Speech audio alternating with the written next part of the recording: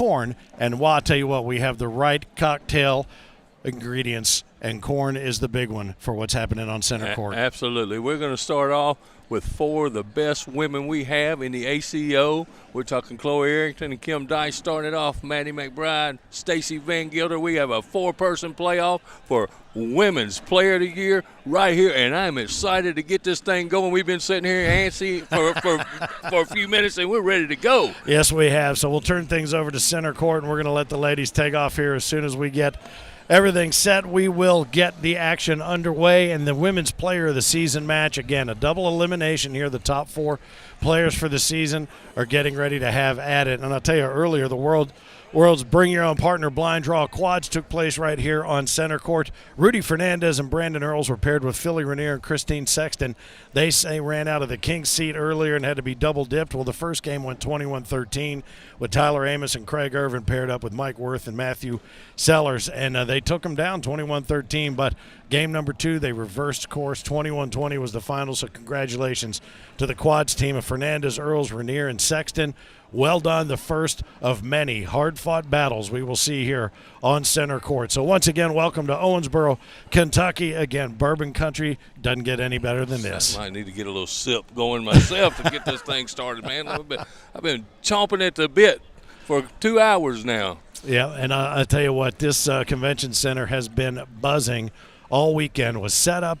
Last night we had the welcome bash. We had people from all over the country rolling in early just to be here as part of it. And even from Cornwall, England, the southern tip of England, our friend Tom Collins, his buddy Matt, who runs the Par Inn, and their respective families have joined us. And you're going to get a good look at a lot of different camera angles here. But Chloe Arrington there in the purple jersey is in the blue lane is the higher seed Kim Dice, who has been on fire, especially this back half of the season. Man, I'm going to tell you what, she's been on fire pretty much all year. All year she's been playing really well, and she's earned her shot in here. And I've been watching her warm up, and she has been throwing lights out in the warm up. But let me tell you, these boards are playing sticky.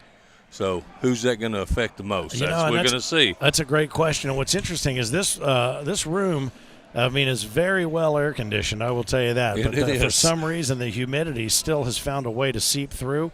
And if you've been outside at all on the southern bank of the Ohio River, you know that it is sticky outside, and that has translated inside. But these two are showing no signs of playing a game just to feel each other out to see what's up. They are firing great guns right out of the chute.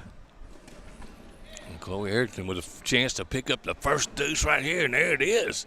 Unless Kim somehow is able to pick that up. There it is. Doesn't. That 2 spot is going to be out there for our number 3 seed. That's going to be Chloe Arrington coming in. I'm sorry, she comes in as the number 2 seed. Yep. Kim comes in at 3, and then later Maddie comes in at number 1 against Stacy Van Gilder, the number 4 seed. Again, double elimination. There is a loser's bracket option to this, and so we've got a lot of great cornhole here on center court to come. Yeah, we do, and all afternoon and later on into the evening we have some Coed coming up, correct? Am I right on that? We do. I believe we're not just going to do women's today. We're also going to cover player of the season and seniors, and we are also going to get Coed players of the season as well. So plenty to get to. Glad to have you along for the ride on a Tuesday afternoon. We are on Central Time. That was a nice bag there by Chloe to gather and finish. Kim has another one out of play, and Chloe is 8 for 8 so far. And you know what I've been noticing, even on her outside arm, they're getting left to right. Yeah, she's been doing that consistently just since they fired things up here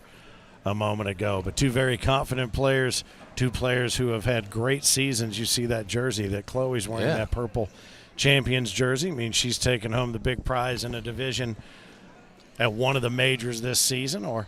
That's purple's the color of the winners in all seasons here in the ACO. This one they're playing for that coveted green jersey that goes along with the player of the season. You see some people sitting over there that come awful close to being in this competition. Josephina Ernsberger, saw Martina Belt there. Oh, she was so close to making it into this playoff. And a lot of the names that you're mentioning, you're going to be hearing quite a bit of over the course of the weekend. I believe particularly, I think Martina Belt is going to be surprising a lot of people in a lot of places they might not have expected. So nice bag right there. And it's going to be 2 more for Chloe. As she actually had missed a bag, and Kim's probably breathing a sigh of relief. Is this kid going to miss one? Yeah, that one came up and sat still up around the 1 o'clock position. And She shook her head just a little bit, but didn't let it get to her. And then, unfortunately, that was followed up by a bag with Kim, who laid one low and left that center lane wide open for her. 6-0. I thought that was be 6-0. Is that my bad? It is. Yep, 6-0, Chloe. 6-0. But Kimberly Dice, featured in our ACO B4 feature, had a distinguished modeling career, and I think she was nice bag. What an airmail! What state it was, but she was Georgia. representing. Was it Miss Georgia? Yeah. Right on. There's one off the backside, giving her oh boy, and she masked and was answered with a match bag right there off the back. Kim trying to take that up and over top. Oh, and Chloe's going to do the same thing. Now she set Kim up right there for a big one. Oh, and it's long again. Boy, and they took each other right off each other's hook. I have no idea what the score of that was. I think it's all equal. I think it's is. a wash because 4-on-4. If she was able to get that, take that airmail, get that drag bag, she'd have put up some nice points. But unfortunately, off the back, a couple of them each, and 2 under, 2 on. I don't know. 6-0. I may not be good at see, I don't even know the name of it. That's how bad I am at it. It's kind of math, algebra. Yeah, but I'm pretty good at geometry. So I saw the shapes of the bags there. I knew what was happening and what wasn't. And Chloe continues to throw the bag down the center of the court. And there's another one out of play. And that 10's, what does Boogie say? Oh, and Chloe does her a favor. Nice. Go from double 4s to double 10s. Well, and I have double chins. But working on it. Yeah, but we're working on it. We're working to make sure that the only 2 chins at this table belong to one of each of us. Absolutely. Oh, man, what a week it's already been here. We've had seen the best of Owensboro as we got set up here. The people here could not be a better group to work with here at the Convention Center, and the Visit Owensboro crew, Dave and Mark and Chris and their crew. I'll tell you something, and you don't know about this, but I may need your help on Friday. They are putting up a wrestling ring outside here. They're going to be running some pro wrestling There we outside. go. We have to go interfere in something out there. Yeah, they've already asked me if I want to be a manager, so I might need, need somebody either as a foil or as a co-manager here. See if we can get out there off the side. Bad bag. Yeah, Kim looks a little bit frustrated with herself. And nice bag by Coed right there. That is a huge bag. Get in there and push. She leaves a couple sitting up on the top right now and left. And that's going to be 5 spot right there. Yep, she gets. Yeah, actually it's going to be 5. Yeah, 2 down under, 2 up top. 8 on 3, absolutely. She's going to go to 11-0.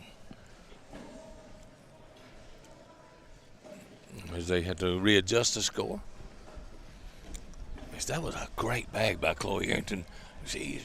Kim gave her a chance to make that big push, and she didn't hesitate. No, she did not. She came straight up the gut to the right, left, just a little bit right of center, and what I'm saying, nice push through there. What I'm saying here, Finn, it looks like Kim might be a little nervous to start this match off.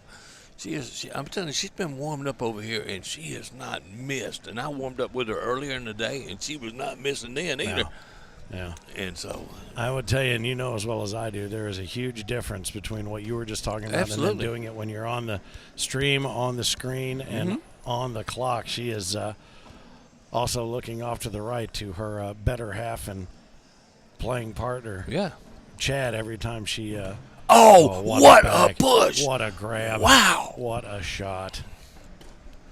And this girl is coming with fire today. Yeah, she really is. It's just like a claw grabbed it and when it took it in there with it. Oh, and that's 4 more. It's 15-0, Finn. 15-0. And I tell you something, as we look towards, and you can tell me, you've not been in a player of the season position, but this gives you early in the week an opportunity to go for a major prize and a prize jersey.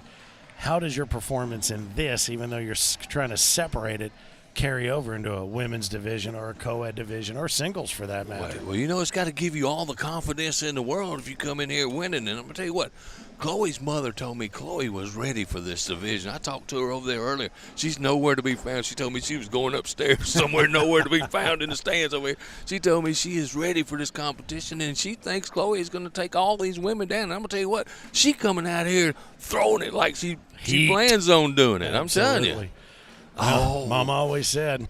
That's 4 more, and that's 19. That's going to get up at 19 on 0 right now. 19 to 0. Did you think you would see Kim Dice down 19 to nothing? I did not. And that sort of plays to my question earlier, because you came at it from the, if you win, how does this affect you? My question is, if you get blown out 21-0, how does that affect you moving forward in the women's championship division? Yeah, I'll tell you, it may be something that you think about, man. That's just maybe get me off this center court, and I might throw a little better.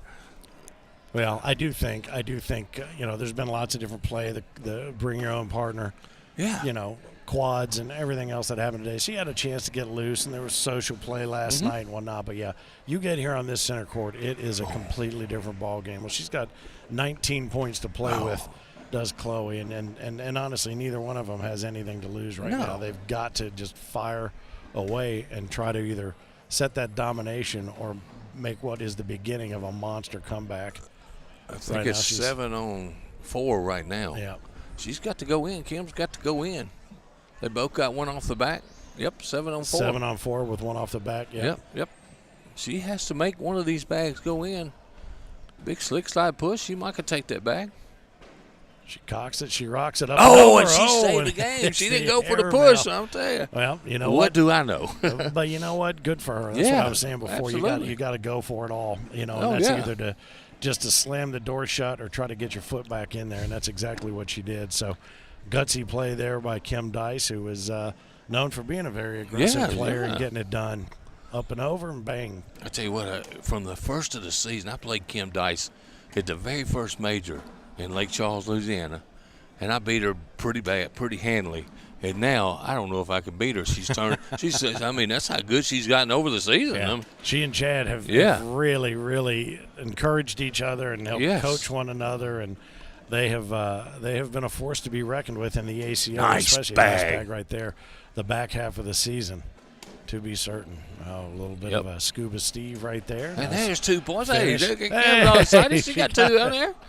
So she is off of the proverbial schneid. Yeah, absolutely. Shaking her head, going, whoa, what happened to me? Just so you know, schneid made it all the way to Owensboro with me. Yeah, I heard that. I brought the schneid Brought the schneid, baby.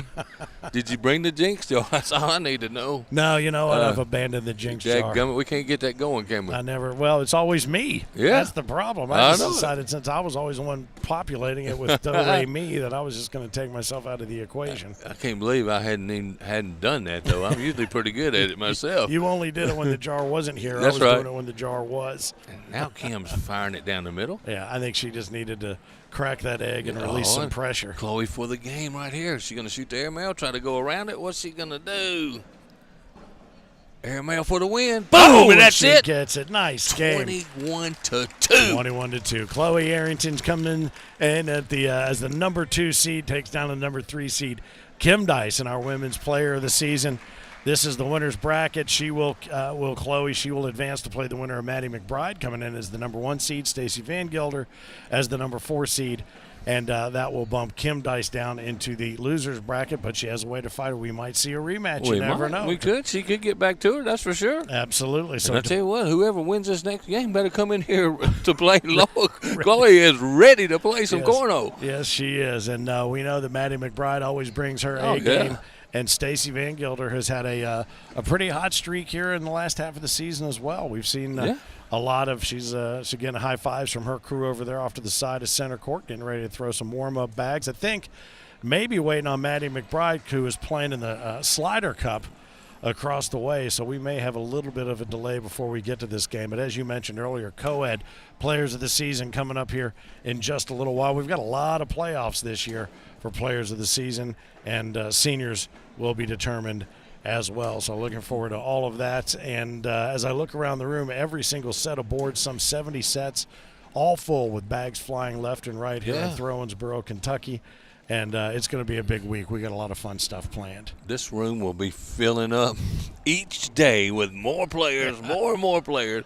It's not like it's not full already. Yeah. And I see Maddie making her way over here, being escorted by Austin Cameron. What's up with that? Come on. Yeah, he's, I guess, her muscle. Maybe he's got her back. He's watching her back. But Maddie McBride finds her way with a handful of bags, a couple bags in each hand, getting ready to come up and get a couple tosses in. She sent somebody off. I don't know. Maybe she needs a refreshment of some sort. That's a new one of our new bag partners. Elite Bags. They're from my area, actually. Oh, right on. And I got a text from one of them just a minute ago that the wife has punched her ticket for the Tailgaters Championship on Saturday. How about that, man? And we have Tailgater games going on, open to the public and open to non-pros only here in the ACO. We have 8 tournaments a day. Our winners each day will advance to a final bracket and a Saturday championship that will yield 2 custom jerseys that our pros cannot get. So I need to get in that. Can I get in that? No, you cannot. I can't now. No, that was just a way for me to congratulate you on saying, hey, congratulations there you on go. that pro status, Thank you. buddy. Thank you. I got one of the flags in the back of the building. I went over and saw it yesterday. Did you get your picture taken with it? Yeah. Man, come on. But we're not going to talk about me. We're going to talk about these 2 women fine right here. What do you think about it? Stacey Van Gilder, how good a player she is. She comes in as the 4 seed in this tournament of 4.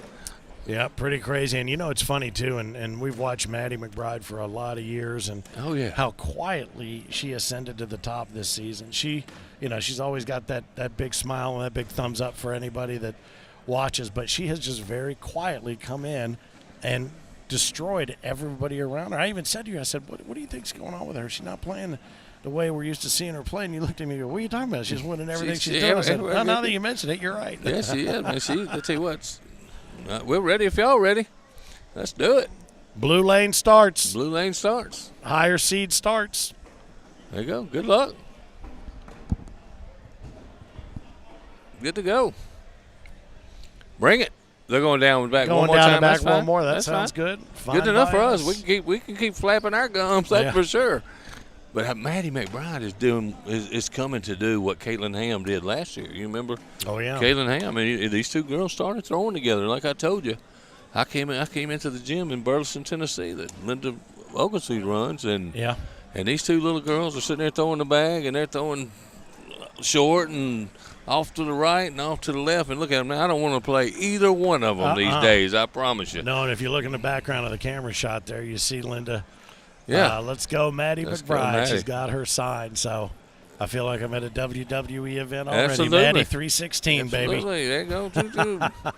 Well, actually, it's Maddie 1 right now and Stacey Van Gilder 4. So the 1 seed against the 4 seed to find out who will square off against Chloe Arrington, who you just saw throw fire in that previous game and take Kim Dice down to the losers bracket. 21-2. And glad to have you along for the broadcast here on the ACO YouTube channel. I invite you to subscribe and hit that bell so you're notified of all of the matches through the course of the week as we work our way through to American Cornhole Organization World Cornhole Day this Saturday and Championship Saturday for our singles, where we will crown either a king, maybe a repeat king, or our first ever queen. Or a junior. Let's talk about the juniors. Could be. It could be one of these fine juniors we got coming up, too. Yeah, very well. Very well could be. And the ever-present Mama Bear is standing right dead set behind her daughter. Maddie McBride's mom is there and a constant supporter. So glad to see everybody here. And it is interesting. And she's come out firing like Chloe did. And that's a nervous bag by Stacey Van Gilder. That will be costly because, oh, boy. And that's coming down. I'm surprised she didn't. It dropped down that's before. A 7 spot to start. Right out of the chute, so some center court nerves. Stacey got that smile going, though. Stacey's going to always be smiling, though. Oh, yeah. For sure. 7-0. And, it's interesting. Upstairs that we talked about the Tailgater event up here, it's also supported by 16 of our bag partners. Yeah. And you go down, and each of those bag partners probably has 30 different series of bags, right? Yeah. All different designs, all different colors, different patterns, different names, everything. Names, yeah. everything. And yet, on center court, everybody seems to throw bags that look just like each other. They do. That's for sure. It doesn't even seem statistically possible. And they all look just like each other. I can tell these apart, though. Mm-hmm. That's for sure. But color-wise, it's interesting, that base color, depending on if Nice. they're throwing slick side or stick side down.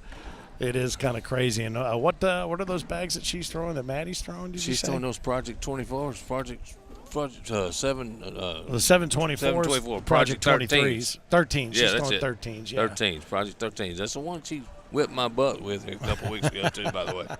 We're not telling anybody that. Nope, nobody. As I mentioned, glad to have you along. If you're checking us out on the YouTube channel, subscribe and hit that notification bell so that you get updated on everything that we're going to be running through the course of the week and any new content we add throughout the course of subsequent weeks as we work away from here to the Field of Dreams in Dyersville, Iowa, just a couple of weeks after we wrap things up here in Owensboro. One off the back from Stacy, and now one off to the side. 5 more, and I'm telling you, 14-0, and we have had 2 blowouts here, Finn, so far. I'm not counting Stacy Van Gilder out, but she is throwing with a lot of nerves right now, that's for sure. Well, I tell you, the higher seed seems to be taking advantage of the psychological impact of being that higher seed. Yeah. As Maddie is not missing either. She is locked in and focused. And it's funny, she's chewing that gum, and you just look at her face. She leans back a little bit, almost like a Tyler Amos lean. She does. She locks it, rocks it, and lets it fly, and just a backside. Come on. Backside I think she's airmail. showing off there. Yeah. Stacy's got another one off. There's another one off the back. Stacy looks over toward her mom and like, what is going on? Oh, and she tried to do it again, just a little too hard. Now a low push. And that's 6 more. Going to be and a 6 spot. On 20. 20-0. 20-0. Well, I tell you what, so we may call this, if this goes the way that it looks like it may be going, this loser's bracket might just be a battle of the nervous systems right Who's here. going to get them out, man? This is what's going to happen. Well, the good news is in a system like, or in a game like that, you have an opportunity to completely regain your focus. Absolutely. I guess the tablet didn't set. Get it? They're going to update the scoreholio there so you can see the proper score, 20-0. And we've had exactly 2 points scored out of the red lane, Finn, in 2 games. It's that red, it could be that red lane might be a jinx. Yeah, I tell you, and I think it was 15 in a row there for Maddie McBride until she missed that backside airmail. We've shot it. Hey, man, why not we roll one? Look at that, watch. Bloop, bloop, a good bag bloop. right there, though. She tried to cut one, too. She did, yeah. She's practicing. And Stacy, instead of going for the point, she just kept it on the board to make sure the game kept going. She couldn't really make a mistake there. Yep, stayed there for the wash. That was just as gutsy as anything else. We know what it's like just to try to land that final bag on the board anywhere when you know you need to. How about I got a Karen English sighting in this building right now. You know, one of our players from back a few years ago was one of our dominant players, and this could end the game if Stacy leaves one short. Yeah. Don't expect that mistake to be matched by Maddie McBride. No. Nor that one. And I think the that is hole going to wins do the it. game. That's going to do it. That's going to do it. So Stacy gets the airmail a little bit late. That's going to do it. Another one. She's going to try it off the back, and that's going to do it. So 21-2 and 21-0 are our first 2 women's player of the season games, and that sets up the match now between Chloe Arrington, the number 2 seed, and Maddie McBride, the number 1 seed. What do you expect to see here now? I don't know. It's who's going to make mistakes. And let's see what gonna be. That was total domination by Maddie McBride right there. And she was playing around in the last 2 rounds. She might have thrown a perfect game for sure. Yep, absolutely. So the question is, who is going to be the most aggressive, and who? And it may come down to, and we've noticed a lot of this. Sometimes these come down to who makes the first mistake, and if somebody's able to capitalize on it. And those games take a minute to get finished. So Maddie will take on Chloe. Stacy and Kim will follow up here to see who will take on the holder of the Queen's seat, which will be the winner of this match. And I believe a little down and back, they have not tatered to get it started yet, have they? Look at that bag. She has got all the shots working for him right now. Look at that. Boy, and this even is just warming up. A straight gunfight yeah, right that's here. all it is. And let's see, this is a rematch from the Knoxville Major where Chloe Arrington took Maddie McBride out in the Knoxville Major. I was there that week and watched 2 great games by these girls. So this could be a really good match now. Well, those purple jerseys don't just put themselves in people's wardrobes. They both earned them for solid play, and we're looking forward to seeing exactly which one is able to convert and move into the queen seat. Again, women's player of the season on the line right now. Our top 4 players were Maddie McBride, who just took down Stacy Van Gilder, and Chloe Arrington, who took down Kim Dice. Those 4 battling, and the losers bracket still to come. Stacy and Kim will follow up to see who will take on the queen seat holder. Maddie is just sick right now, even in the warm-ups, doing airmail drags and roll bags. And I'm a little worried about her. She seems like she might be overly juiced up. Oh, I don't know. Maybe overly excited. A lot of Dr. Pepper in that one there. I'm afraid she might lay down and take a nap on her way down from board to board. Yeah, she's focused, though, I'm going to tell you. She is. She's dialed in, that's for sure. Say that, and she throws the first bag out of play. That would be the jinx jar for me. Well done. All right, I'm going to find it now. Finn, the loudmouth for the ACO, side by side with the Mississippi Ninja. Phillip Barnett will be here with you all week long through Saturday from the American Cornhole Organization. World's 18, the championships of cornhole in Throwensboro, Kentucky. And, wow, look at that. What a shot. That was a cartwheel shot. Yeah. Oh, and she picks up, too, after having the first bag. Off, yeah, we're off to the side. And tomorrow afternoon, we're going to add court number 1 to center court, so you'll be able to pick up 2 streams here on the YouTube channel. Our friends from Cornslinger Bag Company are going to be rolling in to provide coverage on court 1 right behind us, and we will whittle everything back down to center court here as we get to championships on Friday and for Saturday. So a big week of cornhole. It's going to be a lot of fun. Look forward to having you along for the ride. Bring those comments on the YouTube channel. Make sure you subscribe, and also don't forget to hit that notification bell, and we will get you updated on all of the content that is to come for the rest of this week and the weeks afterward. And here's the gunfight you talk about right there. There it is. Oh, she leaves one hanging out to the side. Maddie McBride's going to extend that lead by a couple more. Yeah. Oh, man. I tell you, I look around the room, I see all these major winners, and I look around and looking at people who could win this King of Cornhole. I see a guy sitting over there right now that you don't. Nobody's probably even mentioned Tyler Goodwin, who's been throwing lights out, man, and we know how good he can play. Yeah, it's we have seen. Man, I can't wait. We have seen some really great play from some really expected and unexpected places this year in season 18, and it's anybody's game. We used to come in. I know there's 3 or 4 years where you just sort of came in and you knew how it was going to go. Pretty much. Not now. You cannot tell, man. Especially, and that's going to be four if she can get around that. She'll take it down the middle. Nicely done, Chloe. Knots it up at 4, does Chloe Arrington. And, again, she's a little jumpy herself. God, between the two of them, I think their heart rate must be 40, 20 and 20. They are walking so slow, and they are so methodical, but they fire the bags one right after the other in the hole mostly. Well, I'll tell you, too, it is there's a maturity, level in these young women when they get up here to play. And, we talk about this a lot, that Coed, the fastest developing division in the ACO, and probably, I would think, worldwide within Cornhole. Nice gather right there. But this originally was, let's be honest, a sport that mostly guys played. Yeah, we saw a lot of tournaments where the women would come and hang out with their boyfriends or husbands or whatever, and finally said, I'm sitting here reading this book and sitting in a sleeping bag. Maybe I'll get in and try bored, this. Yeah, and then, all the guys are like, uh-oh. My wife is kicking my booty. All right, so that's going to 2 more for Maddie. Change it up just a little bit on the scoreboard. A deuce there for Maddie McBride, who looking to fight to see who's going to be in the queen seat here for Women's Player of the Season and that coveted green jersey. What a great matchup this is right here, man. And this is our first time on air, Finn. I know. What did we do to deserve this? Man, we've put the time in. Oh, nice block. Yeah, she going to come through it? Yeah, man. She was just planning on going right through it, man. Thought she might try to roll one or shoot the airmail there. Well, I wonder, is this a strategy from Chloe just to say, I'm not going to keep shooting out. I'm not going to, Chloe got lucky on that one. She did right there, because that could have been a couple dragged in. She tried that to roll bag, yep. All right, that's going to cost her a couple. And I'm going to tell you right now, Chloe walks about as fast as T-Bone. Mm-hmm. Yeah, she's got the T-Bone. She got that Dawson. gait, man. I almost said T-Bone Burnett. The T-Bone Dawson The gate. The gate of T-Bone. I had breakfast with T-Bone this morning. Good to see him back in action. I did too. I was over at the coffee station with him. He was already moaning and groaning. Yeah. I said, "Dude, you can't be moaning and groaning. I'm Just first day." One of our elite senior players, Terry Dawson. Yeah. And these girls continue to fire away, and I do wonder at some point is Chloe going to decide? Look at this thing. Look at that. There's space completely underneath that bag. Look, that is nasty. She's just going to run through it and take them all. And there's nothing she can do right there but give up 4 points. Well, I tell you something.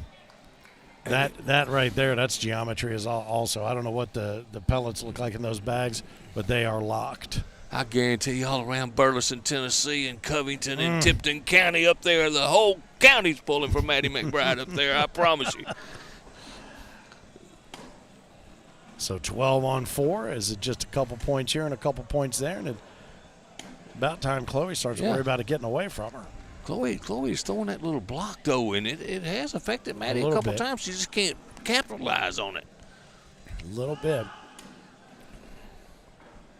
So those two will very likely stay out of play. Yeah, and Chloe could big push up here for 4. Coming in hard. Just stacks them up. And I'll tell you what, that could have something to do with the sticky boards, Finn, right there, because that was a pretty good shot right there that didn't pretty aggressive, yield anything. Yeah, aggressive push. Yeah. And look, we might be seeing these women in the women's championship also, these same two.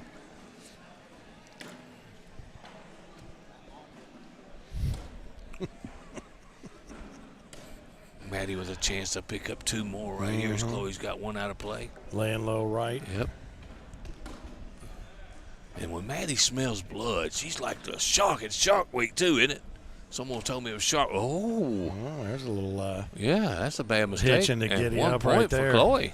All right. Well, 12 on 4 becomes 12 on 5, and maybe we're seeing the worm turn, as my grandmother used to say. I don't know what that means. But she would say the worm has turned. We shall see if that is the case. A lot of folks already gathered around center court. Yeah. I think we're going to have record crowds around center court. I think so, too, man. It's set up so nice, a too, man. A beautiful 20-foot LED panel up here for those who want to gather around and watch from the rest of the room so they can see what's happening on center court. And I would say mostly it's not like the Open Championship in Royal Liverpool. It was loud and rowdy there for the British Open. It's very respectful crowd right now. One off the backside. It is. They're pretty quiet. And this Jeremiah Ellis is not on center stage, though. Not yet. Not yet. There has been some trash talk. Oh, and that's another bag that just can't get on there. Yep. Maddie will take the penny. Yep. Well, she's got 1 off the back, so 4 on 3. Yep, she takes that single. I'll take it. I'll take it anytime I can get it. 12 on 5 to 13 on 5. And I'll tell you what, Chloe made a good shot right there and again and didn't get any results out of it. Bags just hung up. Well, I'm amazed at how tacky the boards are playing, though, because the air conditioning in here is like it's set to substation 0. Well, we have 2 zones set upstairs, and those boards are lightning fast. Yeah. I need to put some of that down here. Well, you got a lot of bodies down here, too, a lot of people down here. A lot of extra heat, and it doesn't help that our mouths are bumping the way they are, all this hot air. Yeah, that's for sure. Oh, and Maddie, she missed the opportunity there. To the left, leaves that real estate. And that's another bag. And she's not throwing bad at all. I tell you. And she's not getting anything out of it. No, it's interesting, too, because we talked about it. Is it going to come down to who makes mistakes? Yeah, but she's not making mistakes. No, we've seen a lot of bags that are thrown, that they would love to have back, but nobody capitalizing. So I guess if you don't get burnt, it's not a mistake. Is that how that works? Yeah, that's right. That bag caught on Maddie's 2 bags square.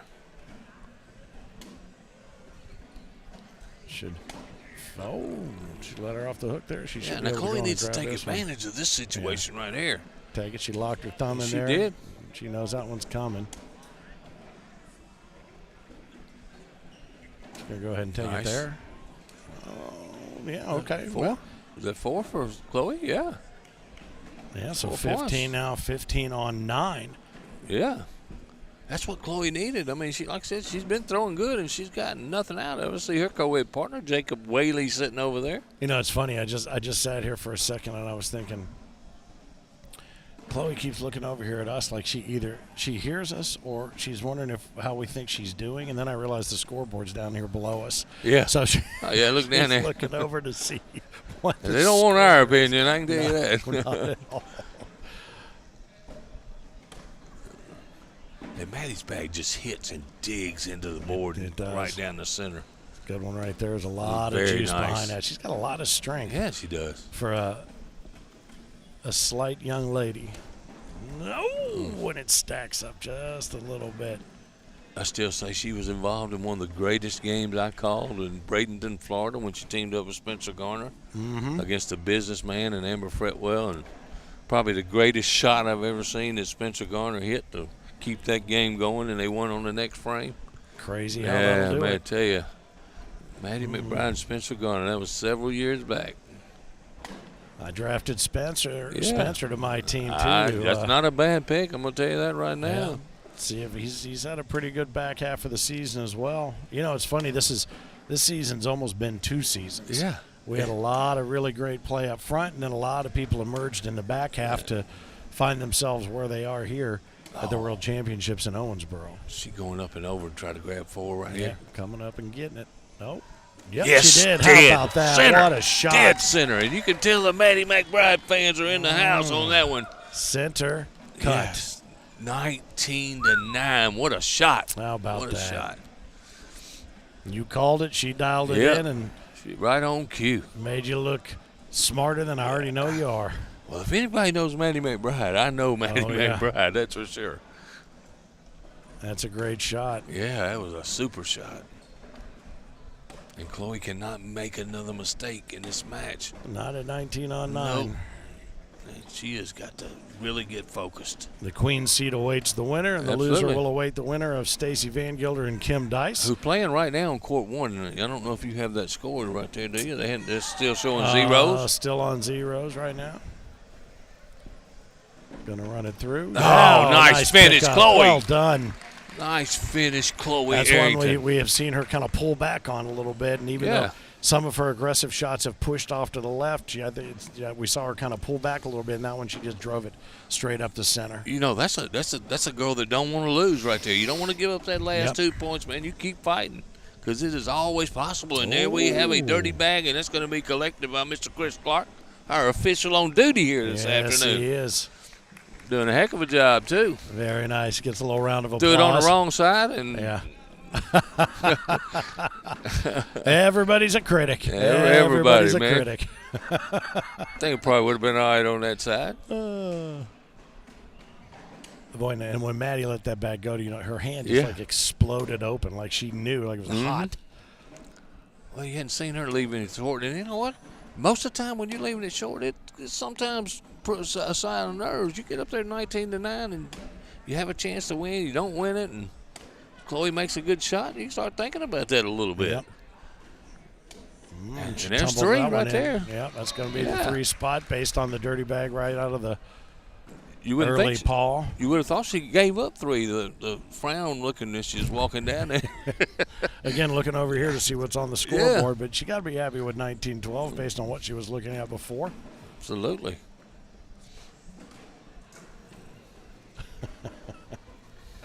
That was my left-handed partner in Punta Gorda. Who's that? Oh, Shane. Shane Fretwell, yeah. And we did not fare very well throwing with the opposite hand. What nice a shot. bag. Nice roll up right there, and Maddie. there's a kicker back to the left. And she could dig into this lead a little more, Chloe can. But she's got a nice little bank Maddie thought she missed that when you saw the to body the language left. there. Yep, that's right up the Good middle. finish. She's going to take what she can get. Just give up Oh, the 2. and it's gives 4. Up 4.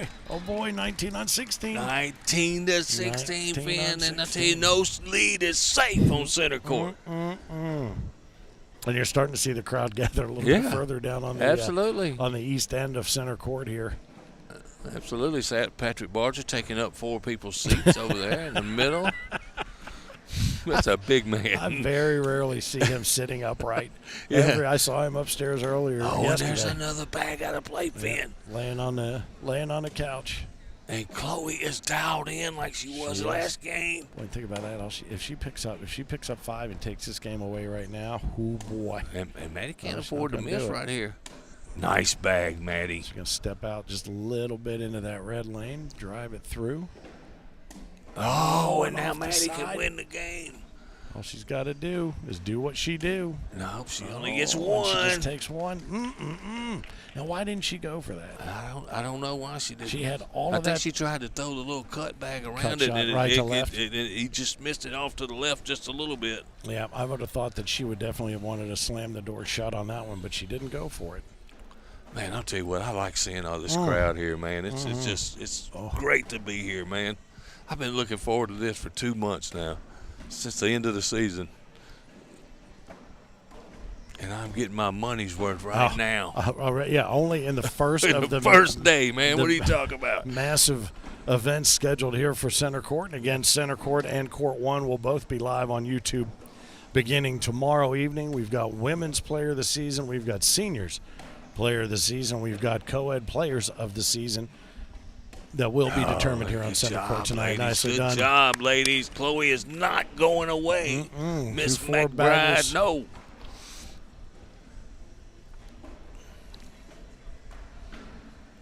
Got a little exhibition play that's going to be happening here on Friday with some local officials, the mayor, and a handful of others. I think the general manager, if not the lead distiller from Green River Distilling, is going to be here. I'm very anxious to meet him. Maybe bring us something. Very anxious. All right, so this game has ebbed and flowed with regard to just dialing it in on the hole and then having to play dodgeball a little bit. Chloe tried a little roll bag right there. And another good block right there, but Maddie's playing conservative. Is Chloe going up right here, Finn? I think she goes for the back of the hole right there. If I'm her, I take a timeout and go look at this and see what I got. She's going up. Oh, no one off the back. She knocked one of Maddie's in. Yes, oh, my. And Maddie just needs to lay up right here. But I like Chloe's going after. Oh, and that is a huge mistake. What did she do? All she had to do was throw the bag on the board now. On the board. Chloe, go take a look. Chloe, take a timeout. Come on, you get it. On the board is a wash, I think. They're looking for a ruling from Clarkey. It's 5-5. It's 5-4, actually. I don't know. I think he's checking to see if the board moved and double checking on the. It's 5-4. Oh, 7-2. I'm sorry. Maddie's got 2 in. Yeah, 200 and 1 off the back. Oh!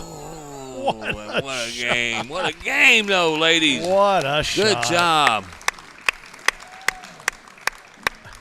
What a game, Finn. Wow. And Chloe did not die. I got to give her a hand to that, man. She rolled as Stacy Van Gilder is up 7-0 now on Kim Dyson. She's down 9-7 now. Oh, yeah. That was a quick turnaround, wasn't it? Well, I think it might have been a bad angle on the computer screen. Maybe there, so. I do like the fact that Chloe just went ahead and fired the air. Absolutely, she had to.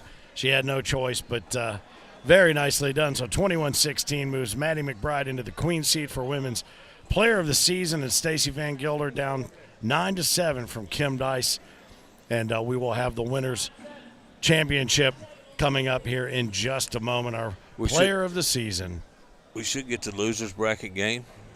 Well, we will we will have the Chloe Arrington versus the winner of that game here in just a moment when we are back here on Center Court, Throwensboro, Kentucky, the heart of bourbon country on the south bank of the Ohio River, just a few steps away from Santa Claus, Indiana. Ho, ho, ho. Santa Claus, Indiana. More cornhole gifts to bestow upon one and all when we come back to Owensboro on the ACO Digital Network. I love you, man.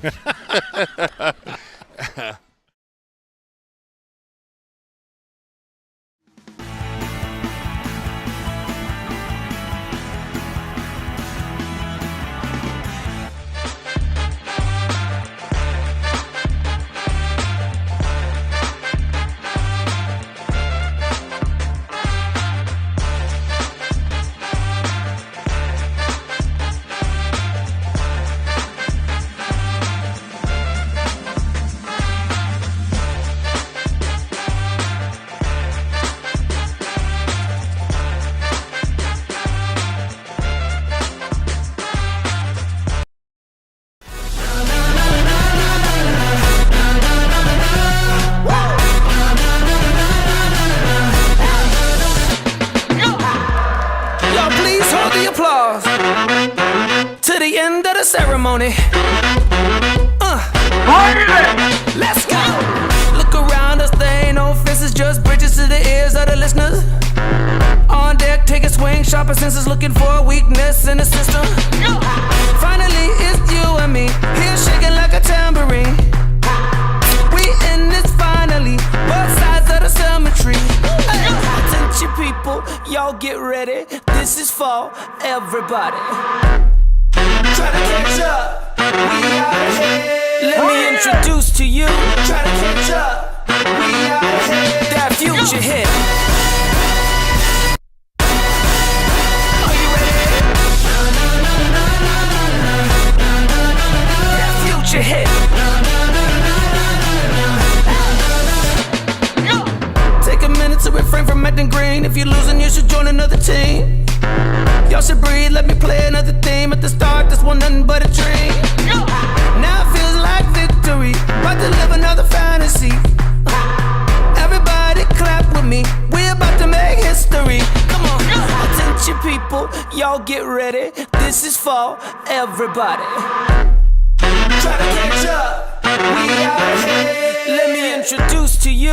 Try to catch up, we out ahead. That future hit. Are you ready? Do you believe in magic? Here it's automatic. La da la da, ooh. Amazing how it's happening. Look here, mom, we made it. La da, ooh. That future. That future. That future. That future. That future. That future.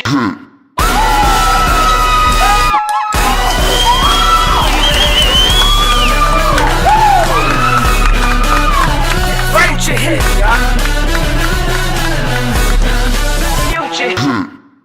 Future. That future. That future. That future.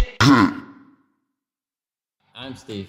And I'm Cherie. And we own Cornhole Solutions. It all started at a Cub Scout event with our oldest. They had cornhole boards set up. We played all night till we couldn't even see the boards anymore. So we decided we had to get ourselves a set. Back then, they weren't readily available, so I did some research online and we found the plans to make them. We started making boards right out of our garage. The first one was for my papa, which led us to sell cornhole boards and bags online. Our business quickly outgrew our home, so in order to continue the growth, we had to move to a commercial facility. While we were still hand painting and cutting our boards, we made our first big purchase of a UV flatbed printer, which led us to the way we do business today.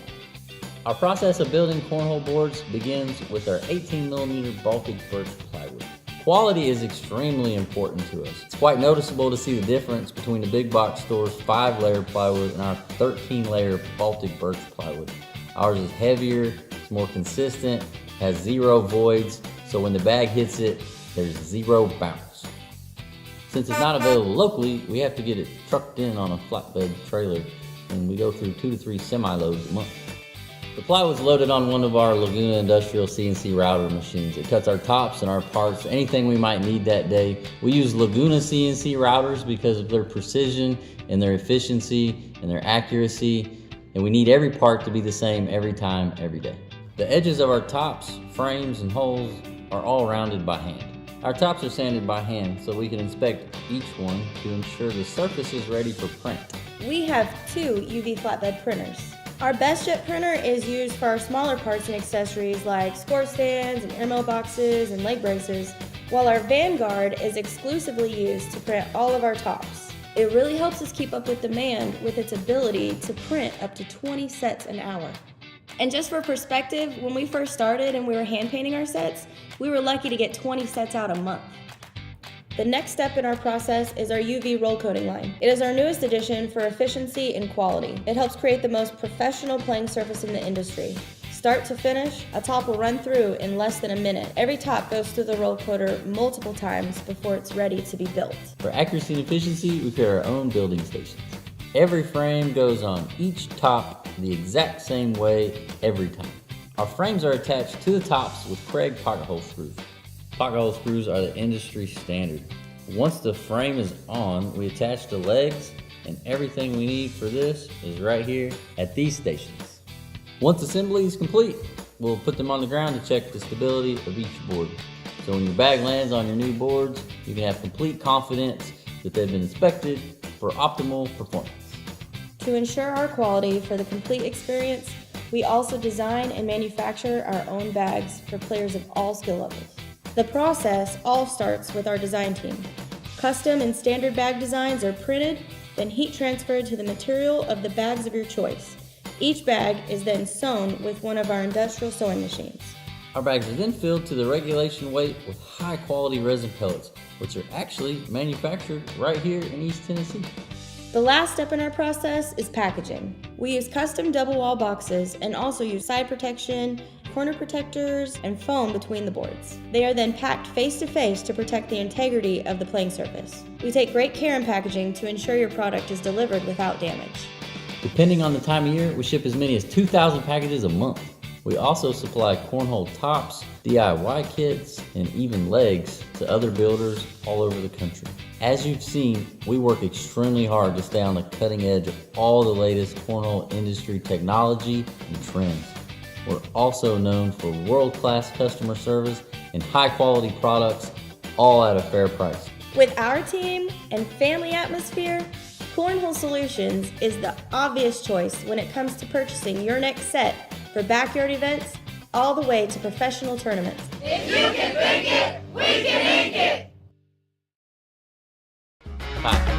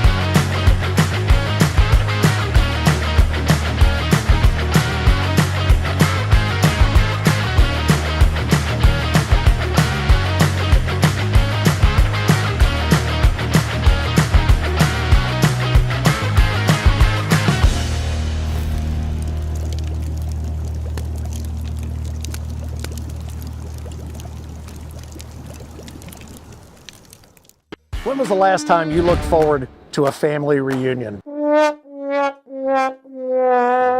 Yeah, that's kind of what we thought. How'd you like to be part of an ACO family reunion? Because the American Cornhole Organization is always looking to add new names and new games and more smiling faces to the family, and you and your friends and neighbors are exactly who we have in mind. Become an ACO member now, and you'll find players, tournaments, and more in and around your area. All ages and all skill levels are welcome. Join the ACO to play and party with the pros and the entire ACO family. Go to AmericanCornhole.com/membership, and remember, everyone can play, and the minute you sign up and start playing with ACO, you've already won.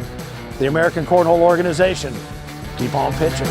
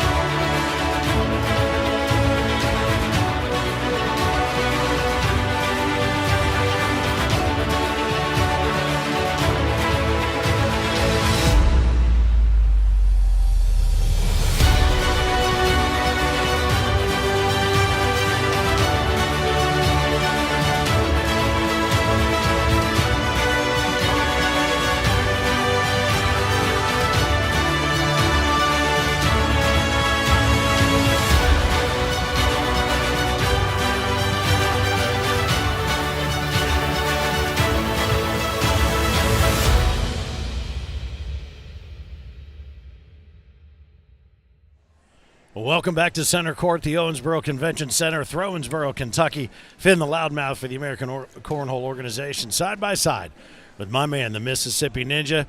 And Ninja, we talked about Vin Diesel's got nothing on us with Fast and Furious. The action is coming hard and fast, and it is already underway now in this game to decide who will then take on Maddie McBride in the Queen seat for the Women's Player of the Season. Kim Dice had a nice, valiant comeback against Stacy Van Gilder, 21-15, and earned the opportunity to run right back into the Chloe Arrington buzzsaw. You gotta wonder, is that beat down that Chloe put on her in her mind? But so far, so good as both players do. 4 bags in the hole to start the match. Rematch from a game played earlier that was 21-2. Chloe over Kim, but Kim seems to have found her stride and her stroke. I'll tell you one thing she's doing different, Finn. Right now, I see it right now. She's throwing the slick side of these bags. Yeah. And she's going right down the center. What's she throwing, TNTs? She's throwing those TNT Vitals against some Vipers. Oh! And I got a chance to talk to Chloe for a second. After the game, I said, you made some outstanding shots and got no results. She said, I didn't think I threw bad at all. No, she didn't. Yeah. She just caught a couple of bad breaks. That's a great. That one looked like it was like a rock from a Roadrunner Coyote cartoon, just waiting to fall down on top. It's not going to come back. Bad break. Not going to come back, and she's telling Chad all about it like he could do anything. Yeah, Chad, can you blow on that bag, do anything to get it down? It's just Chloe picks up the first deuce here. Here on Center Court, the Owensboro Convention Center, it is the very, very, very beginning of a week's worth of fantastic championship-level cornhole. Women's Player of the Season on the line right now is Kim Dice in the TNT Bags jersey and the TNT Bags in her right hand, facing off against Chloe Arrington in that purple champions jersey, throwing those Vipers out of the right paw. Reset. Hey, look, she's a little bit more dialed in. Yeah. Like I said, she's throwing the slick side of these bags now. I think she tried to get that one that's hanging off the back. Yeah, Chloe just says, I'll take that real estate, thank you much. Now what's she going to try to do? Is she going to try to airmail drag? Hey, I tell you what. Look at her. She looks over at No Chad. pain, no gain. He looked at her and shook his head. Let's see. Shook it off. Well, she's going to do it. Oh, she got it. What a she shot. saved some points with that one right there. She did, and it's funny because it looked like a pitcher-catcher. Like she shook off, or he shook off the pitch call, and she did it anyway. Giving signals over there, man. Come on. But did you see it when she walked out? He looked at her like, I got this. Just like I told you. Yeah. Good job. And he's not cracking a smile either. He looks so serious all the time anyway. But hey, what a big point saver that was, and maybe a big momentum booster for her. Yeah, absolutely. 6-0 still Chloe Arrington over Kim Dice, but like you said, she saved a few more there and lives to fight another frame. And dead center too with those fast side of those Vitals. Mm-hmm. But you're sitting there throwing 4 in the hole and you're not getting anything out of it. Chloe is not letting up. Well, she's going to have to wait for that mistake, and then she's going to have to capitalize. And we've seen quite a few times already a bag that, as we mentioned, players would like to have back. That would be considered a mistake bag. Yeah. But if you're not able to take advantage of it, then no blood, no foul. Yeah.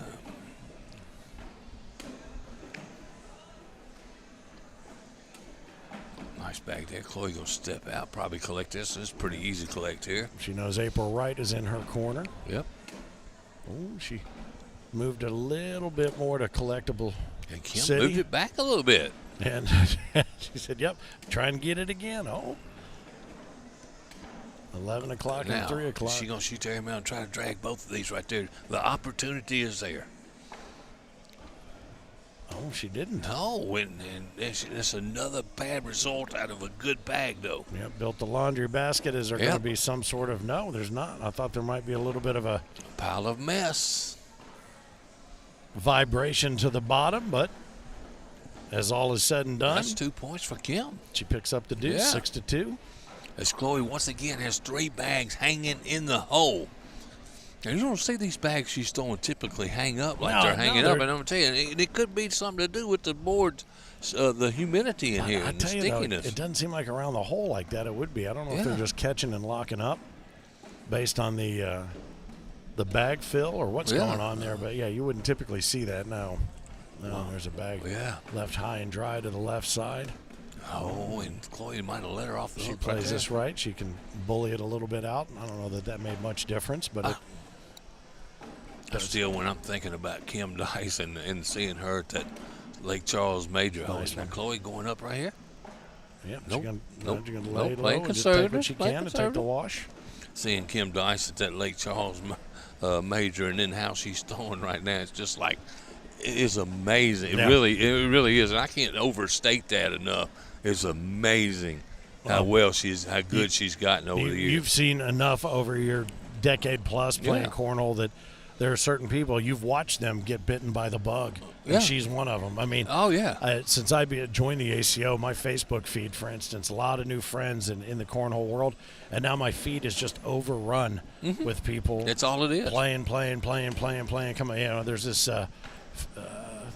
Philip Barnett character that's always throwing bags at Hernando. Oh, yeah, every Wednesday. Bags fly, 7 p.m. Yep. Hernando. Absolutely. Oh, that's right. That's you, isn't it? Nice. Hey, and I tell you what now. And she let her off the hook. You have to take advantage of that big bad miss by Chloe Arrington. Good grab. Look at that bag. Kim needs to at least get one right here. How about our Alaska contingent sitting in the bleachers over there, Mr. Chandler Jones? Chandler Jones and his partner. Nice article about him in this year's Whole magazine. Yeah. Matter of fact, I know the author well. Yeah. All right, so. That's one for Kim, 10:09. 10:09. So whose weekend is it going to be, Finn? Man, come on. There's just so many players. I don't know. We had our draft on the Taco this past Tuesday a week ago, and I was just building our teams to see whose points could get us over the top, and we still haven't even determined our wager yet. We may turn to the audience to figure it out between myself and the cornhole dude. You made your picks. And I steered clear of a couple of your picks because I want you to have them solo. You were looking at Mr. Gary Bear. I tell you, man, just after watching him throw in the on that Friday that night, man, and seeing how he was. Oh, and there's another bad bag. Oh, nice bag there by Kim. Yeah. Lets out a big sigh of relief. Like I said, it was an all-day thing. I think if Gary Bearpaw would have kept playing Friday night, he would have won the King of Cornhole that year. Wasn't nobody beating him. He was going through great players like melted butter, I'm telling you. Well, and this year's format is different. Yeah. I mean, we do have it laid out now so you can hold that momentum and not have to regroup. Yeah. So we'll see what happens. But I like the format. I like the fact that we're going to run all doubles on Friday. We're going to run all the singles and crown either a king or our first ever queen on Saturday on ACO World Cornhole Day. Another kiss blown to me by Miss Armstrong. Tina Armstrong, your number one fan. There you go. Don't go driving out on slippery, snowy roads, my friend. That's all I'm saying. Oh, me. All right, so we're knotted up at 6 here. Kim Dice.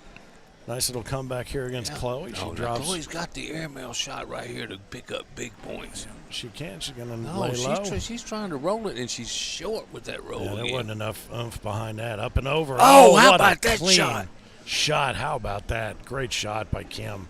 Up and over. Tried to get the dragon off the board. That's 5 for Kim, and all of a sudden, Kim Dice is trying to work her way into this championship. Yeah, is it going to be Kim facing off Maddie McBride, who holds the queen seat here, and Owensboro Center Court at the Convention Center for Women's Player of the Season. Again, Seniors Player of the Season and Coed Players of the Season still to be determined before things wrap up and the lights shut down tonight. And then we'll have juniors, I do believe, tomorrow. And we got all kinds of great action still to come. Seniors started already. On Center Court. Bob Howell was playing Michael Hoaxing. I got that name down pat now, though. You did, and it's funny is I'm the one that was giving you hell about getting it wrong, and now I say it wrong. And there's another attempt at block by Chloe. Oh, you could tell the release a little different by Kim right there. A little bit, yeah. Let's see what what we're looking at here bracket-wise. Johnny Thomas awaits the winner of Hoaxing, and Bob Heil up 18-5. Wow, how good Bob Howell. I tell you what, I picked Bob Howell to win the seniors this year. Man, he's a good player, man. Yes, you did. That's 2 points for Chloe. Yeah. 11-10. It's going to be, 11 on 8. 11 on actually. 8, sorry. They're keeping track of their PPR, so we'll be tracking that through the course of the we week can do as that. well to get you some more additional statistics to see who's throwing lights out and who's throwing out the lights. That would be me. Turn the lights out. Uh-huh. I think I got a new nickname for Oh. Kim Dice. What you got? Bubbles. Only person I've ever seen that in mid-throw can blow a bubble Yeah. while she's throwing the bag. Some people have different things to take the nerve off of her. Mm-hmm. And she does. She's ready to blow that bubble as soon as she gets ready to release. Yep.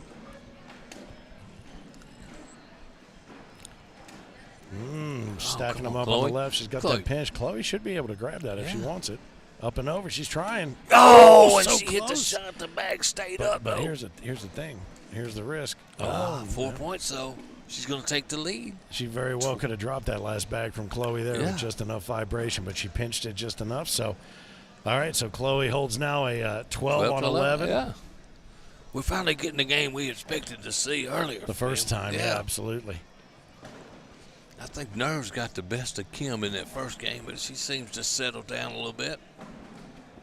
I see Mama Arrington has made it over to the bleachers finally. Yeah. Maybe somebody just said to Kim, say, Kim, pretend you're playing Phillip. Yeah, there you go. That's how you do it. That's what they said to Maddie, too. All right, Bob Heil holds an 18-9 lead over Michael Hoaxang. The winner to take on Johnny Thomas, right? There's 3 people in that one, correct? Yes, there Yeah. are, yep. And then Oh, and there's Chloe can pick up some more right here. I'm going to take a look here Nice and see bag. who's in his Coed doubles as well. Oh, 4 more. All right, 16 so on 11. All right, so the bracket is set for the And we'll see Kim back in the co-ed, correct? Yeah, we're going to see Stacy Van Gilder and Gary Bearpaw take on Kim Dice and Chad Jackson in the first game of the co-ed doubles player of the season. Then Martina Belt and Zachary Rush are going to await the winner of that match. So 3 teams right there. And I'll tell you what, before all is said and done, we are not only going to have crowned some great players of the season, but we are going to have a very, very awesome preview of what is to come in co-ed, in women's, in singles, in seniors, and in seniors doubles. I mean, women's doubles. That's what the great thing about the Worlds is we add those other doubles categories that we don't normally get to see. So when the CBC boys, Dylan and his crew, get here, they're going to have some Court 1 action for you as well. That's going to be a 4 spot. All right. 20. As Chloe's inching closer to getting her rematch with Maddie McBride. Mm-hmm. And it looked there for a moment like Kim might have dialed it in just enough to run away with it, but we talked about this. Chloe is very methodical in the way that she throws, the way she plays, and she doesn't let herself get like if she does make what would be perceived to be a mistake, she doesn't let it get to her. You can't tell it, and that's the mark of good players. I can tell you that right now. They didn't miss. They just going about their business. I see people throwing their hats, slomping their shoes, hitting walls. What are you talking about? Over one bag. Yeah. You got it's like golf. You got to have a very short memory. Absolutely. 19-11, Bob Heil holds the lead over Michael Hoaxang. Oh, and Chloe could end it right here, and Kim looked over at Chad, and she knows it. Mm-hmm. Chloe, I like the way she reset right there to make sure she focused. And this could end it right here, the bag in the hole. Going to have to make Kim make a perfect shot. Oh, That's she it. did exactly what she needed to do. Kim doesn't waste Goes any up. time. Up and Oh, over, off and the there we back, and that's go. going to do it. So how about that? Chloe Arrington now has that opportunity to get back and get a little revenge on Maddie McBride, who awaits her in the Queen Seat Women's Player of the Season here for the American Cornhole Organization World Championships of Cornhole 18 in Owensboro, Kentucky. Phil, I got to be honest with you, man. You said something earlier that struck me. We hadn't seen each other in since what, Branson? Yeah, it's been the Branson. final Pro Series and Major of the season, and it feels like an age since we have been able to sit together and watch. But boy, I tell you what, everybody coming in this place is at the top of their game. Absolutely, Everybody. absolutely. And I'll tell you what, Chloe's mama told me she's been practicing. That's what it takes. Craig Irvin said last year he did put in the work 2-3 hours a day, every day. Yes, he did, and I heard him. he was being asked out there earlier today by our friends from Cornwall, England, do you think you're going to repeat? He goes, you know what? I feel like I'm in exactly the same spot this year that I was last year with where my prep is and ready to go, just to your point, what he was saying last year. Now, what's interesting as well, this morning he and his better half were out with the Waves mini donut truck, and they were working the crowd from that end. It was awesome. Well, I'll tell you what, maybe he's just trying to get everybody filled up. I steered away from it. I'm still hanging in there. But, man, it was tempting to go over to that thing. I got to be honest with you. I did succumb this morning. I had the maple bacon donuts, man, that mini sounds so donuts. good. Oh, man, they were good. I've heard, man, everybody that I know that went to it over today, that's all they've talked about, how good those daggum donuts. Said they serve them fresh right off the skillet or whatever they cook it in. It's right out of the oil, right baby. out of the oil, right man. Out of the oil. Yeah. But, yeah, it was something else, and then I walked it off. I took a 1.52-mile walk. There you go. That's how you get rid of it. That 0.2 was the part to get rid of the donuts. That's right perfect. There. But, perfect. It's good to see them out here. They and their family have a great time everywhere they travel. It's been a great year for our king. And Fergie, our previous sitting king, is a nice scheduled to be here. Scheduled to be here. Let's go ahead and put that. There has been a Fergie sighting. So there has. We have had a Fergie sighting. So we're going to gather them up and pit them against some local officials here in Owensboro and possibly against our friends from Cornwall, England. So here we go. Women's Player of the Season final is underway now. First bag comes out of the right hand of Maddie McBride, who holds the queen seat and has to be double dipped. Nice bag by Chloe. I like this. I like the block to start with. Like I'm trying to change things up. And run it all through and just bunched it up. Left one out of play on the top side. Maddie says, all right, I'll play that those game. aren't coming loose, I don't think. You might have to get up in the ceiling and drop them straight down. Oh, made a liar out of me. Now running through Good it. bag, Nice Maddie. Good shot. And she just does the best she can do to minimize the damage to two. And we are off and running. Maddie McBride, the number 1 seed. Interesting how these seeds tend to work out against the number 2 seed. Number 2, number 1. Chloe Arrington for Women's Player of the Season. On the south side of the Ohio River, Owensboro, Kentucky. Finn and the Mississippi Ninja, Phillip Barnett, with all the action here on center court. Glad to have you along for the ride. And this year was, that was a little bit of a tumbler that held the back of the board. This year and another one up left, top left. She's going to open up the door for at least a 4 spot here. How about more? Chloe lets her off the hook. You think Chloe's going to shoot that, Finn? We saw her do it a minute ago. She might as well try to take that backside. Yeah. Now she's going to try to get them all, or she's going to run through there. Oh, now look at that. Man, Chloe can slide in here for 4. What did Maddie do there? Oh, and she did. She did. She pulled it off. She left Maddie's bag sitting at 9 o'clock. Left hers, though, sitting up there. I think you're right. She could have gone for that backside airmail drag, and I think it just turned out to be too precarious the way that one was held on the left side there. So that moves the lead into Chloe's favor 4-2. She takes first bag out of her right hand, lets it fly. That's her first lead of against Maddie too. By the way, I do believe that is correct. And so, coming in here, the PPRs in this game so far, Maddie McBride is throwing a 9.64, which is good in any league, and Chloe's throwing a 9.43. Well, that would appear to be bearing out, and that Chloe's clearly hers has gone up since that first game. Yeah. So I can tell you what they threw the first game. Is that more for Chloe right there? 2 more? I think that is going to be so it's a 10-on-12. Yeah, Chloe picks up a couple more. 6-on-2 holds that first bag. Opportunity. Yeah. How about this? Maddie threw a 9.21 and Chloe threw an 8.89 in the first game. Well, that 21-0. Yeah. Over Stacy Van Gilder. That was a big one for Maddie. Yeah. Good bag, right? Yeah, Chloe's got to win 2 here, though. Up and down, yep. And she's coming in focused now. Little door opened right there. She's going to be able to walk through it. Oh, yeah. She's going to be able to slide through it. And there's 4 more possibly. 2 doors. Which one are you going to pick? I'll just run right up the middle. It's like, let's make a deal. Nice. Oh, there you go. All right. Well, she's going to pick up 4 more, and 6-on-2 becomes 10-on-2 on her way to what has to be, as you mentioned, a double dip. Yeah. We shall see. It'll be a heck of a way to start things. It from would center be, court, man. wouldn't Hey, it? how about it? Nigel Walton checking in from New Zealand. Love cornhole. My favorite commentators were called. Well, thank you very much, Nigel. Taters. Well, you know what? We're not just your average tater, Yeah. Nigel. But we'll take it. We'll take it all day long. Dead center. Chelsea Arrington says, Mama Arrington is always in the area. She was nowhere to be found that first game. I'll tell you that right now because I was looking all over for her. I know you were. I see Miss McBride standing back there. Mm-hmm. And there's a double 4-bagger. That's what we're expecting from these girls. Nicely done. I expect to see a lot of that this whole week. And when we get to the seniors, oh boy. Oh boy. Get your pillows, get your blankets. Let's do it, man. Paid extra for the air conditioning and the lights. Absolutely. And security for those seniors matches. It could go all night long. Yes. And I really thought at the pace we started with these games that we might be running a little bit faster, but we started about an hour and 15 minutes ago, and we're still in the teeth of it. Yeah.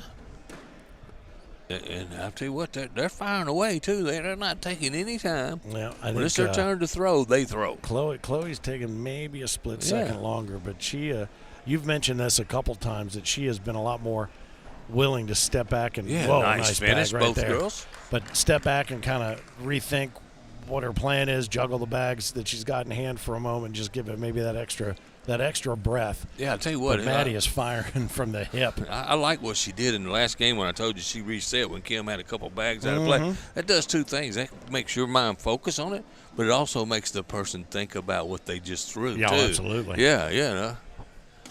I've seen people step back from the board when somebody throws it off and really make them think about it, Now, there's a couple times that you suggested maybe it would have made sense for Chloe to take a time out and go look, and she didn't take that much time. I thought she should have took a time out. A couple times in that last couple rounds, in that first game, she played Maddie.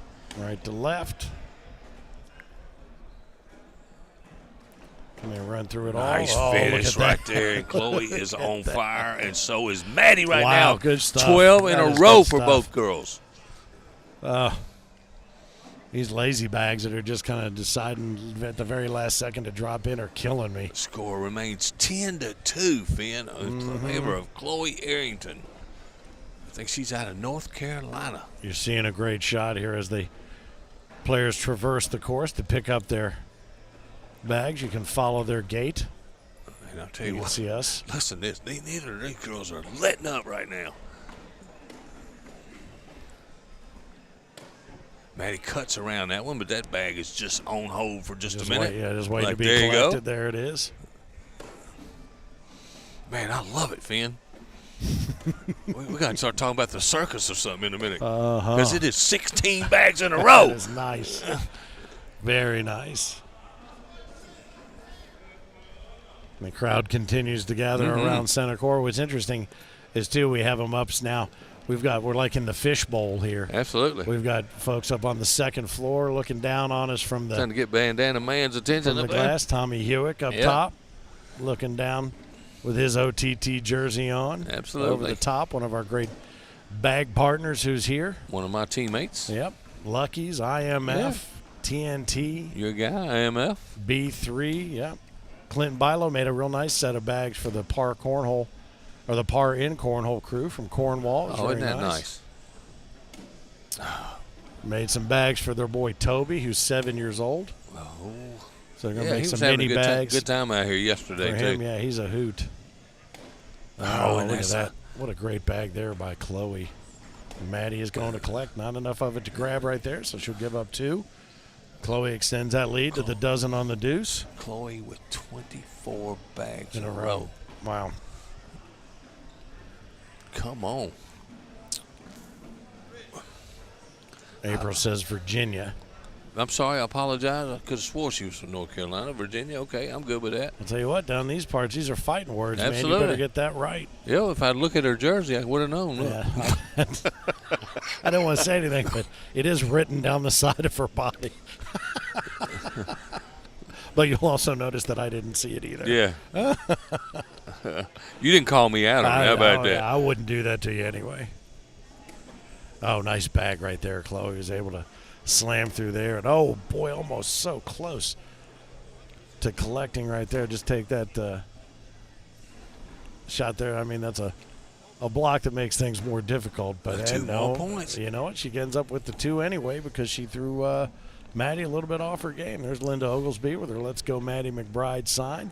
How about this? Right there in the 7 stands. 12s and 3 10s for Chloe so Wow. far in this game. Crazy. Man, come on. Women's Player of the Season is the title that's being fought for in that coveted green jersey. And she is not letting up on Maddie, giving Maddie any room to breathe there. Look at this bag. There must be one pellet holding that That's bag all. up there on the side. And Maddie, another one out of play. Now Maddie has to be double dipped, so Yep. she knows she's got a little bit of leeway and a little room to play. How about Chloe after the beatdown she took from Maddie last round, coming in throwing like she's throwing right now, just complete fire. Yep, 21-16. As the Dr. Pepper gets delivered to the court. You see it? I see it. Yep. The Jungle juice, baby. Here we go. She gonna take a sip of that Dr. Pepper and be pumped up again. Uh-oh. Here comes the Popeye spinach. Here we go. Here it comes. The shirt coming out. No. Yeah, you know. Rip the shirt. Got the T-shirt on underneath it. Just what the doctor ordered. Could it be Absolutely. a comeback from 16-2 to avoid the double dip scenario? 16-2, Finn. PPR check. Gavin, we just did one here a moment ago. I think we saw that Maddie was I'll give you what they're throwing right now. about a 9.8 something. Chloe's over a 10. She I got can to tell be you that over a right 10 now. now. She was, what, a 9.6 before? 9.5. We'll get to it here in just a second. Takes me a minute. All right, everybody in that Hampton Farms big blind draw. Yeah, she's throwing a 10. She's throwing an 11.45. Oh, wow. And Maddie's throwing a 10.18. Wow. And there's Wow. 2 points for Maddie, though, correct? Yep. Yep. So 16-2 turns into 16-4. The first thing under a 10 that Chloe's thrown right there. That's one out. Make sure you got that notification.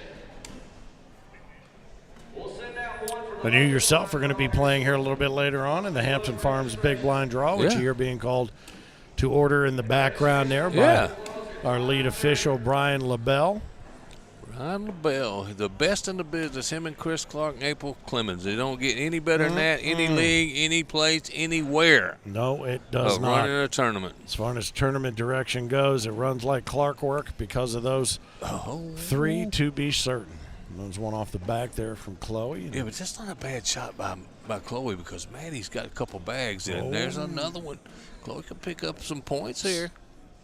Scooted off the back to match. She's going to step outside right off to the edge of that red lane. Man, this is a young lady that is so mature in her game.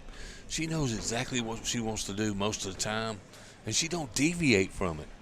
No, she rolls the wrist under, comes in flat and Oh, hard, and trying to push it through, holds the board. They're discussing to make I sure think that it's they a 7-7 wash, a agree on 5-5 the- wash. I'm sorry. yeah, they agree on the score, and they That'll make your PPR go down a little bit. a little bit, yeah. Still so weird to hear you say that I know. phrase. I know. I know exactly what you were thinking when I said that. Yeah. I did after the word down. I was thinking my leg, not a little bit, but yeah. There's Amber Fretwell sitting down Former, there in that's a former player of the the season. bullpen. Yeah, she's kind of eyeballing the next generation of Absolutely. women's players of the season right here. remember- Either way, this is a hard-fought battle. Either one of Absolutely. them could proudly wear that title. But Maddie has worked all season. Chloe has done an outstanding job of asserting herself as we've gone along through season 18. Shoot it, Chloe. Come on. You got a big lead. Come on. Go in there and get them. Yeah. Going up, doing it. Oh, she gives up 2. That's okay. Man, she almost rolled right off the back. I know. But I'll tell you what. I like it. I like it. Up 16-4. Why wouldn't Go you? for the 2 points, man. You got to try to take advantage of every point you can get. So 16-6 now. Maddie continues the slow climb back to perhaps avoid a double dip scenario here in Owensboro. 16-6. I'll tell you what.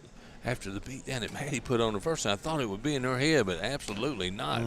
There's a little bit of a As Maddie's had one out of play just about every almost round. every round. Yeah. You know, it's interesting too when she throws those that are so far away from where she wants. Look at her balance. Her balance just seems to be all wackadoo. Like that one, she was trying to do a little body language on that one to get a little English. 18 She's now. gonna pick up another couple, so 18 on 6. Take triples another up. sip of that Dr. Pepper, Maddie. What do they call it? The juice in the CBC, the snake oil, Swing juice? oil. Swing oil, something. I knew it was something. That's swing oil. Well, that's Fergie, our Yeah. king of season 16, and that swing oil is a little bit different, perhaps, than the prescription that the Dr. Pepper ordered down here. I see Jody Key, Slow Ride's mama. How about Slow Ride and Jody taking down the quad doubles last night? Yeah, how about that? That was sweet. They beat us the first game, and it was fun. She showed me her tattoo. Now she's a member of the Lifers Club. Yeah. Over 100 now. I think William Howe, Boom Howe, has cultivated quite a garden of tattoos there. He's got Boom over will be in 100. He'll be in here tomorrow. Yes, He's he going to be will. my roommate for the week. Yeah. Oh, you'll know exactly that's when he gets here. 2 more for Chloe, 20 to 6 on her way to the Come on. possible double dip. Yep. To think of that we could watch another one of these games. I think so, you know, man. I'm all right. If We this get was to- Saturday around 11 o'clock. 11 o'clock in the evening, we yeah. might be going, I might be thinking, you know what, I'd like to see 21-0. Not But on not Tuesday. Right now. Not on Tuesday. It's just Tuesday. I know. All right. Chloe, get in this right here, a little bully bag. Yep, Nicely she done. did. She did. She bounced it down to flat. Yep. Maddie looks back and she knows she's hanging on by a thread. Yep. Now she's going to just. Yep, and Chloe right through them right here. This should do it. She'll just clean them up. That's she it. does. That's going to do the first game, maybe. Oh, and an and she airmail tried to just- get it. Game 1 in the All right. books. 21-6. That's going to wrap it up here in game 1 of what is a double dip scenario as Maddie McBride held the queen seat for the Women's Player of the Season. So we'll do it all over again. What are the final PPRs on that one? 10.65 for Chloe and 9.7 Is that right? for Maddie. And just about 4 rounds ago, Yeah. Chloe was throwing over an 11. I know. Crazy. She had a 5 mixed in there, remember? Oh, yeah, she Yeah. did. Well, good stuff here from Center Court, Owensboro, Kentucky. Glad to have you along for the ride on the ACO YouTube channel. Feel free to subscribe and hit that notification bell so that you get updates on all the content throughout the course of the Worlds here in Owensboro and everything that we post subsequently. We told you about the middle of August. We're going to be back out for the Field of Dreams movie site weekend. That's going to be awesome. Yeah, Not we're gonna only have are we fun. going to do what we did last year with the Go the Distance Festival, the Corny 40 Classic, the Dream Team Invitational with some $30,000 in prize money, I do believe, but we also have a Hall of Fame weekend built in there with our friends from Travel Dubuque. They've got, since there is no MLB game out there this year, they're going to host the Beyond the Game Festival, and there's a bag left to the side that's going to give up 2 for Maddie to take home in game number 2. But, yeah, how about this? Some of the players, Dave Winfield is going to be, Jose Canseco is going to be there. Ricky Henderson is going to be out there. They will just keep adding more baseball Hall of I can't Famers. wait. Opportunity to come out and get autographs. We're going to have some Pro-Am opportunities for these Major League Hall of Famers and All-Stars to play with some of our pros out say on some of our the pros? field. Yeah, right. some of our highest-ranked pros. Oh, Sorry, I forgot that hurt. part. That hurt. But, yeah, that's going to be for those boards. Did I tell you, those boards are going to be set up in the baselines on the field. So That'd from be home cool. to first, Yeah. first to second, second to third, and third to home is That'd where be those nice. games will be taking place. So looking forward to that. If you are a baseball fan, this will be a weekend 2 to like 2. no other. So knotted up now on the deuce. Maddie left the door open, and Chloe took advantage of it. Maddie down 1 game here in this double dip situation, 21-6. And I'll tell you, Chloe did a nice job of returning the favor, did she not, after their first their first battle, which was 21-16. 2 to 2. We got a game to 19 right here. Thanks to our friends at Scoreholio here as you keep track of all of this fantastic action. And the great thing is, one of the things I love about this floor is the correspondence to what you're looking at on Scoreholio. The blue lane, always the higher seed. Very easy to keep track of who's who. Uh-oh. 2 more for Chloe. There it is. Did that one slide off? Did I miss Yes, that? it's Slid off to the left. back? Yep, Yeah. no, it's still on. Still on. Oh, it held on there. Okay.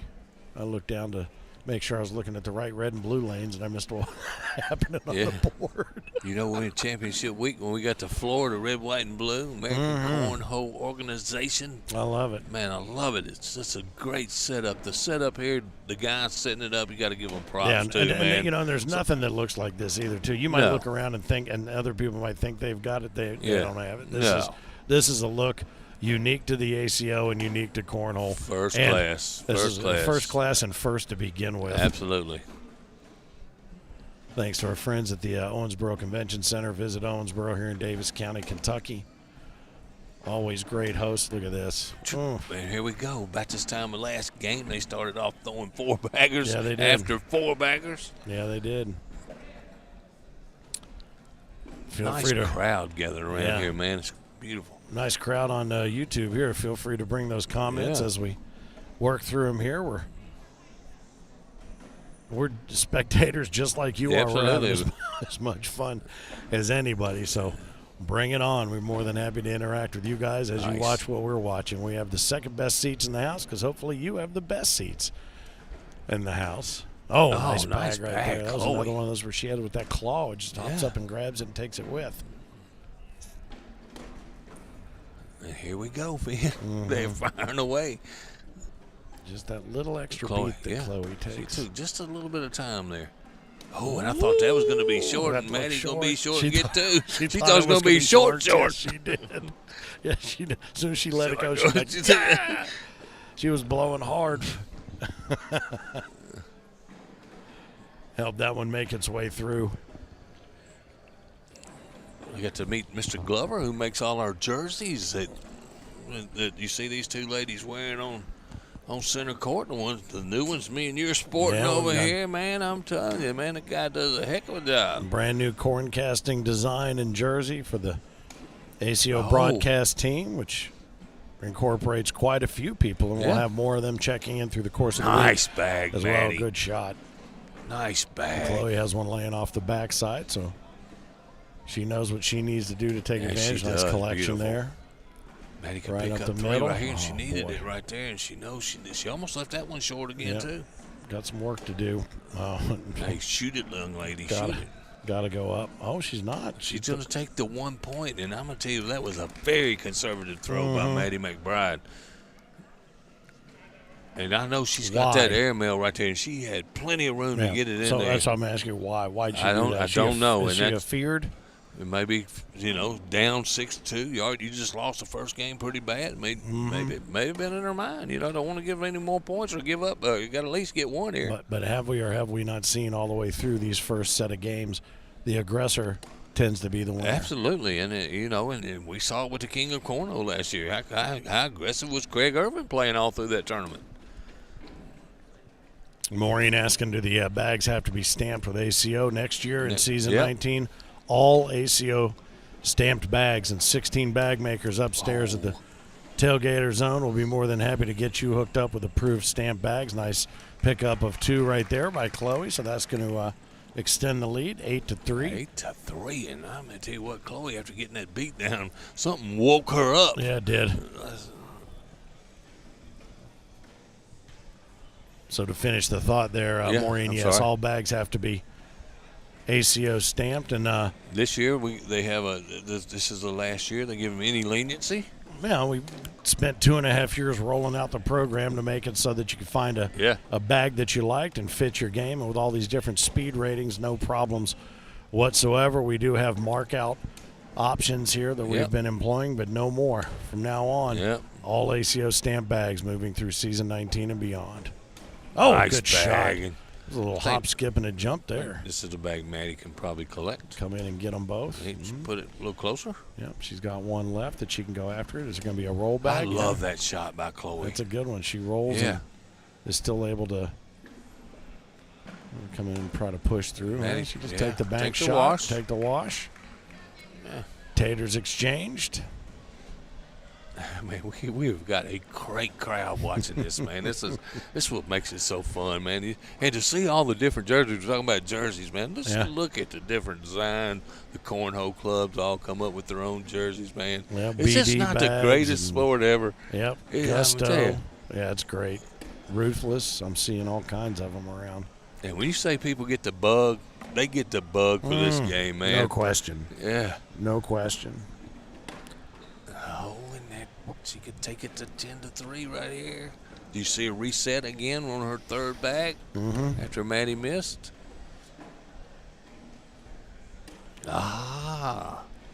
Maddie says, thank you very much, young lady. Appreciate you. Thank you so much. Yep. Keep it down under the teens. But man, like I said, when you get the bug, you're out there playing, looking for places to play. Every weekend, you know the dead period is between pretty much June and July. And I'm sitting there looking, man, God, where are we gonna go play this weekend? Well, and we've talked about this, and I'm trying to think of who some of the biggest perpetrators of this are. Maybe our boy Derek Williams. Yeah. They travel far and wide to come to these tournaments, but they stop and play in cities they don't know anything about. They find a game and they show up. Those two right there. Those two right there. Yeah, they do. Chad and Kim. Oh, is it coming? There it goes. There it goes. Look at it. Sucker. And we actually got a little smile out of Chloe right there. How about that? She looked over at somebody, and she actually gave him a little smile. What are we looking at? PPR. It's got to be pretty solid here. Let's pull it back up. I got it right here. I'm going to guess. My fingertips. I'm going to guess just probably under around 10. 10s. Both of them right around 10s. Just under 10. Head-to-head right now. How about 10-7 and 10-4? No, good buddy. Yeah. Chloe throwing a 10-7, and she's got the lead. So remember a moment ago when I said just over 10? Yeah. Remember when I said You're that? right. I said just under, but that's just my hearing is not good. Yeah. We'll fix it in post. Bag. Good shot there from right to left. Not a bad bag either by Maddie. No, she's kind of clogging up that middle. Nice roll bag that just set the hook. Yep. And that's one time that Chloe's not mad that happened. Because now she can step out and get these right here. Yeah. She's not stepped out as far as she could. It's going to come in hard and try to and it just hit the bag. Yep. Pile of mess, and there goes the PPRs down. Another wash.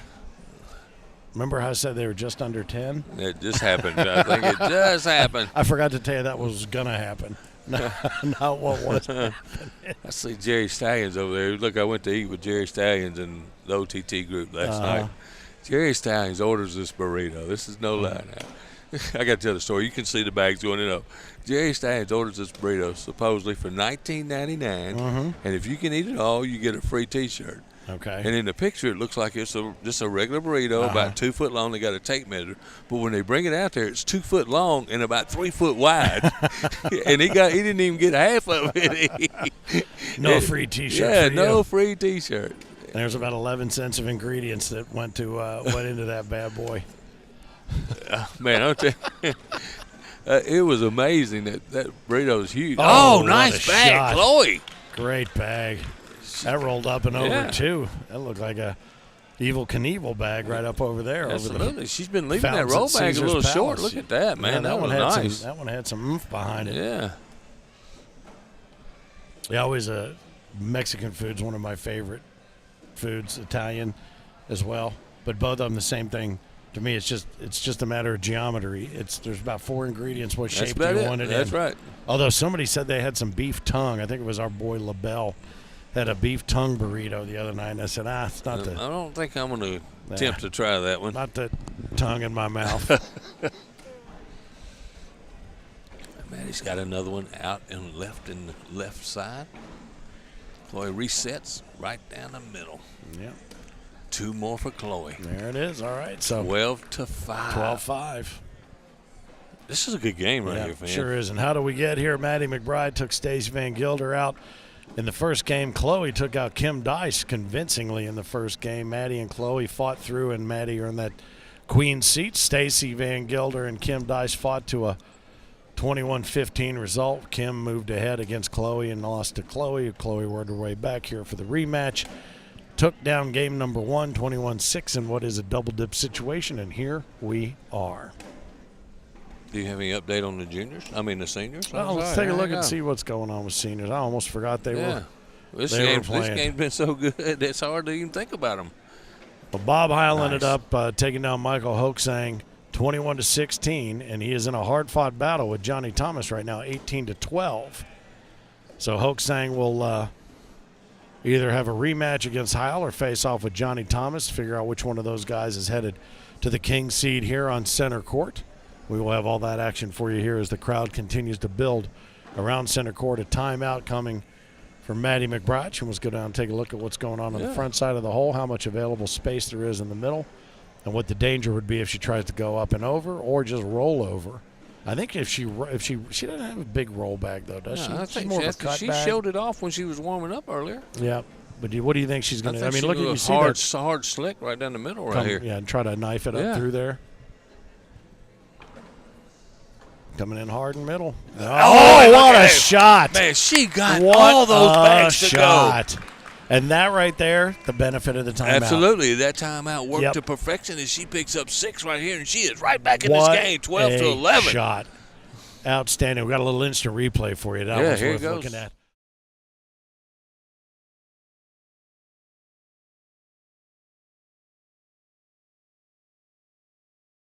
Turn around and give her the nuts, man. Yeah, Good shot, Maddie. That was good stuff. Nice replay there. And that got the as Maddie well. moves out there right Yeah. there. Johnny Thomas holds a 19-12 lead over Bob Heil here in the Seniors Player of the Season matches happening on another court.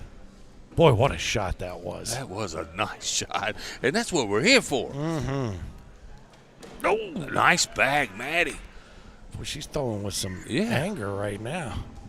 Oh, and Chloe good slips shot. around it. That's a great shot by Chloe. Really good shot to leave Maddie's bag alone. So 12-11 now moves to 14-11. And Maddie made a good shot trying that bag She there. did. I can't believe it didn't go. It was hanging there by a thread.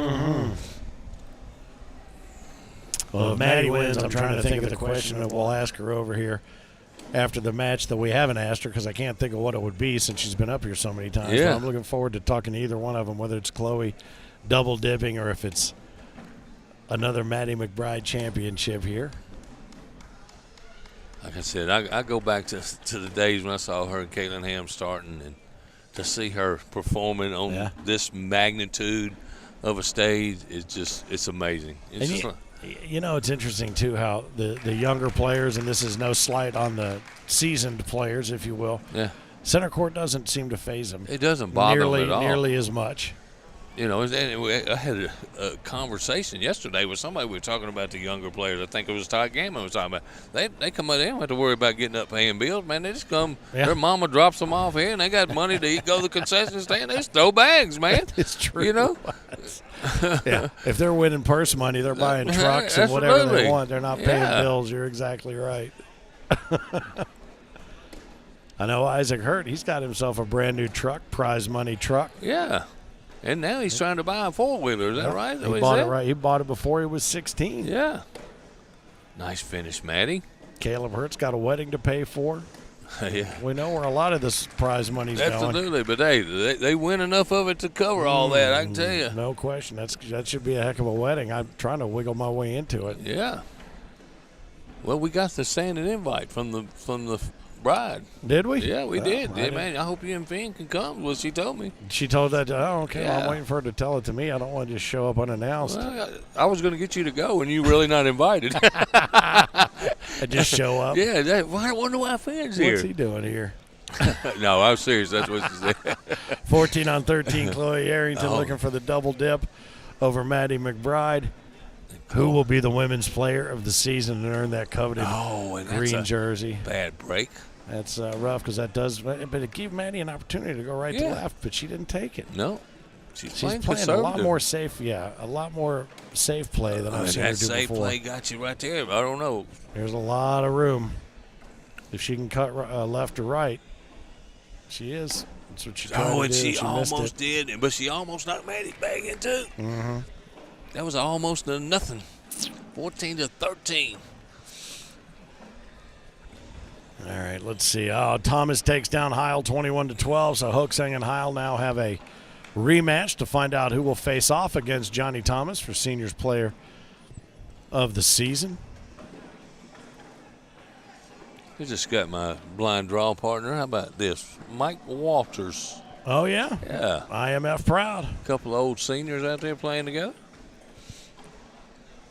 Great game so far, says E. Let's go, girls. Why Yeah. are those boards moving around so much? Probably because they're getting hit with such Such a force. ferocious bags. Nice bag. She almost got that bag in the middle. Chloe's going to pick up a couple here. Our boy Dylan from CBC checking in. Oh, Looking and forward that's to a being here wash. tomorrow. That's a crazy-looking wash Yep. right there. And the score remains 14-13, Finn, and we got a match going on. Love it. This is good stuff. There it is, 14-13. Chloe looked over this way, and I keep forgetting that scoreboard. This is the one she's looking Yeah, at. Not I the keep one thinking she's behind looking her. at me, too. I Yeah. noticed that after you I said don't that. know what you expect from me. I got nothing. I didn't know if my hair was messed up or what's going on over there. Yeah, that hair, the one you got left. Yeah. Yeah, when you go get a haircut, it's pretty easy to Absolutely, identify the one every they're going morning. after. Nice bag. It's usually probably in your ear or one of those eyebrows. That's where they grow mostly. Uh-huh. Nice finish, All Maddie. right, so Look at the hardest time. shot in cornhole right Yep, here. It is. Not that hard for Miss Arrington. Not at all. If anybody's out there that can tell me, is she kin to Mike Arrington? I see Mike sitting across the room there. I don't know. Brian Reed was asking if she was maybe Mike's granddaughter. I don't know. I don't know. Seems like a bit of a coincidence. Yeah, it does. It does. know. Two cornhole players named Arrington. That they wouldn't be related. No. Maddie takes that first bag, Right runs it down the right up center. the middle. That's going to be short and off to the right. Yes, it was. You saw that as soon as she I released did. it. I saw it. Mm-hmm. And it was flying a little funny, too. Mm-hmm. And that one's off to the right a little bit. Well, she's going to open up that. Oh, and Maddie, she knows she missed an opportunity. Oh, she tried to muscle through, and they're just What you going to do, Maddie? not a lot of oomph behind Remember, it. she's got been playing this conservative. You know what? I said go up over the I top. do, She's too. got that shot. Take it. Go up. Up.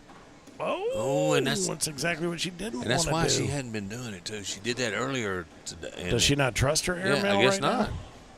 Coming in low and hard, trying to get the Oh, look at that. Guess what that's going to be? I think that's going to be a 6 wash.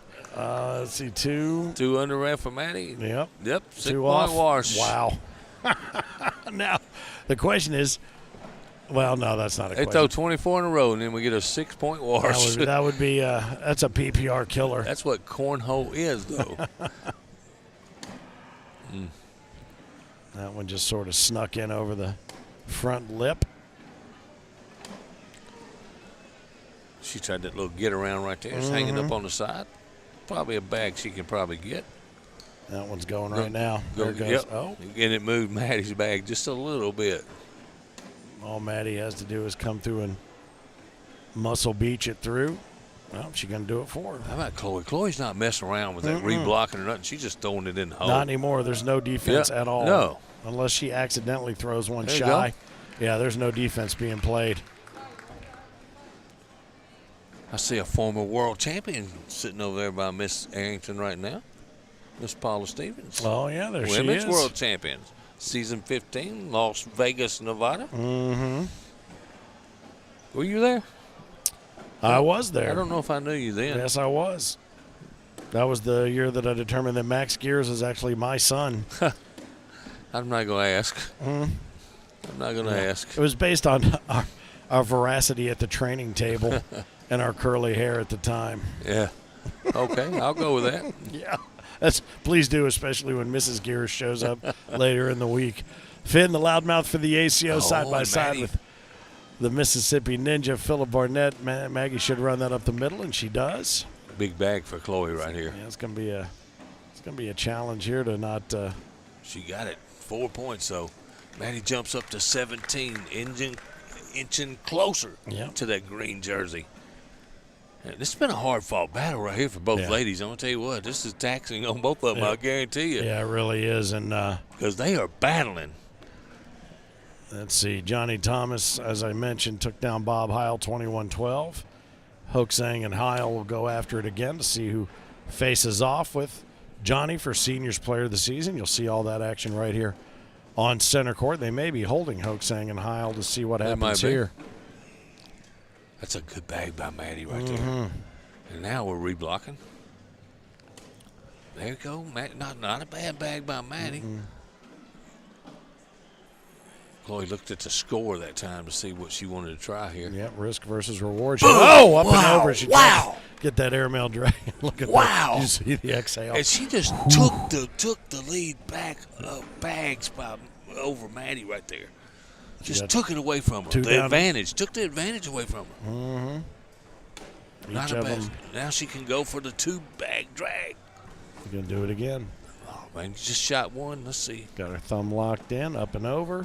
One okay. in, one off. Yep, she's going to pick up a penny, though. All right, so. Every penny counts in this game 17 on 15 yes, now. Sir. And that's a 7 on 6. So where are we at PPR-wise now? All right, let me go look, because it's dropped tremendously in the last. 9-6. Last thing, I got to go back somewhere. 9-6 and a 9-4-2. Think so? I think they're still pretty close to 10s, though. They've been throwing a lot of bags, no. Let's see. Women's player season. And now they're going hole for hole. Yeah. Head to head. 9-8-2 and 9-9-2. That's That's pretty much exactly what you called it. What I said, yeah. Pretty close. All right, I'm going to. Nice. And there you go. See, hole for hole. Yeah, it's crazy. No blocking, no reblocking, no airmails. Let's just put it in the hole and see how we can do. But I am constantly amazed at the monkey see, monkey do portion of this game, and where you see just that all in or all over the place. You have to adjust. I mean, you know. Sometimes your concentration level drops and you think, oh, I can slide this bag right down the middle. I just did it. Nope, I didn't concentrate enough. That bag's on hole. All right, so I'm going to keep an eye on this myself as it rolls. I don't think mine rolls. That's what, but I can get the current one. I got a rolling 9-8-1 for Chloe and a rolling 9-7-9 for Maddie. Uh-oh. This could tie the game up, Finn. Right up the middle. Look at the reset and beautiful bag. Nicely done. There it is. 17 all. We have a game to 4, baby. A game to 4. Wow. Kim Dyson. She's sweating it out over there. She's not even playing anymore. She's nervous too. This made her so nervous. She almost quit chewing her gum. She did. She did. Steve Mullis across the way. Yeah, long-time ACO player. Yes, he is. Josephina Hertzberger with the coolest shoes in the game. Look at her socks. You see her sock game today? Her shoe game came out of Mobile. We were talking about that, and her husband went ahead and bought them for her. These things are awesome. You should see them in the dark. Should probably rephrase that. Don't tip me. I'm just kidding. All right, hole for hole. Here we go. They seem to be doing a lot more of that going west to east. Bingo. Oh, and 19 to 17. Yeah, but it almost seemed too automatic right there. It did. Now, how much pressure does Maddie put on herself? Only cannot make the mistake.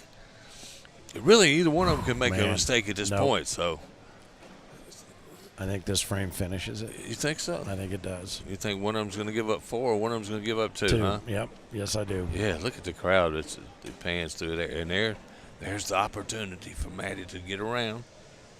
Yes, she does. She did move Chloe's bag a little closer. A little bit. Oh, and you may be right, Phil. Not bad. That's okay. Nothing wrong with that, Maddie. Pinched them up pretty good. Chloe thinks for a moment. Up and over. And off the back. Now, Maddie should lay this bag up. Yes, sir. That's what she does. Exactly what she did. Now, she's going to have the shot for the game. Yeah. No matter what Chloe does right here. We're 5 on 2 right now. I think this is a timeout situation for Chloe, who did not use this earlier. Need to go see where she needs to put this airmail. She's got Plenty of hole, but I don't Yeah. know where she's standing. If she can see it, she's going to have to take that time out. Oh, she's not going to. No. I thought she was. What's she going to do here? Lay low? Ah, okay. All right. So Maddie on the board gets 3 in the hole, wins the game. Pretty All right, simple. And she's there you gonna go. take the There's the timeout. maturity. There it is. Exactly what she should do. There it is. All right, so she's going to go down here. She's taking a look at what she's – I love it. We saw Kim Dice over there in the stands getting a little nervous. Yeah. I looked over to Amber Fretwell, and she looked at me and goes, oh, she's nervous too. yeah, look at her. She's chewing that gum to shreds as well. Maddie's Right. shooting this for the game, Finn. Yeah, I think she is. I think so. Nothing to lose. Nothing to lose if it goes off. Oh, go! And she Oh. did try to take it and take another one with it. It just came up short, I She took think. this too, though. All right, but there wasn't enough. I don't think there was No. enough arc on that for it to have been. No, I think she was trying to go around it. I think she was trying to She curve hit around her it. bag Yeah. that was sitting at 6 o'clock She for did. whatever reason. I don't know why. So, Because and she even saw. I mean, if you look back, you can see Yeah. that there was plenty of Chloe's I think bag she in shoots the the way. airmail. Yeah. Make sure she's long. Nothing to lose there. Yeah, I thought for But sure that was what she was We going have that after. game to 2 now, buddy. Yes, we do. We Here have the go. game to 2. Who's going to make the mistake? I think this frame decides it. Yes. You can keep guessing. You're going to get it right in a minute, man. Eventually, I'll get it right. All right. Chloe sets one down a little bit left. I say that's what, Maddie. Just drive it right through. Keep the advantage. Run it through and clean it Nice up. bag, Chloe. Wide open slate. Yeah, Maddie thought she missed that one. All right. Run through. Oh, and now missed Chloe it. has a shot for the game. Well, she can and she's airmail got room there to get around that, Finn. She did it earlier in this match already once. Yeah, she actually doesn't have to Yeah. airmail. You're right. She can roll Yeah, it. she She can can get take it around right that. to left. What's she going to do? She not stepped out. No. She going to airmail it? Nope. Right to left. Oh, it's and off the bank, back but of only the- 1 point. Only 1 point. Only 1 point. Hey, Oh, my the God. tension in this room is at an all-time high. Man. And how many times have we seen Both girls. the have exact had- thing you did not want to Yeah. see happen? Oh, my God. She knew she didn't lose the game, though. I like what she did. She just turned around and gave Mandy 5, walked on that. Yep. Okay, Move I had on. a shot at it. Chloe throwing a 9.78 so far, and a 9 20 to 7-3 19, Finn. is the rolling PPRs. Now, you got the game. You got the head-to-head, though, don't Yeah, you? I do. Head to head, 9-8-3, 9-7-9. Oh, and this could do it. Reset Chloe. That's what she's been doing the whole match, and Maddie knows she is in trouble. Is Chloe going to let her off the hook? Nope. Not this time. Finn, I think it might end in this frame. Think so? I was thinking that the last couple frames. Oh, Good bag. Chloe she in the gotta hole again for the win. for the Player of the Season Play of championship. the season. Chloe Arrington double dipping the queen seat holder Maddie McBride in the hole. Oh, She leaves it no! off the hook. I'm telling you, the tension in this room is like at an all-time high. It is crazy. Oh, man. Wow. Dude, I even went full Jim Nance on that setup. Wow. And Wasted it. I let you talk all through that, too. You know that. Yeah.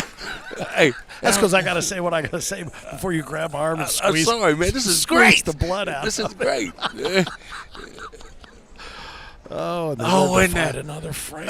Oh, And man just looked Maddie. and laughed. If Chloe goes off this board right here, I'm leaving. You know what? Well, what have we seen so far? Yeah, I'm telling you. What have we seen?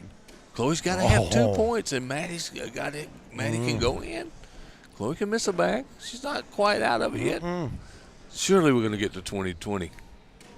Nice bag. Oh, that's going to do it. That should do it. Yeah, That's Maddie going to knows do it. She knows it. She's got to play it straight. Oh, she can go in right here, and she's not. Coed have to make a shot. Yeah, look at her. Look at Maddie. She She needs to do her, something. in her face. She said, that's it." And then she goes, No, "Oh she's wait, gotta go in maybe the not." hole. Yeah, she just got to get it in there. There's room. There's room There's left room to for right. her to get in. She stepped out. She's on a bit of an angle. Going to cut it left to right. Oh, off and the that's gonna bag, be it. and She that don't is have to gonna throw do it. She doesn't have to Yeah, throw it. what All right. What a match. Wow, What a match. good stuff. Really nice. We have a brand new player of the season for season 18. Her name is Chloe Arrington. And nicely done, Maddie McBride double dipped out of the queen seat. But what a season she had. And I have a feeling we're going to be seeing a lot more of here, Dude. on the red, white, and blue. This is our first day, Finn. This is our first day, and we get that kind of a match. So now all we need is to find Chloe a little space over here with us. Yeah. She will come over and say hello, and we'll talk about what it's like to have earned that green jersey. Yeah, we'll bring her around with us, absolutely. So we'll just have to get Chris Clark to get her to come on over, but I'm not sure Clarky is even paying attention to us. There he is. Very good. All right, so she's going to lay those bags off. She's got a little congratulatory slaps and high fives over there. She takes the player of the season. Finn, that was a hell of a game, man. It really was, That start was- to finish. Man, that was just like, oh, my gosh, every shot, everybody's on the edge of their seats, man. Good stuff.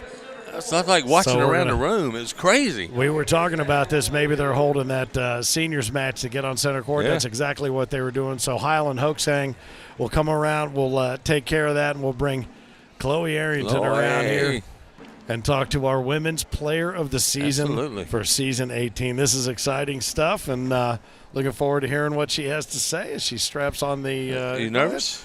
You don't have to be nervous. You don't have to be nervous. All right, so here's the thing. That was nerve-wracking for us. It was. Sitting over here watching. I think Kim Dice might have chewed through her teeth with her gum. We were Amber watching Fretwell. Amber Fretwell do the same thing. I don't know where they're getting their gum, but they should get an endorsement deal because you made them put them through Yeah. the paces. Congratulations, Thank player of you. the season. How great is that? Good. Feels good. At what point did you think, uh-oh, and then at what point did you think, oh? When I was down, especially that first game, Yeah. and I was like, "There's no way I'm coming back from this." Really? I want to ask you. You took kind of a beating in that first game, and Yeah. so you did make a great comeback though. You put yourself right in the game at the end of that. Did that carry over into your next two games? Yeah. You think? Yeah. It did. It puts the confidence in you a little bit after A lot. after starting out bad. Yeah. A lot. When you guys were interesting in the way you played, it would be four-bagger, and then it would be off to the left, off to the right, off the back, off the back. It was like a monkey see, monkey do kind Yes. of thing.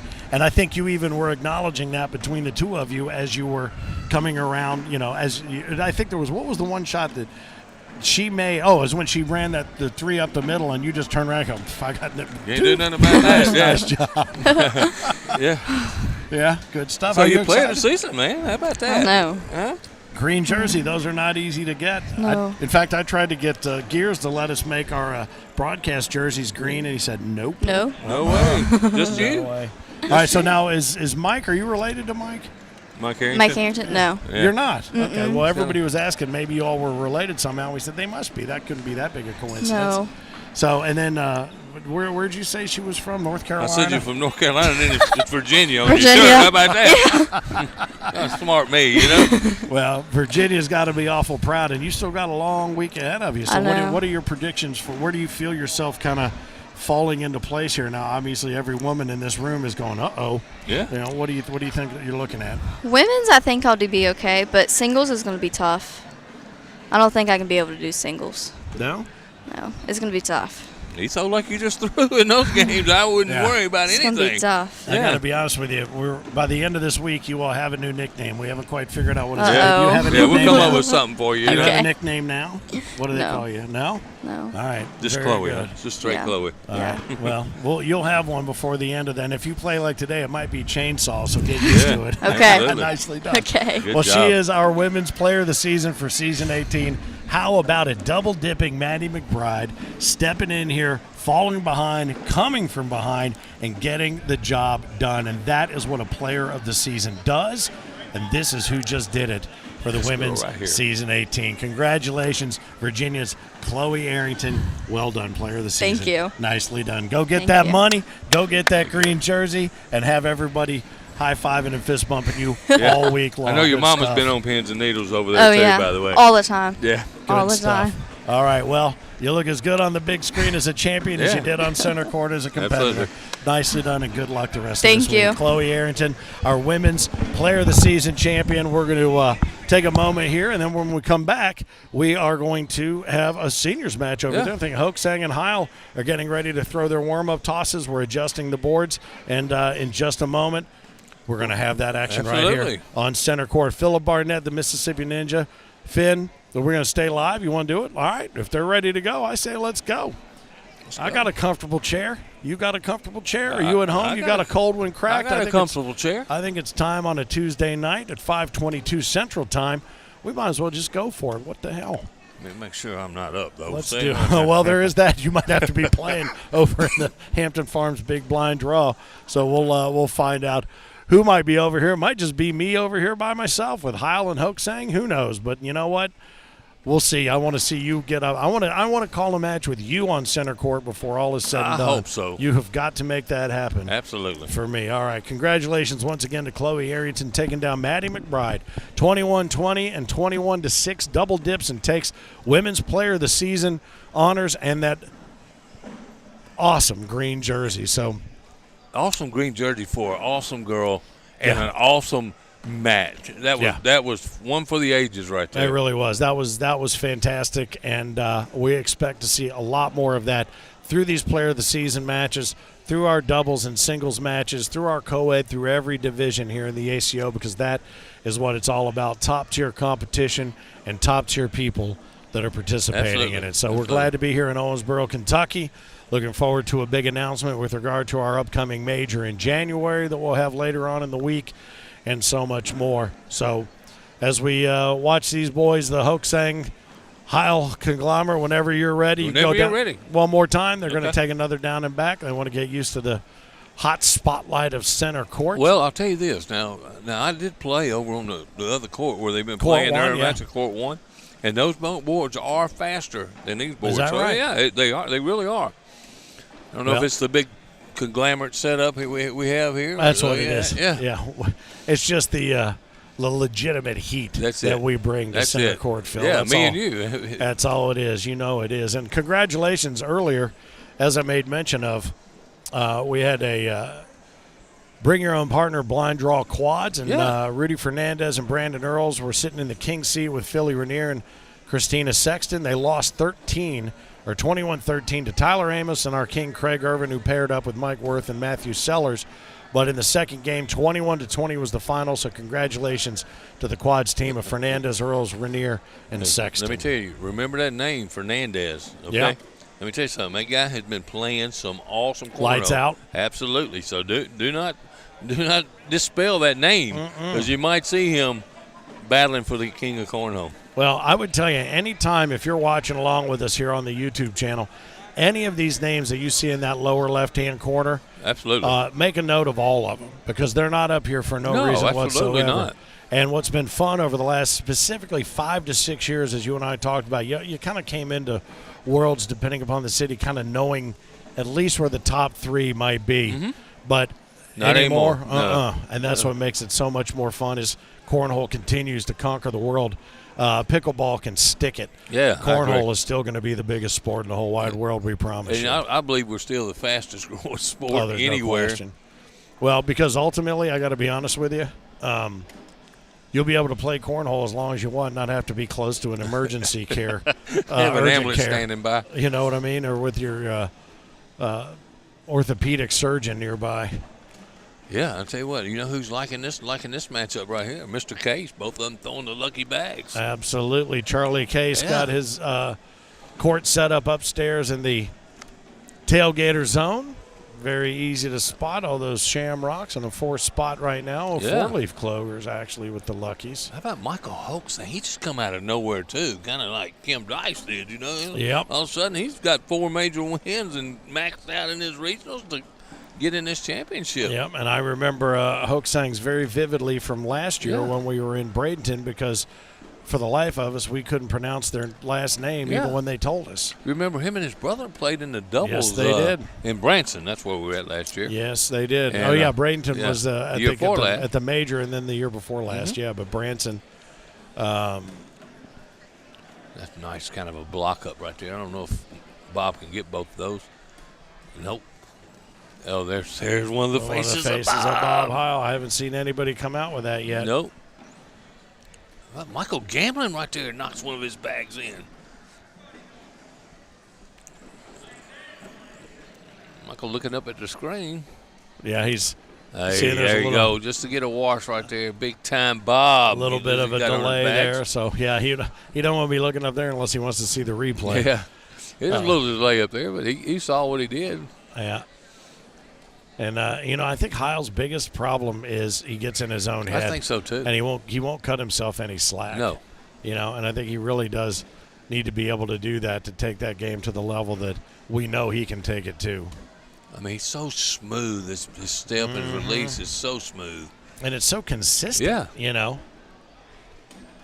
See his hand, arm in the exact same position every time. Well.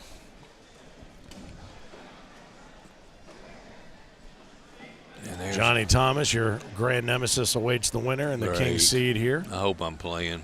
No, I'm just kidding. Oh, and Bob tried to roll that bag around and gave up a couple of points he could have got right there. He looked at his own hand as if it had failed him. He was not happy with that. He does pick up a penny out of that, though. At all. So, all right, so 4-1, Mike Hoaxang over top of Bob Heil. I don't know if we can top the way that women's game ended up, man. That game was so exciting. That was something. I was looking at the comments, and it said, no, that game was well-earned, great win, and a great matchup. Glad to be able to watch the stream, says Nigel, who's checking in from New Zealand, I believe. New Zealand? Oh, he says, I needed a drink, but I couldn't leave. No, I couldn't either. I needed one, too, toward the end. Yep. Well, I'll tell you something, and I'll make mention of this, and I'll post it in the comments here, but if you haven't signed up to be part of the ACO network here so you can get updates and all sorts of different things, we'd love to have you text ACO to us, and then we'll get you in there. And like right now, you would be able to get in there and be watching this on your phone, so you could carry it into the fridge. Oh, there's one left up there to the 2 points for Michael. 9 o'clock side, so that's going to cost Heil a couple right there. I see my doubles partner over there warming up. Hope he gets good and loose, because he's going to have to carry me right through it. It's always good, yeah. I see Maggie Geiger and her contingent from up north have made it to the arena. Somebody will have a little something to say about who's going to be our women's champion this year. I tell you, she can catch fire and beat anybody in this building, including every man in here. Yep. That didn't come out like I wanted it to, but I'm just going to let that one live. I'm gonna let it breathe. She can beat anybody in this building. How about we do that? And Bob is trying this little roll back. I've never seen him try. Yeah, he's experimenting. And Mike tried it too. Let him off the hook there just a little bit. Just come in right to left and take what's given to him for the wash. Oh, Bob said they're going to put the score in on that one, so their PPRs don't matter. It doesn't matter. They're not going to be accurate. They're not going to be right. They know it's washed, and then they will take the 10-point wash. I tell you though, Heil he's just too damn hard on himself. Yeah, he's such a good player, but he's such a competitor, and that's what competitors do. No, we've seen it in a lot of sports. A lot of people who grind, and they just never get there. Yeah, because the grind wears them down to the nub. You're right. You're exactly right. These guys are throwing some good bags, though. Yeah. Both throwing the luckies, as we talked about. Michael is a really good player, and like I said, he burst on the scene last year, and he's keeping it rolling here in season 18. And it's interesting too when I watch his style. I mean, I don't play a lot, but when I do, another 4-bagger from each. I need loose shorts. I need everything out of my pockets. I need a loose-fitting shirt. I can't have anything like I play in these cargo shorts, or as I call them, my purse pants. Yeah. And my hand hits the pocket on the side. It drives me nuts. He's playing in long jeans, and he's got some sort of contraption on the left side of his belt. I don't know if it's a phone holder or whatever. I don't know how you do that. Even though it's not in the way of his pitching hand, it just seems like it would throw me off. It's just like you see these guys up there having to hold a beer, man. It's just what you get used to. Well, I can do that. Now, that's probably how I play best for that kind of balance. But having something on my hip like that seems like it would just completely distract me and throw me off. Now, he's got one sitting up around 11 o'clock, 10 o'clock, and out of play, Bob. Look at that face. Yeah. That is great. I tell you, I don't know who it is that lives in the ceiling when Bob Heil plays, but he spends a lot of time talking to him. He's going try to get here, gather it up, almost, and just a wash. And they don't put the score in again, so PPRs does not matter. It doesn't matter. So when you ask, just know that it's a 1. They're in round 33, but it only shows 7. Right, exactly. Exactly. Yeah, that's his phone on the side of zip. I don't know if he may take a break, call somebody, phone a friend. I don't know. I'll tell you what.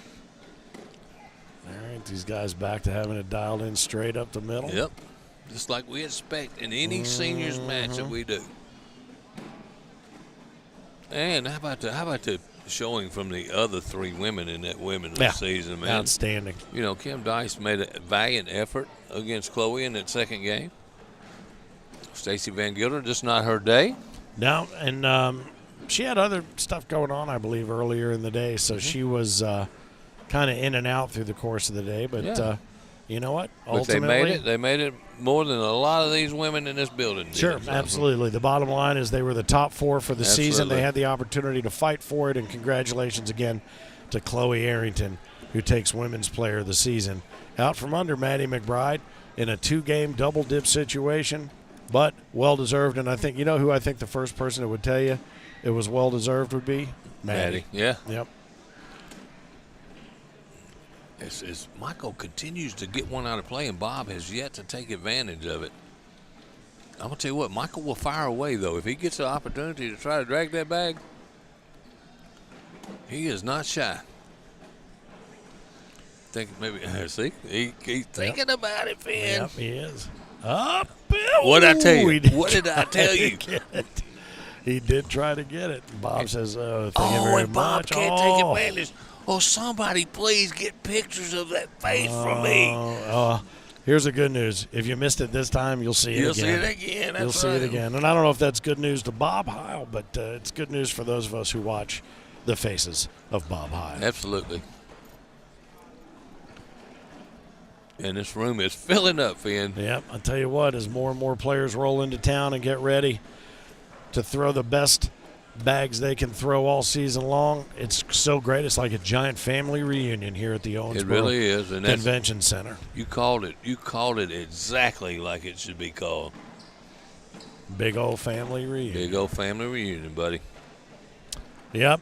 Now, if Uncle Ferg has showed up here at the family reunion, then there's other people that are going to have to keep an eye on. Absolutely. Old Uncle Ferg. But outside of that, boy, Michael what I tell went you, up. he's not scared. He's not shy. He's going for it, 6-1. He says, "I'll take a shot at it." Bob can't take advantage. He gives up a point. Yep, he just gave one up there, and he just had a word with whoever the invisible person is standing in Mike's place. Somebody got to take pictures of that. Man, come on. Yeah, we'll freeze frame on the screen here in Ain't post-production. No lie. And I see a potential T-shirt coming out of this maybe before the end of the Worlds. Again, live from the Owensboro Convention Center, Davis County, Kentucky. Owensboro, visit Owensboro. Our hosts here at the Convention Center, always welcome and always glad to bring our best when we have the opportunity to do it here in Bourbon Country, right on the south shore of the Ohio River. I am Finn, the loudmouth for the ACO, right up Dead and center. over. That thing was on a zip line from Michael And Hoaxang. there's Bob trying that little get-around bag. Well, he's got 2 left. He's got plenty. That's not a bad bag. No, it's not. He piles them up. He can get all those. Mississippi Ninja to my right. Oh, Bob. He's got to have one. He's got to have one hanging down underneath there, doesn't he? Oh, That's and Michael a makes it perfect tough. bag. Yeah, I'll take that time out if I'm Bob as well. Go down and assess the I don't think he's got much. carnage. There is not much there, buddy. I said that earlier, and somebody threw him and loosened him up, but he jammed him up even more if you look at him. I don't know that he's going to be able to backside drag anything. He got a little backside airmail maybe if he wants to try to shoot but look it. how that bag at 2 o'clock is pinched under the 4 o'clock bag.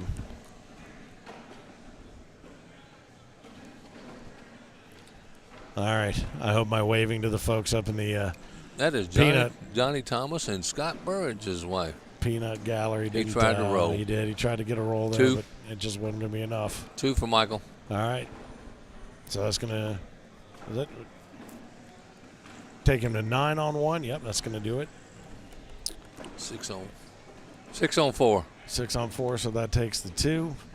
Now they're going to keep track of the Well, he has to put the round. score He in. has to get it in there, but that's right, because it requires that now because that's the way we've set it up for the statistics.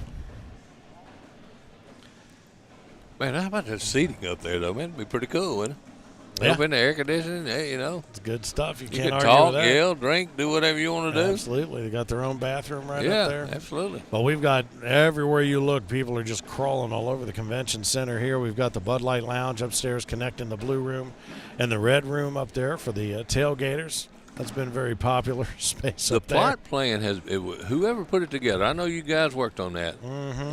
Very nice. Very nicely done, that's for sure.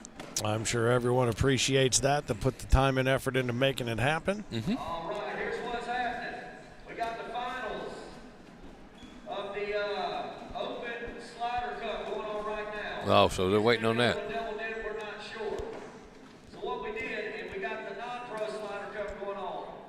I went and got everybody that's still in that that's in the blind All right, so draw. each of them have one underneath, another big pile of wash, just like I left in my closet before I came Yeah, me to too. Owensboro.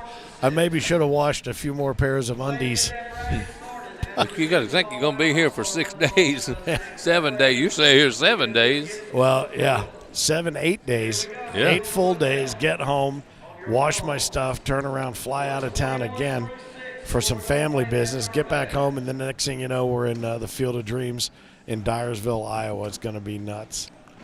And then before we know that, then we're off to season 19 getting started as well. See our boy Rich Pyle Trying to get over him, come there. They Okay. looking to call you over to get Yeah. you started in the big blind draw. Yeah. Thank you, Hampton Farms. That's all right. They're going to hold it up for this game, so we're good. All right. We still have a seniors final to go. Johnny Thomas awaits in the king seat. Michael Hoaxang up 11-1. 3 French fries posted. Coming down to take a look and see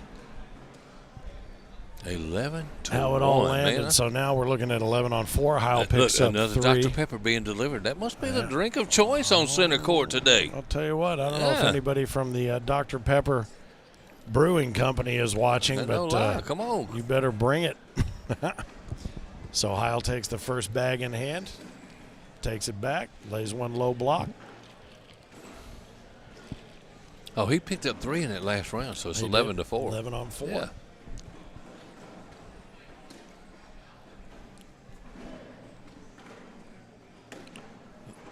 I have to play my old buddy Russell the first game. Yeah, I hadn't mentioned him all day, and I know you're going to say that. Is that right? Yeah. Russell, what is it, Tabers? Sabres against and Mike Fox. Oh. I tell you, Michael's going to fire away, and he's going to let Bob get right back in this game by firing away Yep. if he don't make. One laying off in the backyard where that don't hunt, as Yep. our boy Boogie says. Speaking of Boogie, I need to track him Look down. at 'cause dead if you center, man, when he take off- hits him. Boy, he does. It's That's not going to be like 5, though. It's going to be 11-9. on a zip line. Got to find my man Boogie, because when you head off to play in the big blind Yeah. draw, Bring him over here. I'm going to bring the Boogie man over here and do a little call. They're calling you over there now, I do believe. Yeah, good. No, they're waiting. Yeah, they're going to wait put it for on you. hold. All right, very good. Don't be making these tournament directors mad now, though. As hey, hard as they're working to keep they it on already schedule, know. mister. They already know. I see Tabers and Mike Walters up there kind of Yep. eyeballing to see what the action's going on. That Dr. Pepper. And now Bob's got a chance to tie this game up after being down big to start off. Yeah, 11-9. Look at Oh, Michael. I Michael's told you, he's shooting firing again. away, dude. He is. He's going for the gusto, even though those aren't the bags he's Look, throwing. Bob, who's he talking to? Oh, And I see big time Bob goes up. He's got a great airman, but he's been trying to throw that little turnaround shot. no, he's got plenty of space to Yeah, go right to let's left. The shoot the question, thing, man. I mean, he's not going to – I don't think he's got enough to get the drag, because I think he's pinched. But, I mean, if he steps out, he should be able just to knife right in there. He's right to already left. taken a timeout early in this game. Yeah, he's just coming right to left. Oh, he didn't. They say he just keeps leaving that shot short. I mean, it's there. Yeah, boy, I tell you what, and Mike, the way when he does go for those air mails, he tried to knife Yeah. it through there, and he left it up He gives up 5 high right and out there. of play. So there's 3 sitting up top, 1 underneath 14. for Bob Heil. So 14-11.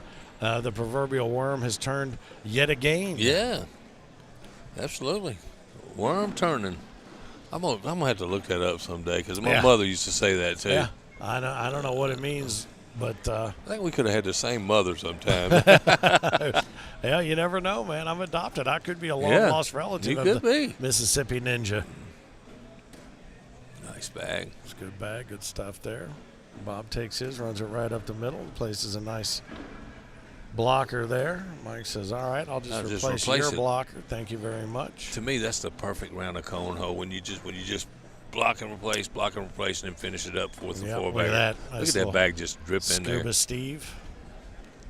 Bob says, I'm going to try to collect, and he chased. Look, he laughed. Yeah. He knows he's fixing to give up the lead again, maybe. He chased it. Well, he got greedy with that lead. He did. You got to let that one go, man. Sometimes the chaser, you shouldn't chase those bags.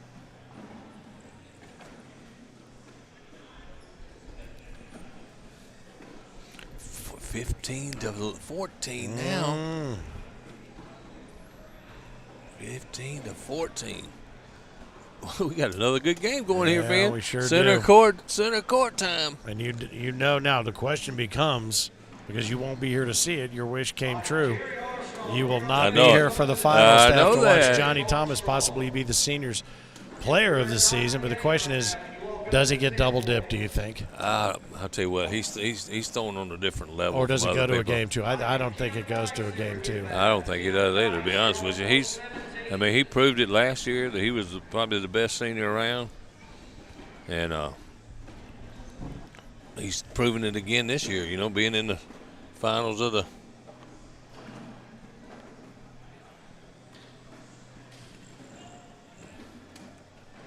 scores 15 to 14. I know what you're looking at.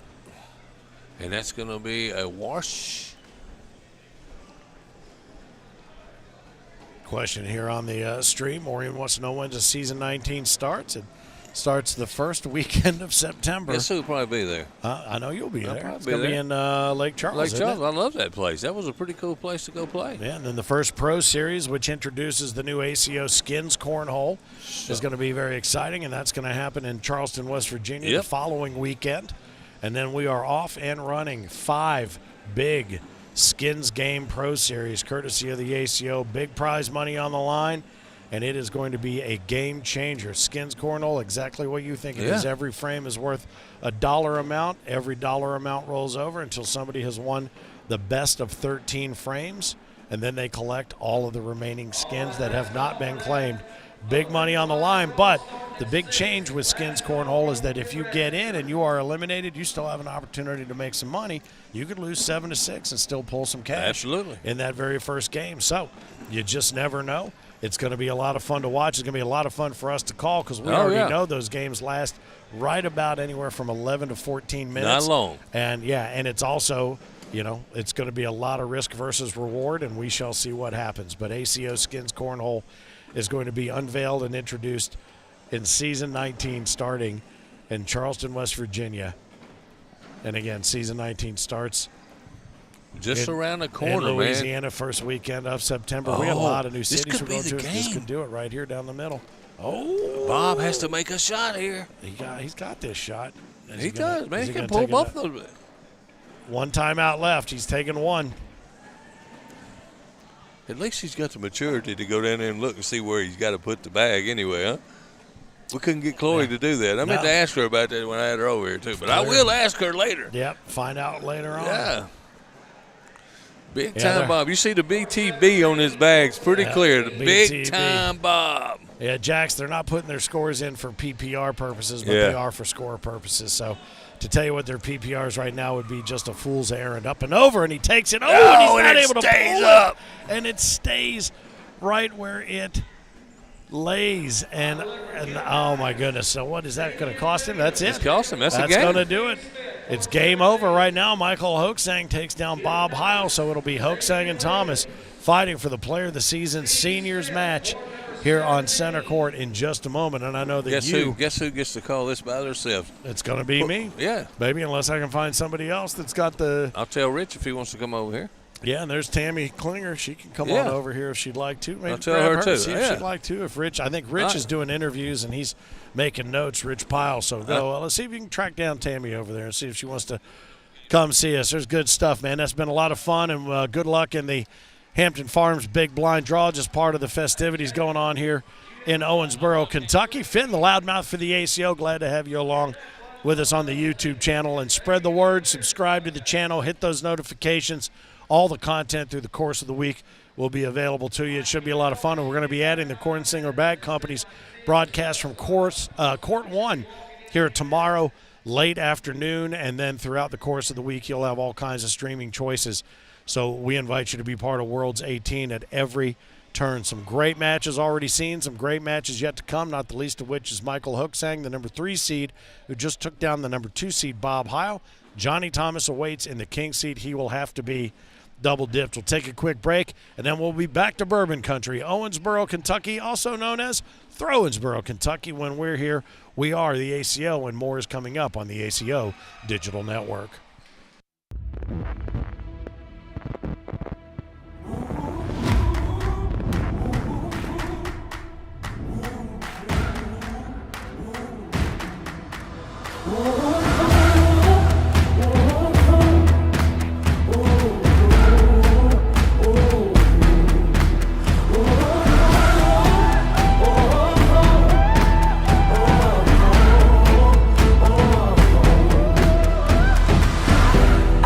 Walk through the valley, fight the war unafraid. I part raging rivers, make the waters obey. Like the sun above, make the darkness run. The dawn is here, the day has come. Like the moon and stars, bright as gold outshine. The greatest of all time. The world is mine.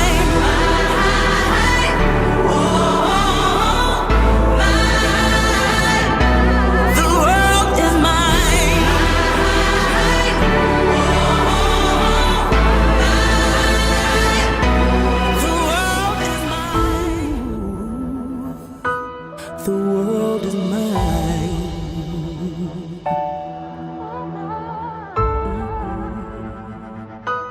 The world is mine.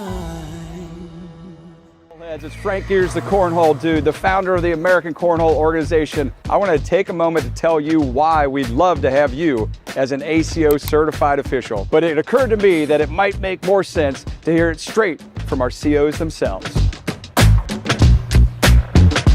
It's so satisfying because you get to encourage other players, and then the next thing you know, they're going on and they're going to majors with you, and they're doing great there. And the people that we've met, we would have never known these people if it wasn't for cornhole, and that's what I get more out of it. I mean, it's some people that I have the utmost respect for because of cornhole now, and they have our back, we got their back, and that's just kind of the way it's worked out. So that's what you develop as a CO. I like being a CO because I get to meet a lot of new people, and I like organizing stuff and making sure things are running smoothly. But one of the things that I really love about being a CO is it's local, it's my area, it's my friends, it's my people, it's my group. Are you kidding me? I literally look forward to this every single time. Every major, every regional, we're always super pumped. Our calendar is stacked with ACO cornhole stuff, believe it or not. I couldn't have said it better myself. No, really, I couldn't. Since 2005, the ACO has not only been the worldwide governing body of the sport of cornhole, but we've led the way in innovation, national touring, and most importantly, the growth of the sport we love. Let's get you on boards at AmericanCornhole.com/CO, and let's keep growing the game and the fun together. Welcome to the ACO family. Keep on pitching. Welcome back to Owensboro, Kentucky, here at the Owensboro Convention Center. Finn, the loudmouth for the ACO, here at center court for what is going to be our Seniors Player of the Season match for Season 18. And side by side with Tammy Klinger and making your triumphant return to the broadcast booth. She's after back. Working with us for the last couple of seasons here. And kind of doing a little bit of double duty here. You're not just helping me commentate on this particular match, but you're also waiting on your partner for doubles or for the blind draw. Evidently, I drew Mike for the blind draw, so it could be this worse. Is a little close up here and be able to see what he's got in his arsenal. That's right. It could be a little worse, but Tammy and AT Klinger, two of the ACO family, part of Dark Horse Cornhole, and so thrilled to see you guys here in person. I feel like I've been following your life every single day on social media. Your old man he is a piece of work. I know Uncle Ferg has been training him and for the cornhole this week here in the World Championships. And then I ran into AT earlier, and he goes, "Where's that pickleball court?" I'm like, So these guys are getting ready to fire up. They're exchanging taters, and once they get a little bit of their swing oil, as the CBC guys like to call it, they'll get underway unless they're making dinner plans. I'm not exactly sure what's going on right now, but yeah, there looks to be a little bit of plan making here. Yeah, it looks like there's a little confusion in both faces, but and I think I heard, "How's the grandkids?" Yeah. Whenever you're ready, boys, don't let us hold you up. We're paying for the airtime. We got all kinds of money. Don't sweat it. You're ready whenever you're ready. Yeah, I do believe you are in the blue lane. Blue lane. Your blue lane. Number 1 seed. You know that. Come on now. This is not your first rodeo, and Hoaxang threw out of the red lane there against Heil, so he should have a pretty good opportunity to regain that dialed-in nature that he had. And he was dialed in, that's for sure. Yeah, he really was. I think you guys will have quite the experience in the Hampton Farms Big Blind Draw here in just a little bit. But how about, were you watching? Did you see any of the women's match? Oh, my God. Play well, of the season, you guys were up top. We've got the bird's nest view up there right above center court, and I'll tell you what, those games were crazy. Unbelievable, yeah. Crazy, especially when it came down to Chloe and Maddie. Yeah, that was something else, and that was it was a revenge match against two great competitors who certainly respected one another's game, but you got to know that Chloe loved being able to come back the way that she did and double dip. That was great stuff. And we are certainly expecting this one to be a dogfight. Johnny Thomas clearly has hit a new level over the last couple of seasons with his game, and Hoaxang, oh boy, it went up and high, and he thought he was going to be able to drill for oil there, but I think everything stayed up top. Yeah, I was going to say. So let's see. Michael is throwing the Valors for Lucky's. He's got the Lucky Valors. Okay. Lucky's Valors. What does Johnny throw? Johnny throws. I know. I'm staring him down on the board. It's hard for me to make it out right now. I should know this off the top of my head. I want to say. Is it a pitch bag? No. No, he's got. I don't know. I'll figure it out here before all is said and done. I used to know, but I was laughing a lot because so many of the different designs. I mean, you've seen upstairs. Oh, yeah. Everybody's got 50 different bag lines and colors and this and that, and everybody throws bags that look exactly like each other when they get to center court. If you're looking for bags, come down to Owensboro this weekend or this week. Yeah, because I'm telling you right now, these guys want to spend less gas money getting these bad boys home than they did getting them down here. There are tons and tons of high-quality cornhole bags with all speed ratings that you could ever want. And there's also, some mini bags and all kinds of apparel. It's good stuff, a good way to show out for your brand and for your team. So Johnny Thomas jumped out to an early 4-0 lead over Mike Hoaxang. Increases that to 6-0 now. What happened to the scoreboard? Oh. Yeah, they're running in their per frame, and then it'll show it'll show the final here. We're running a little bit of a delay up here on the big screen. It allows for a bit of an instant replay, if you will. But if we do need a shot to be instant replayed, my man Oz in the truck, he has got us covered. Love that Oz. The man behind the curtain. So Johnny's now sitting at 6-0. Sitting up, 6 on the goose egg. Hoaxang trying to figure out how to take control of the left side of the hole there and make it his own. But Johnny, boy, you give him the slightest little mail slot, and he'll find a way to deliver. And you'd think that Michael would, they got bunched up. A little bit of a bunch, yeah. They didn't go where he wanted them to go, and that's going to cost him a couple more. So 6-0 turns into 8-0 with a 10-on-8 round right there. And you think Michael would have been dialed in, being that he just shot against Bob from that lane. From that same spot. But he's a very aggressive player. We saw him get a little bit careless with a couple of air mails, but he was able to gather it back. And I thought we'd see a lot more of that aggressive play right out of the chute, knowing that Johnny is who Johnny is. Right. Yeah, you don't want to give him any leeway. Oh, Johnny had one go a little bit behind. Yeah, he left that one. Well, I would say out of play, but you never know anymore. No, I never say that. No. I can never say that anymore. Yeah, look at that one. It's dripping back in. It just keeps coming back. Right now. Oh. A little bit more. Mike takes the left to He's right. gonna from get the it right right side. here. Oh, and he hits the. Let's see if Mike can sneak this in. Airmail drag. I don't know. I think any. Oh, boy, and all he right. leaves it alone for the wash over there to the right. It is kind of surprising that didn't vibrate in based on the way that it looked like it looked like it was trying to sneak its way in there. Because when we first seen that bag, it was just the very corner of that, just a little bit of that corner. They've switched drinks over on the drink holder. That might have been throwing off their balance That a was little it. bit. We've got folks on board watching from New Zealand, so no pressure, but nice. a little Welcome, New Zealand. A little international audience. We have international players here with us. You met the fine folks from the Par Inn and gave them some pretty cool Dark Horse swag. We did. I was super excited. My dad was born in England. Oh, is that right? I So, didn't know and that. then when I talked to him yesterday, right by where they live. Is They that live by right? Cambridge, and that's right by where my my dad was born. That's so awesome.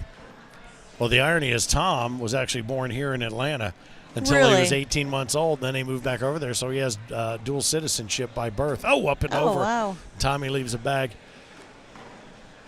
Tommy. I was thinking of Tom Collins. Johnny Thomas. And I told those guys, I said, I want to introduce Johnny. I want to introduce you to Tom Collins because nobody thinks that's his real name based on the drink. Right. With 3 bags sitting up top. Yeah. For Johnny, I said, I want to introduce Michael you guys. had one off the back. Oh, nice bag there by So it Mike looks Hoax. 9 on 6, so he picked up 3. Gathered up, I think there's one off the back. Who Yeah, did, that was is that Mike's? That was Mike's, yep. All right, so yeah, 8 on 3 is what we're looking at now, and it's a 9 on 6 round.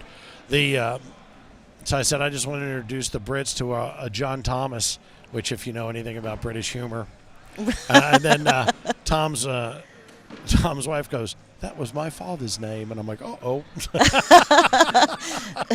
End of joke. End of joke. Whoops. International incident. Sorry about that.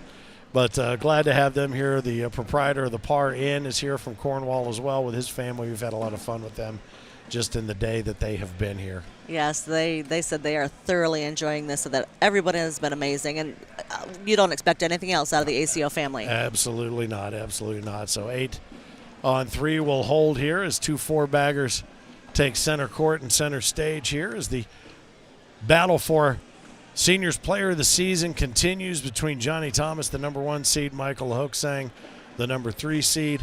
Lots of great action going on up in the tailgater zones, the red room, the blue room, the Bud Light Lounge connecting the two. That's been very popular, as you might imagine, amongst Cornhole's best. Yes. Got to keep the swing oil coming. Absolutely. And speaking of that, the CBC boys are going to be rolling in tomorrow afternoon, setting up Court 1, so you'll have all kinds of choices for great matches to watch on our YouTube channel. Don't forget to subscribe and hit that bell so that you can get notifications of all new content that's coming to the YouTube channel, and share that page if you would and get as many subscribers on. We want to continue. Nice bag right he there. tried to pick that up. Yeah, he tried, but I'll tell you what, when he throws that airmail, it comes in on a zip line. He really does. And just it scooted, but it didn't quite make it. I thought maybe Johnny might do him a solid, but not so much. And that was hanging in about as much as Johnny's was, that one that he It picked was up. So almost exactly the same bag. YouTube will be the only coverage, Dylan, this week. Yeah, we're moving off of Facebook because every time you get comfortable figuring out how to do something there, it changes.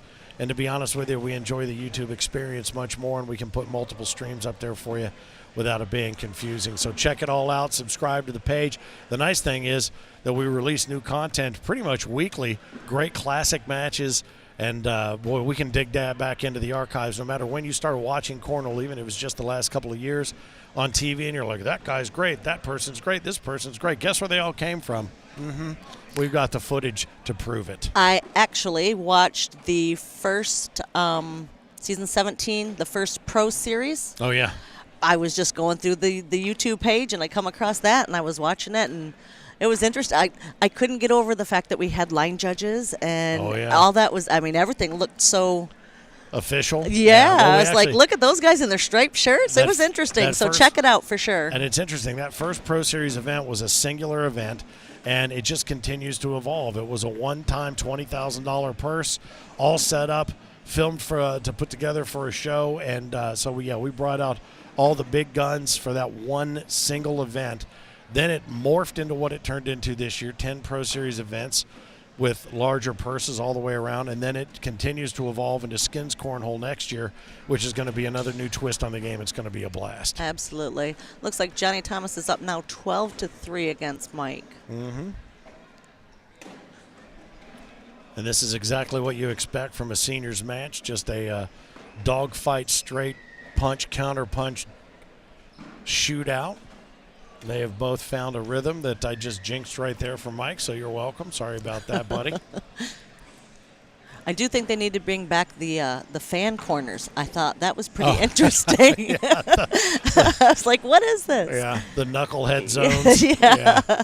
Yeah, we shot all that the very specific look to see what we liked. And at one point, I do believe the Hertz were playing, and the SVC was just all the way across the stage. Oh, wow. Across the back. They connected both fan zones right there. So 16-on-3, Johnny Thomas, all he has to do is put another 5 spot up on the board, and he will be our seniors player of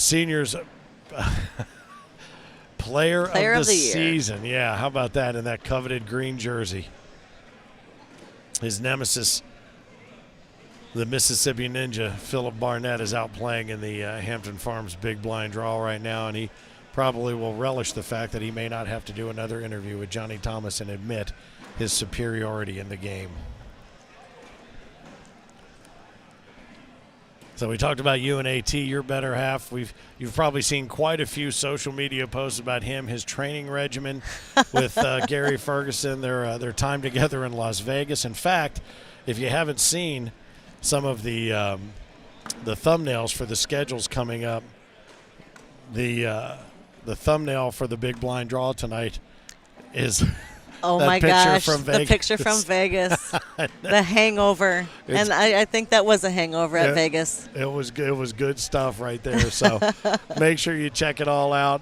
The stream will continue throughout the course of the week, and we are looking forward to big fun all week long. So 16-3 remains the score. Mike's left one hanging out there to the left, but Johnny did him a solid. Mike put a blocker there in front, but yeah, he's just going to have to try to drive it all through. Yeah, absolutely. That's what he does. Nope. So Johnny Thomas is going to pick up, 2 more right there, right? I think he picks up a couple, yeah. So 16-3 will turn into 18-on-3, and now it is a race to 3 for Johnny to take that green jersey to add to his collection of purple jerseys. Look at all those badges on the back of his jersey. Those are all the championships over the course of the majors, and you're not going to find a nicer couple than Johnny and Mrs. Johnny Thomas. And she always says, "Hi, I'm Mrs. Johnny Thomas." I go, "Come on now. Come on now." I get an award this year. Well, you do. Yes, you do. You get one of those road dogs, don't you? I get a road dog. You and AT both 13 majors plus. Oh, it's just you? He didn't make it? He got 9. He stayed home and worked so that I could go. So you could do it? I did not realize Absolutely. that. Good man. He's a good man. All right, so Johnny's got one off to the side, but that's going to make its way in, I believe. It'll wiggle and jiggle and find a way in. Or he'll take it in. He'll make sure of it. Set the hook. All right, we got a wash there. Still 18-3 with Johnny in the lead here. And you look around the room and you see so many colorful jerseys, so many clubs, so many groups out here from, I think we're looking at 30-plus states, and including Alaska. Chandler Jones is here from Alaska. Nice article about him in this year's Whole magazine. You'll be able to check out digitally online, or if you want to grab a hard copy of it, it's always nice to have. It's a great little kind of end-of-season program. I think they'll be here in the building on Thursday, they said. Thursdays, yeah, that's what I was hearing as well. Good stuff.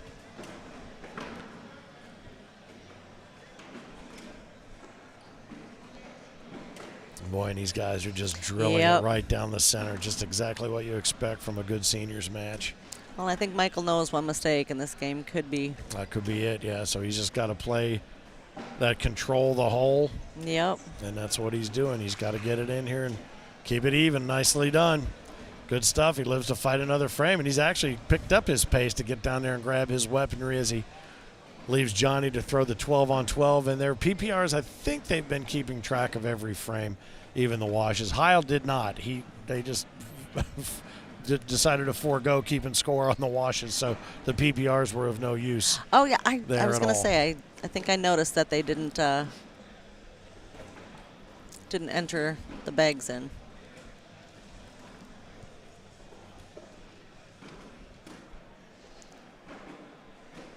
right, so Mike's got one off to the side there. He's got 2 now off to the side. This could be it. And Johnny let him off the hook a little bit. Can Yeah, he he drive did. in?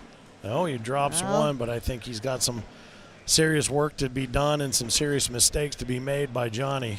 Well, and he's gonna go for that again. If he gets it, it's gonna Go for it. Try to push it Oh. through. All All right. right, so there's So that's what's going to cost him what? 10 on 8. Yeah. So it's going to be 20. He's taken to the magic spot. The hardest point to get in cornhole. Is it the first one or the last one?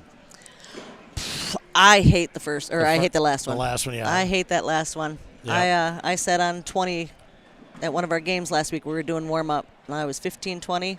Oh no, that was a wash. Okay, that leaves him at 18 on 5. Oh no. Yeah, for some. Then he picked up 2. Yeah. Mike picked up 2, wasn't it? Oh, that's right. Yeah, my bad. I was looking up at the previous score. Yeah, I got to thinking about that first and last point, and that, and then we've determined the hardest shot in cornhole might be that last shot where you just have to put it on the board. Yeah. All you have to do is put it on the board. You got a wide open board, put it on there.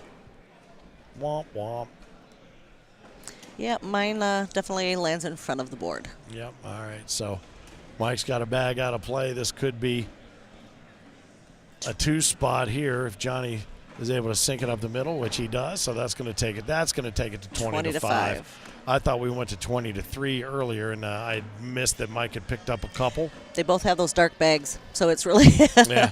Well, you're really got to be looking at the logos I'm to just see. dying because of all these different looks and everything that everybody's got. And yet, no matter what happens, it seems like even if you've got pink, you got 2 sets of pink bags coming down the center court. It's crazy.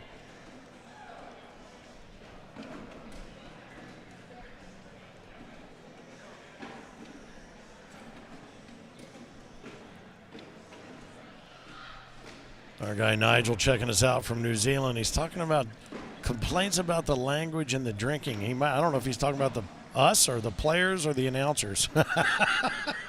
Well, I got my iced tea right here, so it ain't me. And it's not the Long Island variety. Right. All right, so these guys continue to drill down the center. Johnny right up the middle. Oh, and he leaves a little bit of an opportunity now. Mike can step out. Sneak that in there. Can he turn 20 on 5? Oh, nope. no, he leaves It's him gonna off be a the wash. hook. Yeah, that's going to be a missed opportunity there for sure. It is funny to watch our friends from Cornwall. We see them sitting across from center court here now watching this Player of the Season Seniors Championship match. Talk about the bug biting somebody, and they're the only pub in their area that's playing. They're playing outdoor. They can't play indoors. Even in their outdoor gardens, they don't have the room inside. So they're going back with a whole new perspective, a whole new thought about where they can start playing with multiple boards and getting more pubs involved. And I think we're going to see an explosion in southern UK. You would. Cornhole is just so much fun. You would think that people would jump on it, and absolutely. I think they can really get something going over there. No, there's no question. No question. Even Toby, Matt's little one over there, who's 7 years old, he can throw the bag 27 feet. He can get it there. Mike's going to step out here. He's got to slide it in without taking Johnny Thomas's bag. Yeah, he's got That's an game opportunity. over. Oh, and that's going to do it. All right. Well, Johnny Thomas, congratulations. Once again, he adds to his list of accomplishments, and this one would be the Season 18 Senior Player of the Season. So he already knows where to come. We'll bring him over here. In fact, just to add insult to injury, we'll put him on the Mississippi Ninjas mic. He's not even going to come over here. He's already out. Now he's got to watch his nemesis come over here and take the first spot. Oh, my goodness. I'll tell you what. Maybe it's congratulations. Just me. Thank you. Yeah. Appreciate it. Maybe it's just me, but you got to be exhausted of making this walk over here to the winner's circle, don't you? Not exactly. Bring that in there on you. Right there. There we go. Good job. I do enjoy it when you get to do it. So.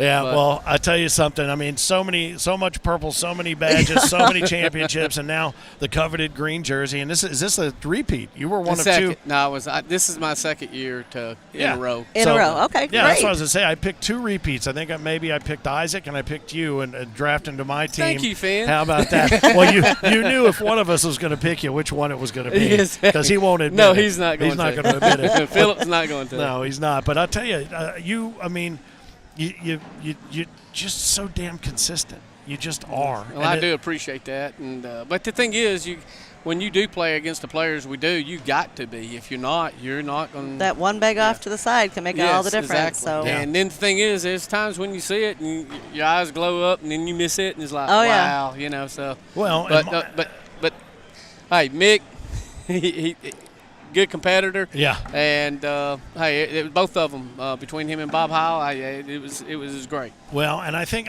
there's something to be said about being able to. We heard a little bit during the Open Championship, the British Open, with Harmon. He said, I've got to calm my mind. I overthink. I had to calm my mind. I watch Heil, and I think sometimes there's nobody harder on Bob Heil than Bob Heil. And I think sometimes he lets himself get out of his own game and into his own head early on, which then gives you an advantage. Your steadiness, somewhere in between the two of you, was the way Mike plays. He plays with a little bit of a reckless abandon. He doesn't get down on himself, but he can dial it in. And when those airmails come in, they're like they're on a zip line. So he kind of played between the way you and Heil played, and he acquitted himself nicely as well. He did. And I want to thank Shane Fretwell for letting me throw his bags. Oh, what were those bags? This was the Loyalty 33s. Okay. We couldn't figure it out. No, and the thing is, it's the problem is the boards that got tacky, and I usually throw the Armites, which is I think it's my best bag there is. Well, that's what somebody was saying in the feed. I go, it's not those. It's not. The boards was tacky, so I had to get something that would move, and I throw the Armite, so I don't have another V-mite or something like that now, which I probably should, but I didn't at the time, so I tried to grab a bag that I felt that because I knew they threw slick bags, and I didn't want to get hung up, and so I just knew I had to throw with them, but. Again, thank you, Shane Fretwell, for letting me throw your bags. Well, I'll tell you something. We had a good time watching you guys. He needed to double dip you, but you took care of business right out of the chute. We're going to make way to find out who our Coed doubles players of the season are going to be, and we're going to move that action here to center court. But again, congratulations, my friend. Well done. Another congratulations, trophy Thank you. Appreciate to add to that trophy case. How about this guy, Johnny Thomas? A repeat player of the season, seniors for season 18 for the ACO. We're going to take a quick break here. We'll be back to the action, and nicely done. Well done. All right, he's already helped. He's had my pick here right now. He's added to the points built for my team in the draft. So how people's points are going yet? We haven't. You and Finn and we haven't gotten that far Frank's? into it with Frank and I. We still don't know what the wager is going to be either. Oh, we've got to figure that out. So we may leave that up to the general public. People still need to be put that in there. Yes, we do. Come up with something good. Johnny Thomas, 21-5, takes player of the season for season 18. We'll take a quick break and back to all the action. Tammy Klinger, thank you so much. Dark Horse Cornhole couldn't be more well represented, even if they tried. You hear what I'm saying, AT? All right, more coming up here on the ACO Digital Network.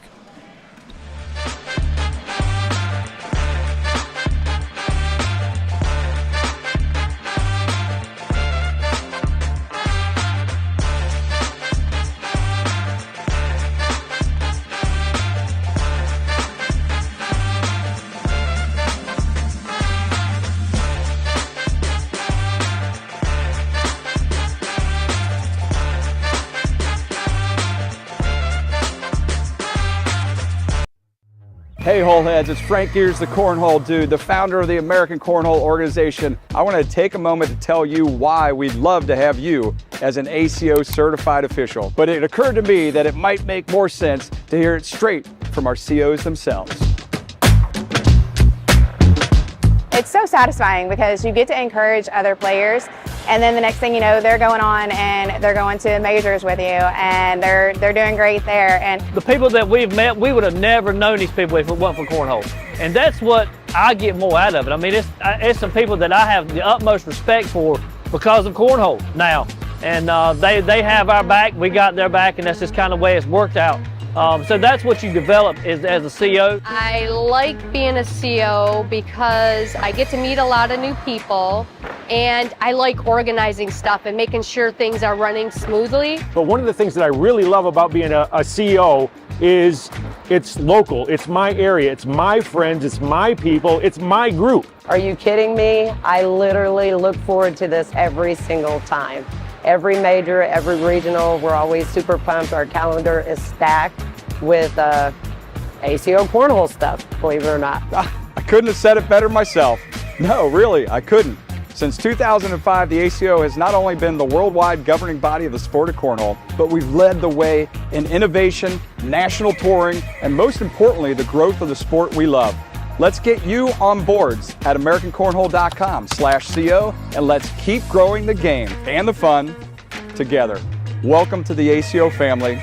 Keep on pitching. And just like that, we're back to center court here at the Owensboro Convention Center, Owensboro, Kentucky. The ACO World Championships of Cornhole Season 18, and we are just in the business and the process right now of naming players of the season. Johnny Thomas just took the Senior Player of the Season, which is why my partner in crime here, the Mississippi Ninja, I guess took a little powder. You decided not to be over here for that, is that right? Yeah, that's what it was. I took a little powder both ways, too. How about that? You were very quickly in the L column over in the Hampton Farms Big Blind Draw, but that's all right. I know that's just because you want to be back over here. That's right. Poor Mike Walters. Calling matches. So we are underway, speaking of matches right now, on center court. We are looking at this Coed Player of the Season doubles match, and I'll tell you something, this is going to be another shootout. We talked about Kim Dice and her partner, Chad Jackson. They have been traveling all over the country, stopping everywhere and anywhere they can to play. And and that's a rare bird right there. Chad's going to pick up 2 more, and all of a sudden it's 5. 7 to 2 right now. That's right. I'm sorry. But Stacy Van Gilder and Gary Bearpaw, no strangers to championship matches as a co-ed partner or co-ed team. So this one makes perfect sense. And Martina Belt and Zachary Rush await the winner of this match. Sitting in the number 1 seed, correct? Yes, they are. Number 1 seed. Yep. Kim and Chad, the number 3 seed. Stacy and Gary, the number 2 seed. As Kim told me, she says, I hope I don't tank it like I did the women's over here. Oh. Nice bag right there, though. Too hard on herself as well. She's throwing pretty good right now. Stacy with a chance to pick up 2 and don't do it. No, she goes ahead and leaves it there for the wash. We had both of these women in our Women's Player of the Year. Yes, we did. We had 4 playing off for that Women's Player of the Season. The 3rd and 4th place people. Mm-hmm. The seating works. Man, that smells good, dude. Aw, thank you. And Bearpaw throwing those bags. We've seen quite a bit of those bags from him. Very distinctively. Those are those CBC bags. Hims, yeah. It's distinctively him. And Phoenix, I think it's what they're called. I believe you are correct. Yeah, how about that? They know how to find the middle of the board. I know that much. They do, and Chad may have to go up and try to grab these 2. Yeah. He's got that game. He's got She told him just slide, and I disagree with that. He should have gone and got him. Yeah. Maybe that's why I'm in the losers bracket already, huh? Well, I don't know. I think you're right. If he could have, he could have drugged both of those. Caught them both. But only gives up 2 points. I guess he's okay with that. Did him a favor there, right there. So we continue to bring the action to you from center court here all week long through Saturday. It's American Cornhole Organization World Cornhole Day. And we'll look forward to having our singles champion crowned, whether it be a king, a repeat king, or our first ever queen of cornhole. We got a long way to go before we get there. Yeah, we already had bullets fired, man. Yes, we have. Johnny Thomas takes the seniors championship. Chloe Arrington double dips Maddie McBride, and she takes the women's player of the season honors. Nicely done. She won 21-6, 21-20 to double dip and got the job done. And she has been walking on cloud 9 over. Look at that shot by Kim Dice. Beautiful shot. Good shot. And she's going to go up and over again, Chad. If she, that's shoot it, man. Yeah, there's the signal. Do it to it. Up and over. Oh, I think the adrenaline from the previous shot might have been a problem. Well, let me tell you something. That's probably not a bad miss. If you're going to miss that one, you don't want to miss it short because Stacy had 2 bags lined up right there just ready to shoot in the hole. Yes, she did. I'll tell you, the team of Martina Belt and Zach Rush, that's a really good team. Yeah, it really is. So, I mean, whoever's wins this game is going to have their hands full. Yeah, the good news is you won the game. The bad news is you won the game. Yeah, really. That's for sure. I see our England folks have made their way over to the center court. Yeah, we were just talking about their experiences up in the tailgater zone. Matt found himself, he actually won a couple of matches. He was pretty proud of that. Tom. Nice shot. Look at Gary. that. And they all dropped nicely. What is that? Wait, emotion. What happened? Hold on. Wait a minute. It gets 6. Do we have an instant replay Yes. on Gary Bearpaul's fist pump? Please. Is there? He smiled, laughed. He did, and he pumped his fist. Holy, wow. I might need to make this Is he drinking tonight? a ringtone or something. Look at that right there. Oh, Look at that smile. Yeah. Oh, he didn't Look at fist that. pump. He didn't fist pump, but he clapped. I talked That's to Anita. awesome. His better half. I talked to Anita, and she said he chose to forego the Horseshoe World Championships this year to come here. Really? So it means he's focused. He's focused and buckling down. Nice bag, Stacy. For sure. Yep. That bag didn't have any other place to go but down time. Yep, absolutely. Yeah. So a couple of 12s. Leave it at 11-7. Van Gilder Bearpaw up 4 over Kim Dice and Chad Jackson. Yeah, he does, Nigel. That is a perfect horseshoe method, and you probably know he is one of the top-rated horseshoe players. In the top 10. Yeah, in the country, and maybe, I think, in the world. I think he was as high as 4 at one time. Yeah, he told me, and I got to see a little video. I went on YouTube, man. It's totally different, man, but his arm swing is exactly the same. Oh, it's very, very mechanical and methodical. And there's another. Boy, and Chad leaves one up around noon.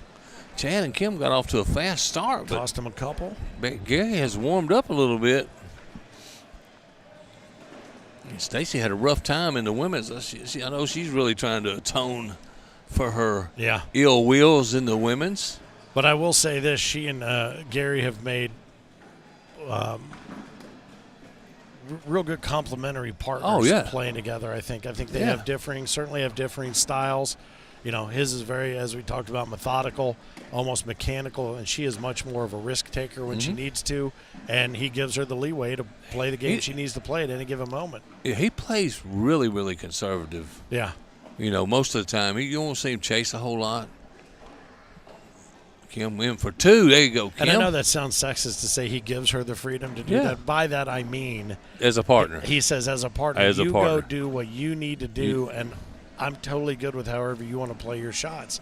And they do have good they have good nonverbal communication, too. Because you're not going to get much communication out. Well, I don't know that there's ever been any verbal communication. Yeah, I bet his competitors in horseshoes are glad he's playing cornhole. Absolutely. There's no question Absolutely. to that, Dylan. Oh, I thought that bag was going to be short. All right, so they're continuing on through the Hampton Farms Big Blind Draw throughout the course of the rest of the arena here. Nice bag there to wrap things finish. up, 12-12. Bearpaw puts one right down the center, which he's familiar with. We might want to name that the Gary Bearpaw Center Lane. Center lane. Perfect. Center cut. Put his name on the very back of the hole, right in the center. Yep. GP. GB.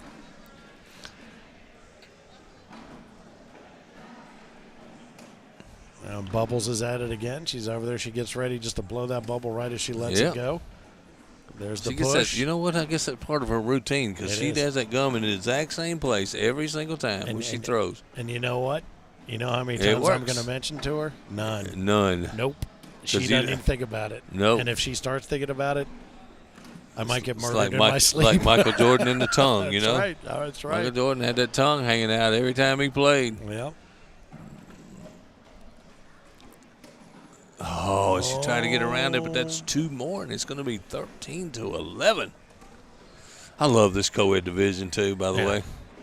That's great fun to watch. And, you know, it's funny, too, you don't see it very often, but when you do see a team change and then you find out why, it's kind of whether it's a married couple that goes to play with different partners or, you know, we talked about, in fact, Bearpaw's part of a big change in another doubles team, and that would be the Gammons. You know, Matt and Todd played together, and now Todd is kind of outside looking in at Matt playing with Bearpaw, but they've had a great success together in just regular doubles. And they're going to be a force this weekend. I guarantee you. No question. Gary, they're a little shaky. He couldn't believe that bag, and that's the stickiness of the boards. Mm-hmm.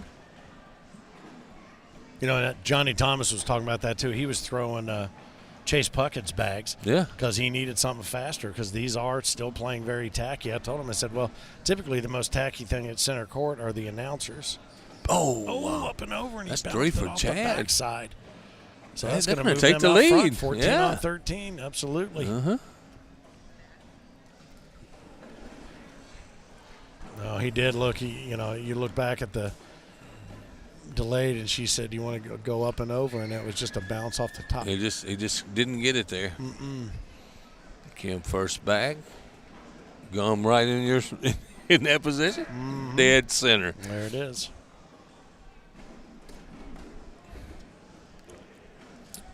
There's certainly I tell you what, she's throwing really good right now. She is. There's a big forward lean to her bag. It comes in nose down. It comes in hot, and Stacy's bag tends to hit a little flatter, a little more flatter and flutter. But said, get after it again, shoot it. Obviously, the purple jersey means she knows what she's doing. Up and over. What a shot! And she has nailed her airmail. Yep. And that's going to be one more for Chad. I'll tell you what, that was kind of crazy. It hit and it just tumbled dried into the hole right there. Even though it launched the bag she threw off the back, it was interesting momentum to carry that bag in. You got to think she really has been out of character for her today. She throws a lot better than she has thrown on this center court that we saw her. We did not see the game when they played behind us, and I don't think she threw very well in that game either. Well, and I don't know that she didn't show up till today either. Yeah. A lot of players came in last night and had a chance to get used to the room, the boards, just the whole atmosphere. I don't know if that had an effect on her. We'll find out if they end up over here taking the trophy. We'll find out. We'll ask her. Nice bag by Gary. Chad also, as he get that little low blocker. Up and over. Can he finish? Oh, yes, sir. Yeah. That blocker that Chad had down there. That is nothing. That's for Gary. And we've seen success. People throwing a low block against Gary, but not that low. Yeah. I tell you what, we've seen. I talked to Isaac Hurd. This was great. Talking to Isaac. He said, "Who'd you pick, Philip?" I pick. Everybody said, "I know how to beat him." I said, "How you gonna beat him?" He said, "The same way everybody, when they beat him, beats him. I'm gonna block him." You throw that blocker near the hole, he has a tendency of kicking off to the left. Yep. I think Isaac was a little mad at me because last night when we were I pulled him out of the crowd just to ID that he was here and just say hello, and I made a comment about his mustache, which is starting to grow in. All 4 hairs of it. Oh, boy, here's a gift. 17-13, and that opened the door a little bit for Kim and Chad. 15 off. I'm sorry. It's all right. I see how you're doing, playing favorites, trying to put somebody in the lead. No, not at all, man. Not at all. I got to remember where I need to look at the score. How about that? Yeah. Our memories aren't what they used to be, my friend. Ginkgo biloba. That's going to be boy, she just that's going to be 5. A gift after gift after gift. That's going to be 20-15. Gary and Stacy, and Gary is not giving Chad any chance to score. No, he is not. I see Kelsey Heitrett has make her name in. That's a woman you might want to watch in women this year. I've got her picked in a couple different spots. I drafted her in there. Well, look at that. Gary just gave an opportunity to Chad. Go up and over and drag it in. That's what he's going to do. And off the back. And now he can definitely win the game right here. Yeah. All Gary has to do is what Gary does. And I will not call him Barry Garapaw today. Barry Garapaw? Yeah. I have done that in the past. Oh. Not bad, not bad. All right. Chad's just going to run it That's up the middle. That's a good bag right there. And he didn't have a lot of the middle open to him. It had to come right to left to be sure. Gary's going to come in low and push and open up that gap a little more. Jack can make the same shot. He's got one and he does. Nice bag, Chad. Boy, How about he got that one off the back. He had to make that. Whoo, baby. 9 on 8, so that changes things. 20-15 becomes 20-16. I see Johnny over there grandstanding trying to get on TV again.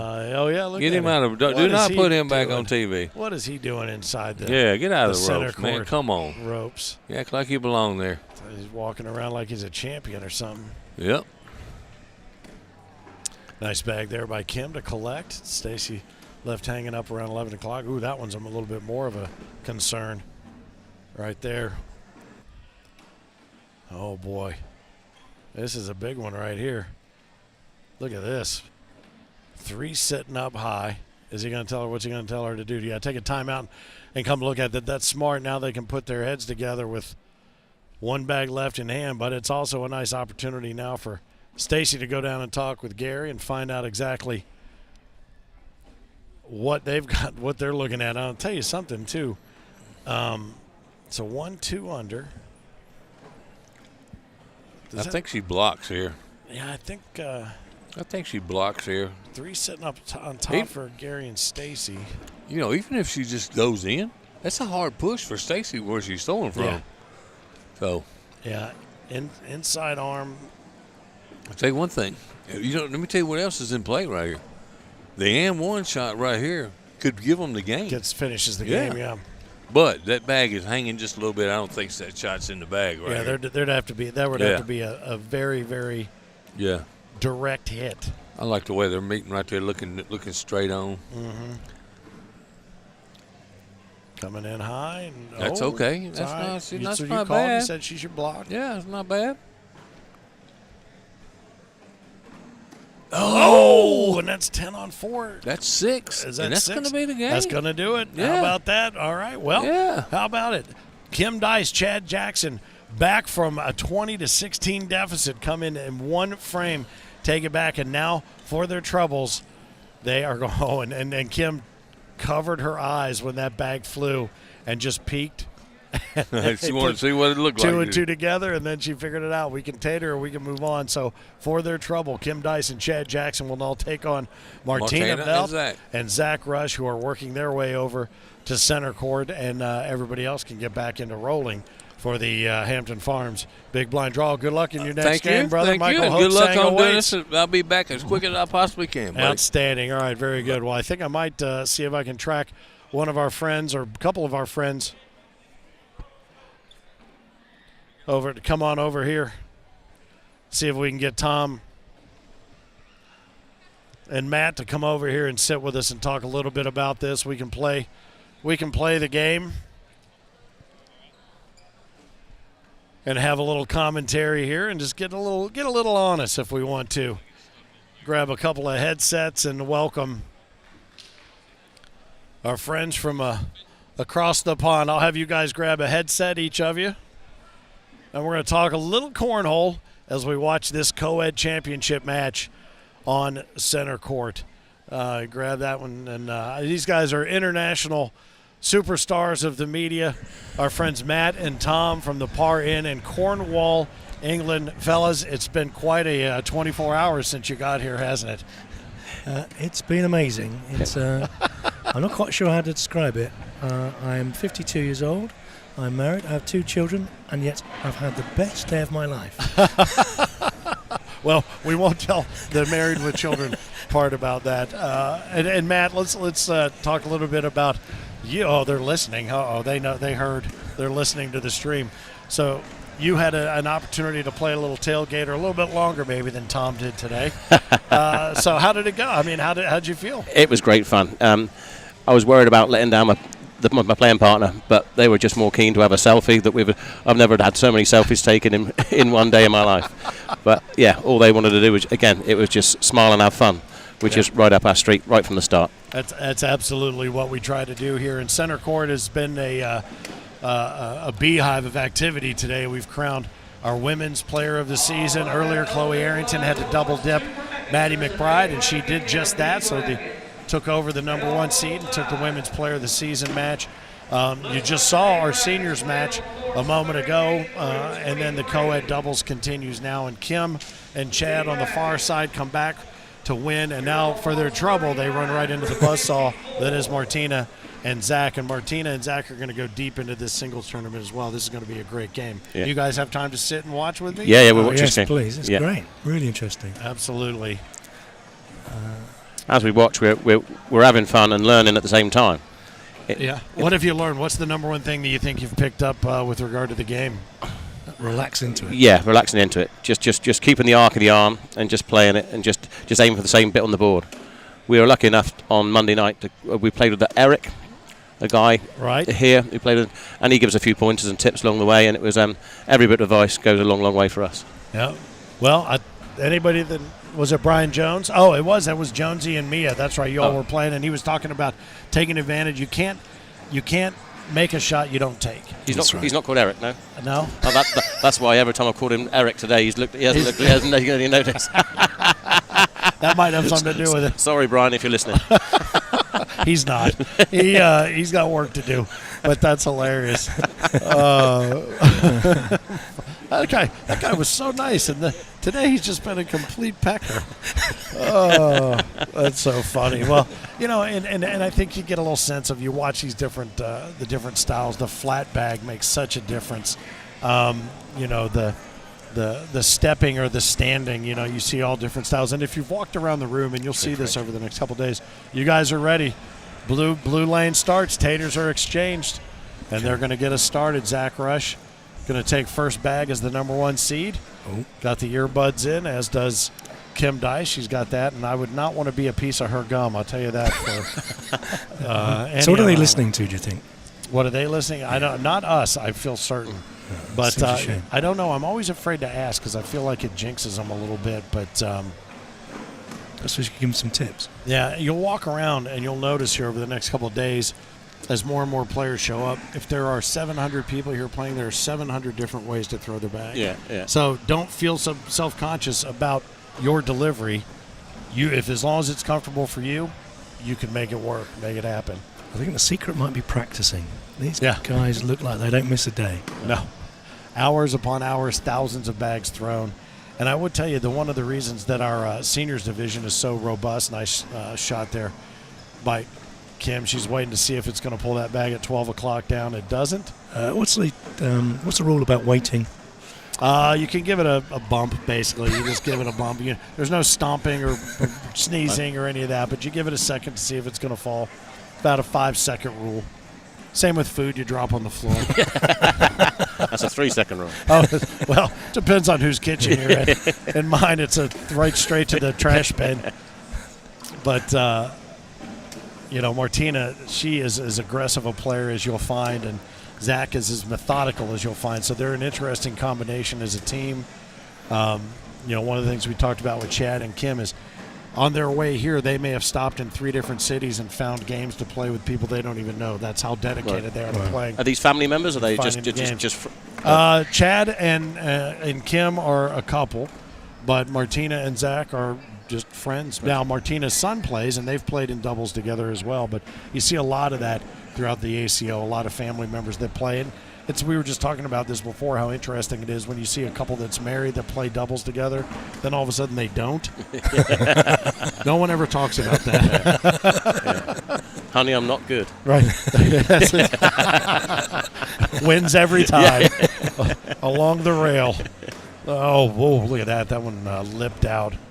And we're looking at a 2-0 right now as the early score with Martina and Zach Rush and the number 1 seed take Kim Dice and Chad Jackson, the number 3, fighting to get into that king seat to hold on as pro and season players of the season here in Coed doubles. There's another bag by Zach, uncharacteristically left up high, and Kim misses the opportunity to take advantage of that up the center. Now you'll notice too, and there's other things that people have in their arm swing or a little hitch in their giddy up, if you will. But watch Kim when she chews the gum, right when she gets ready to release the bag, she pushes it out like she's going to blow a bubble every time. And like I said, how many times I'm going to mention that to her? None, because she doesn't know she does it. And if I do, I might get murdered in my sleep if she loses focus. He's got a relaxed swing, this guy. Yeah, Chad, he really does. She, on the other hand, Martina is pretty intense, isn't she? She doesn't look like she. She looks like she hates the board. Yeah, she does. There does seem to be a bit of an anger. You don't want to be down the dark alley, do you? No, you don't. Not if she's got a cornhole bag in her hand. She'll put it through you. Okay. Come on in, Zach. Let's see what you got. All right, so 4-on-2, Kim and Chad. Get on the board with the deuce. You also see the difference in how Look at his stance. the bags are held. I mean, Zach leaves his lay on the front of the board. Kim cradles hers in her arm like the Statue of Liberty holding whatever that is the Statue of Liberty's holding. It's a book. It's a book of some sort, is it? Thank you. Do you mind teaching me a little more American history? Because I don't have a clue. Well, it came from France. Oh, well, that's right. I do know that. I do know that. Yeah. In pieces, if I'm not mistaken. That's right. Yeah. You used to be able to go up into the top. Anyway. Here we go. Up into the crown. All right, so a couple of bags left up and to the left from Kim. Zach takes advantage of that. He's taken his music out of his ear and tucked it up behind his ear like a joint. A joint what? A joint press conference. So 6-on-2. Okay. Martina and Zach hold. Here comes the anger bag. Well, but we talked. It's funny that you mentioned her intensity. We've talked about her really stepping out the last season and a half, and she is a name that's being thrown around for a possible first ever queen of cornhole. So we'll find out. She doesn't miss much, does she? I don't, and I don't know what bag she's got in her hand. I should probably start asking because they're. Let's have a look. Let's see if we can set a flight. He's telling her what she's got real estate-wise up there, and she's pretty much got 80% of the hole available to her. And coming in from the outside arm on that right to left, she's trying to figure out, I think, if she can get in there and pull that bag at 9 o'clock without taking his. But no, she just decides to put the blocker up, and that's going to force Chad. He says, should I shoot it? She says, yep. So he's going to go up and over. On 3. Up and over. Oh, he gets it out. Well done. Gonna be happy. He's got to be happy with that. So 12-on-10. That's a 2-spot for Kim and Chad. So are there many cornhole players that can throw both-handed? There are a couple. A couple that have had to do it based on injury. And you're allowed to do that?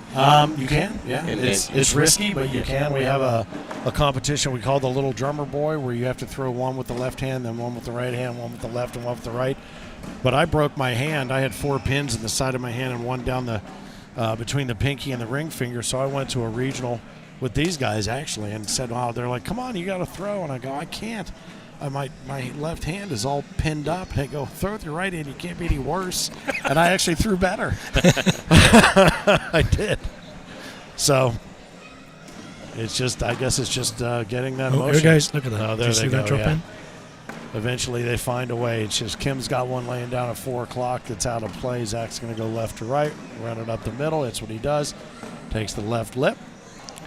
Another 2. Yeah, 11-4. Martina and Zach extend that lead, and they are looking to advance into the king seat. Stacy Van Gilder and Gary Bearpaul will play off in the loser's bracket against the loser of this match to find out if we'll see a rematch or not. A rare. We were watching Gary play. He doesn't miss much either. He's pretty. No, and he's one of the top horseshoe players in the world. So I don't know if you see that rote in his swing, his arm swing, with that methodical nature, mechanical nature. He's one of the top horseshoe players in the world. In fact, missing the Horseshoe World Championships this week to be here to focus more on this, which we feel certain makes the horseshoe players that are at the tournament happy.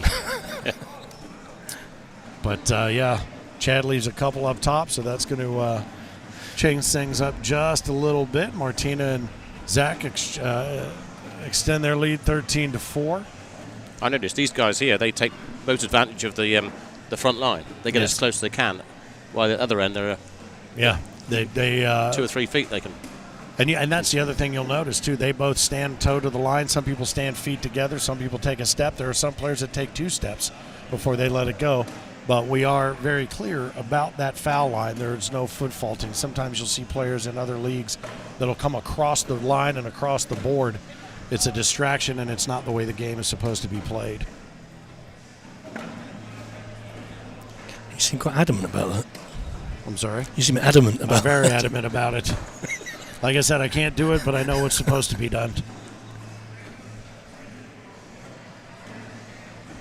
All right, so 12-on-10 there, Martina and Zach at another. And then there's in Scoreholio, and I know you guys set up your Scoreholio accounts to get into the competition on Thursday, but you'll be able to see your points per round and everything. So with a possible 12 points, your average points per round, and that's a great way. You can even play what they call against the ghost, and it's just you throwing bags down and keeping track of your score, and that you watch that PPR rise, you'll see your game get a lot better. A little cleanup there by Chad. It's a chance. Yeah, he takes advantage of that.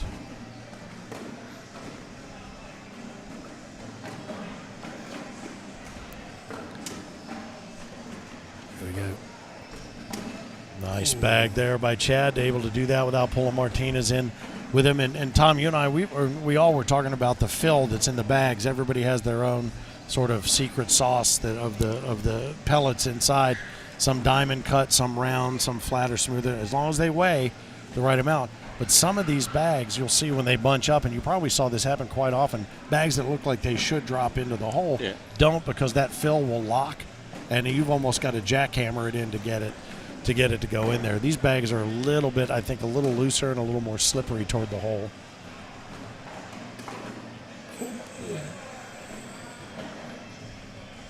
People will run them through their clothes washer. They've got all kinds of different sauces that they put on them to break them in. Yours are pre-broken in. Oh, yeah. IMF Clinton pre-broke yours in for you, so you guys should be ready to rock and roll with the par in bags. Oh, they're brilliant. We're grateful for what we've picked up this week, but back home all we've got is Amazon bags.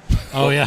Whatever, we can't get anything like this back home, so hopefully we're going to take a lot of bags with us. And well, you will, and you will be spoiled, and only these bags will do. The first bags were just... he tried to get up and over, and he just missed it. Didn't have a fast or a slow size, just one size fits all. Right, right, exactly. Actually, we should thank IMF for those bags. They are great-looking bags. Yeah, they look nice with your guys' crest on there, and my man Toby, he's got some juniors bags coming his way as well. We're getting up early playing the IMF tailgate in the morning. There you go. Are you? Okay, fantastic. And then Toby's playing in the World Juniors at midday tomorrow. Very good. He's Outstanding. told all his school chums he's going to come back with $1,000. All right. Well, are you? All right. How many pounds is that? What's about 100? About 850. 850 pounds. Is it about 1.5? Yeah. Depends on the political situation. Yeah, that's true. Right, yeah. Well, I'll tell you what, I got to be honest with you. I don't know your thoughts on it. Maybe we don't want to get too political here, but I never did figure out the euro. So I got a sense of the pound. That's a great shot. Great shot there by Martina, right up the middle. Oh, and Chad opens the door for her. Here's the opportunity. She won't miss this, would you? Dropping number 3. To the forehead, to the sky, and it's in. There it is.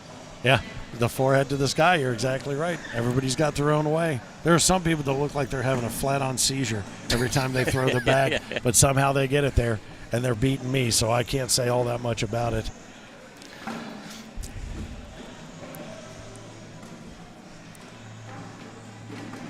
Here we go. There it is. And I don't know if cricket players do like Major League Baseball, if they have their routine with the gloves and the this and that, if they have that same sort of pre-shot or pre-swing routine. But you watch Zach, he's got the exact, from the arm raise to the flip, the number of flips, the spin, the flat, it's the exact same every single time. He locks his thumb, lets it go, pinches it up there, reblocks. Cricket is the same. Is it? It's exactly the same. The only thing they do now in cricket is they have more inventive shots. Yeah. The shot selection and things. Years ago, if you got out trying to play the shots they play now, you'd have been strung up. Look at this guy here. Yeah. Yeah. See, did he hear you? Because he's changed up his routine. He's not. Oh, no. Right before when he gets to watch him, when he steps up, you'll watch the arm will flick out to the right-hand side. Oh, he's going to take a timeout and go down. Look, yeah. These guys that spin the bag like that, too, show-offs. Every one of them.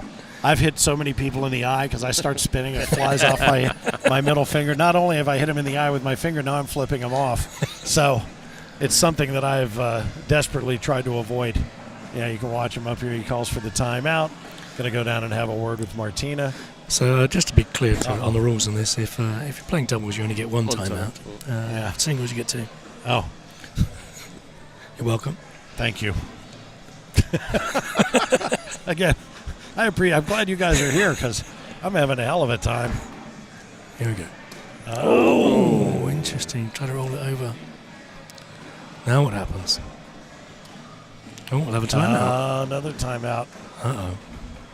Now she's got all of that real estate on the back side of the hole, but she's got their bag sitting on top. If she were to, drag it in. If she goes airmail and drags it in, I think they pull. Looks like so. There's two. It's gonna be a slide. Take 2 in and one of those. 6 on 5 right now. Here we go.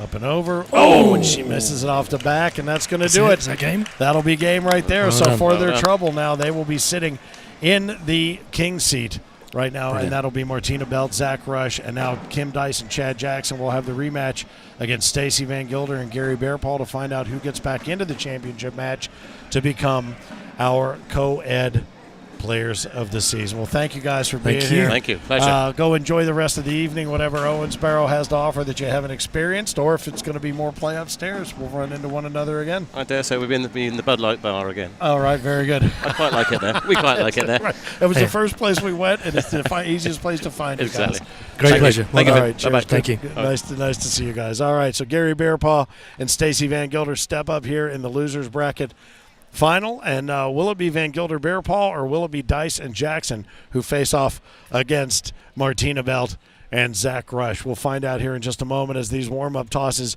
get underway. I would imagine everybody is still pretty warmed up here on center court, and we will have this final in just a moment. Finn, the loudmouth for the ACO, thank you guys for being a part of the broadcast here on the YouTube channel. Everything this week and weekend will be broadcast on the YouTube channel. The Facebook page will basically just be left for news and other notes, but all the video we want to point you to is here on the YouTube channel. Subscribe to the channel, hit that bell, make sure that you're getting notified on upcoming content, whether it be matches here from center court or anything we've got from classic matches to any of the other content, shorts and so on and so forth. If we want to post something, we want to make sure you have an opportunity to check it out. And I'm going to see if I can get Rich Pyle to come over here and maybe call this player of the season co-ed final with me, as my partner, the Mississippi Ninja, is out playing in the Hampton Farms Big Blind Draw. So many different games going on. We've got juniors, seniors, women's doubles, juniors doubles, seniors doubles, women's doubles, singles, doubles, and so much more to get to before all is said and done by the end of the day on Saturday here in Owensboro. Then we pack it all up and we move it to the middle of Iowa, and then we will be back at the Field of Dreams movie site for the Go the Distance Festival and what they call the Beyond the Game weekend, and that is going to be something else. Major League Baseball Hall of Famers, All-Stars, and celebrities, including Timothy Busfield, who I'm sure you know. Timothy Busfield. You know Timothy Busfield? He was in Field of Dreams. He was the lawyer brother who was telling him not to do it. Yeah, this Yep, and yep, that. yep. But he also was in Revenge of the Nerds, if you recall. He played a mighty violin in a Revenge Mighty of the Nerds. violin. That's like an oxymoron, isn't it? Yeah, Rich Piles alongside of me now for this Player of the Season co-ed doubles. This is going to be an interesting losers bracket final rematch. 21-20 was the game that put him here, and Van Gilder and Bearpaw have already jumped out to an 8-0 lead. You've had your hands full. You and Tracy have been anywhere and everywhere with Whole Nation. Oh, I thought you meant I had my hands full with Tracy, which I do, yes. Yeah, but I mean, the amount of content you guys are putting together for Whole Nation, and there's some great. I saw your Chloe Arrington time and stuff. Yeah, we've had a lot of. I mean, this is Worlds. Would you like a beverage? Yes. This is Worlds, so getting content isn't that hard. No, but man, you guys, I don't know when you're going to have time for her to edit it. I know. I'm sure I'll find time for her to edit it. I'm sure you will. Oh man! Listen, I don't really tell her what to do unless she needs me to. Yeah. in case she asks you to Yeah. tell her what to do, which I'm sure happens no times out of none. Am I standing on your? I'm just making sure that I'm not I'm not tripping you. Or no, that's all right. I'll make sure I don't. As Phil likes to say, you're standing on my cable. I'm like, you wish. All right, so take a look at what's going on out here. We've been having a good time, but Kim and Chad have cut the lead in half from an 8-0 to 8-4, and this seems more like maybe an ice cream social the way everybody's talking back and forth. It depends on what you're listening to them say. I know that Kim has got a smile on her face when she's telling Chad what to do, but make sure that you notice she's telling Chad what to do. Yeah, absolutely. Yeah, there is a leader of that pack, to be certain. But this has been great fun already, from the women's championship to the seniors. Johnny Thomas is just a machine. I don't know that anybody in the seniors beats him. Seniors doubles, whoever is, I forget who his partner is going to be this week, but he's just a machine. And he did it with someone else's bags. Yeah, Chase Puckett's bags, and so a repeat player of the season in seniors, and couldn't be more humble about it. Just such a great guy and a great player, and He is a great consistent, guy. just so good. Van Gilder Bear Paw extend their lead 9 to, or they lead the team of Kim Dice and Chad Jackson 9-5. A lot of folks watching here on the feed are noticing that maybe haven't seen Gary Bearpaw throw in the past, how methodical and mechanical his arm swing is. And it doesn't matter what throw, whether it's a block or a push or an airmail, it's the exact same motion every time. It's pretty crazy. And there's never too much thought put behind it. It's instinct. Well, I don't know if there's thought or not, because he always has the same look on his face too. Well, I don't know if you were here earlier. He actually stepped back, smiled, and clapped his hands, and we almost all about fell out, passed out. We tried to get it on instant replay, but it wouldn't show up on film. I did see that. They had to take me into the emergency room in the back there, where I needed some attention. So what else has been going on Whole Nation? You've had a busy summer. You've had all kinds of prediction shows and everything else. What do we have to look forward to moving towards season 19? Well, season 19, we have a couple new games in store for the Game Zone challenges that we hope that everybody is going to enjoy, but I'm not going to tell you what that is until we get there. And as you know, the game in the world that revolves around the people of Cornhole is always changing. So we have to always change our ideas and our content and what we're looking for, because a lot of times people come up with ideas for us that we'd never thought about. But we realize what a great idea is, and we'll take it and hope that everybody enjoys it as much as we do. Polish it up and have some fun with it. Sure.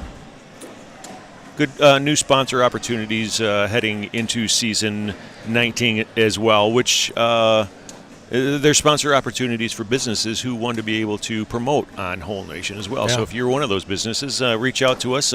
Let's see what we can do. There's a lot of packages put together for season 19 through Whole Nation, Game Zone challenges, and anything. And I think it's a nice area. Oh boy, Chad leaves them all up for us, sitting up on top, and that is ugly. That's 12 on 4. That's 8. That's going to do it.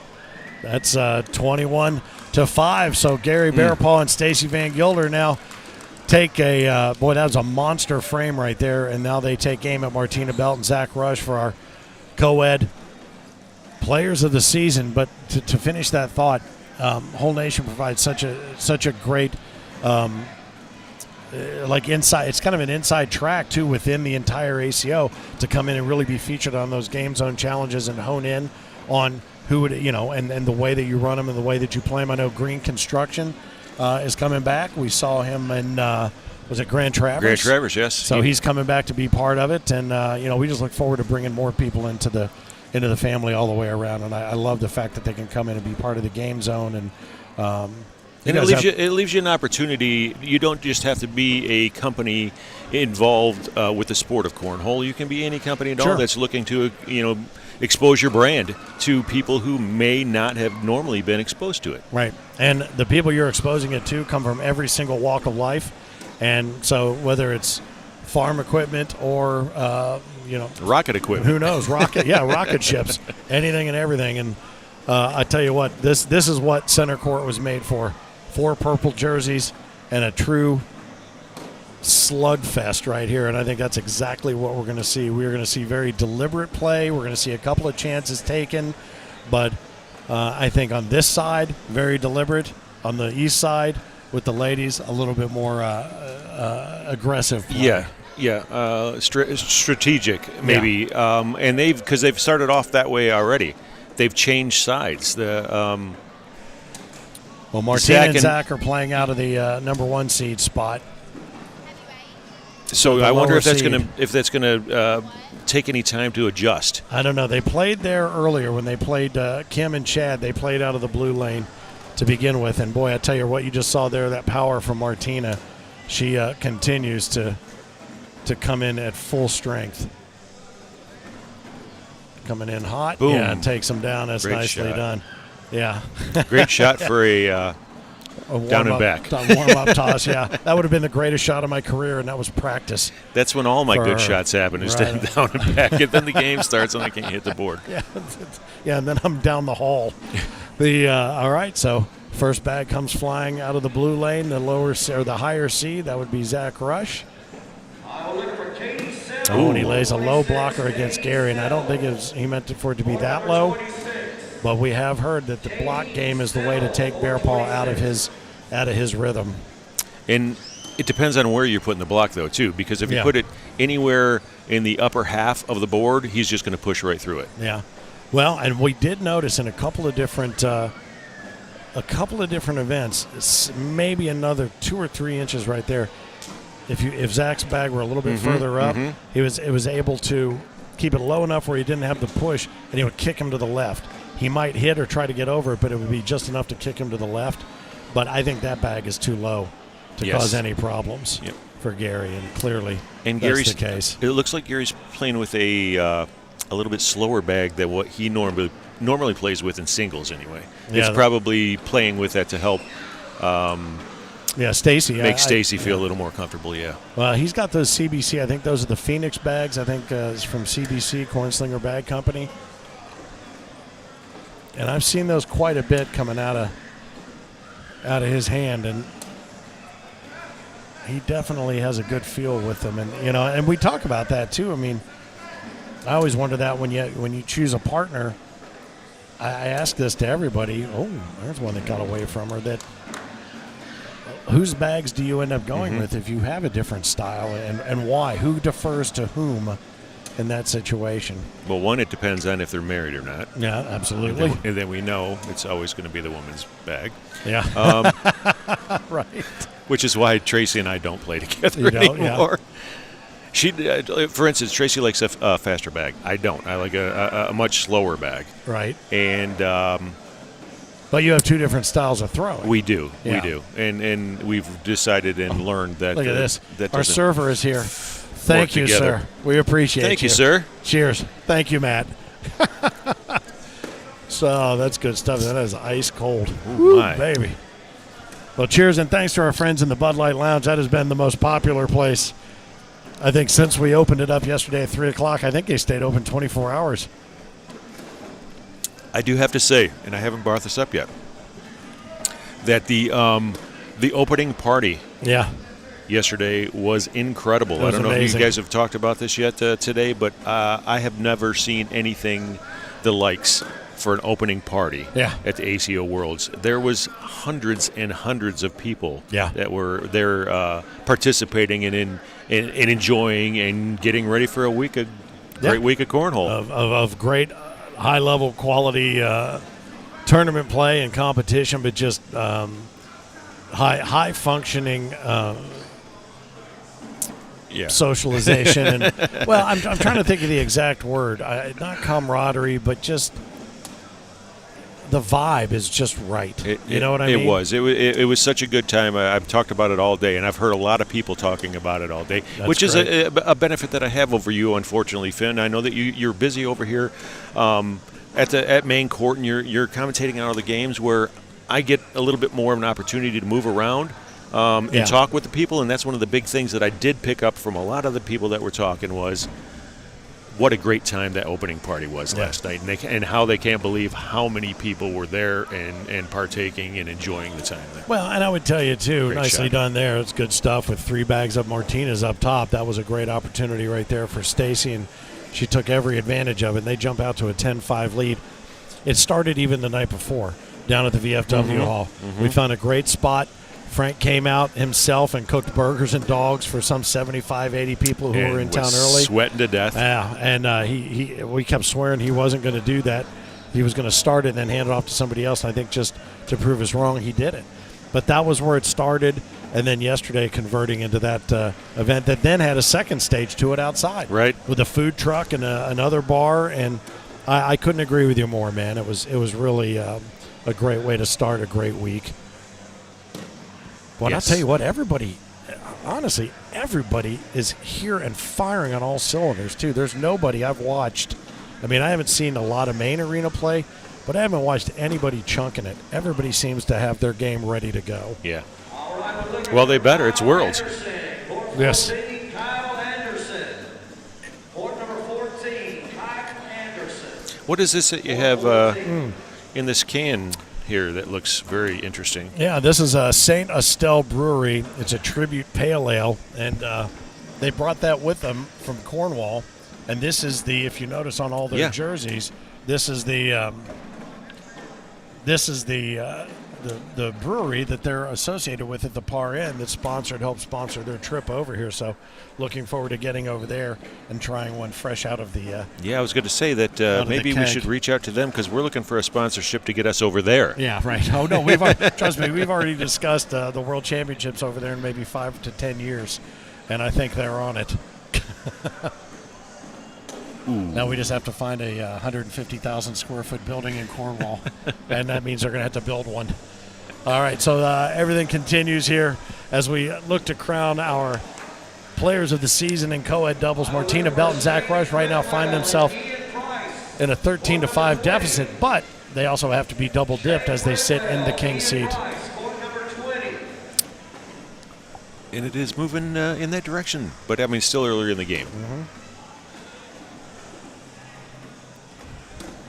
Gary has found his groove, which is 25 years ago, and he's in that groove up to his neck.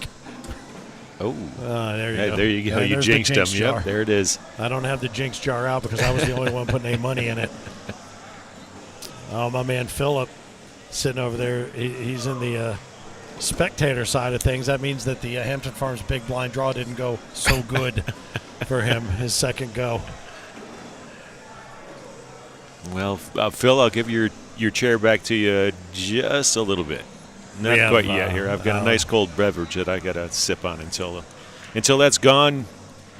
This is my seat. That's right. You're good to hang on. Now, let me ask you this, if you've noticed this. You're a musician. You're a drummer. Do you play anything besides drums? Not that I would play in front of anybody. Oh, okay. I mean, I mess around with the guitar a little bit and like to play a couple other instruments, but nothing that I would play in front of anybody that I didn't want to be embarrassed. Well, then you will appreciate this observation because so many times I've thrown it out there and it just lands. I feel like it lands flat. And that is the number of matches that I've called involving Zach Rush that end 21-12.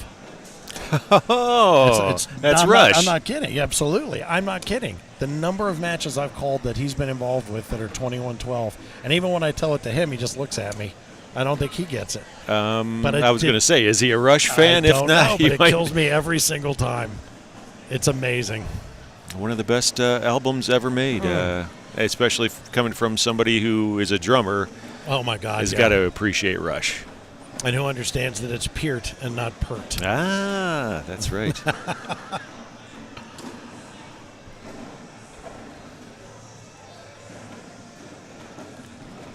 So Zach does he always pout before he throws a bag? Yeah. And I'm going to tell you this, too. He's throwing a lot faster than he used to. We used to be able to time him with a calendar. You mean his preparation or how fast the bag is moving in the air? His prep. Okay. He used to be methodical to a fault, but he has the arm kick. You watch him. Next time he has a full stack in front of him, His right arm kicks out. He flips, he spins, and it's almost the exact same prep. We were talking about that with the guys from Cornwall. You know, the MLB batters all have that, you know, the thing, which has changed since the pitch clock has come in. They don't have the time to go through some of those silly routines. But they said cricket players do the same thing, and Zach's prep is almost, if you filmed it in slow-mo, it's almost exactly the same every time. We were talking in the stands over there about the difference in the games with it being as exciting as it is for the scoring aspect from the viewer's point of view, how baseball has changed, how what you're saying with the pitch clock and the equipment that's being used. It's all kind of catering towards that big shot and that big fun for the viewing audience fan, to get into. And honestly, when you're getting beaten by soccer as an American sport, and you know why? Because people know they can go in and 2 hours later they're going home. Yeah. You know, and they might not get the scoring or ending in a tie, but it's over. And I think baseball realized they are having a hard time with younger players and younger people because of the time. You just don't know. I mean, some of these games that go on 6 hours because of X number of innings or whatever, putting a man on second base in extra innings. I don't like that rule very much, but it has changed the game. You're right. Yeah, I like a little bit more of the traditional aspect of certain sports. And baseball, I mean, I know that it takes a long time. I know that some people just don't have the time or the ability to concentrate on one thing for that long. Yeah. But I'm a traditionalist when it comes to baseball. I appreciate all so you the don't like different the little pitch clock? I don't. I do. I mean, there's a couple things that I do and don't like about it, but it's part of the game, right? It's part about the people's preparation. Like you're talking, he sits and he does exactly the same motion every single time that he plays, which is long, takes a long time. But I mean, if that's part of what got you where you are, then you should be able to continue to do that. I don't know if you watched any of the Open Championship, but I watched the end of it when we got here this weekend, and Harmon, who won, the American who won. You want to talk about a preparation? If I had to play around with this guy, he'd be dead in the woods. Oh. I'd have wrapped a club around his neck in no time. 14 waggles before every shot. They counted it on screen, 14. Yeah. All right, so like I said, I like the traditional aspect in baseball. That's if you could do something to speed up some of these golf players, then I'm all for that.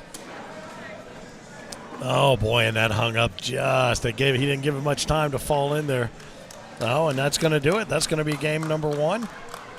So there's going to be a double dip scenario now. They're going to get together and have a little meeting. So that's game one. Looks like Phil's coming to take his spot back. He's got to be here for the final game, I guess. No. You're good. You're good. I've got to go take my notes and get ready for the interviews for the winner. Phil's been talking about a threesome since he got here. So, jeez.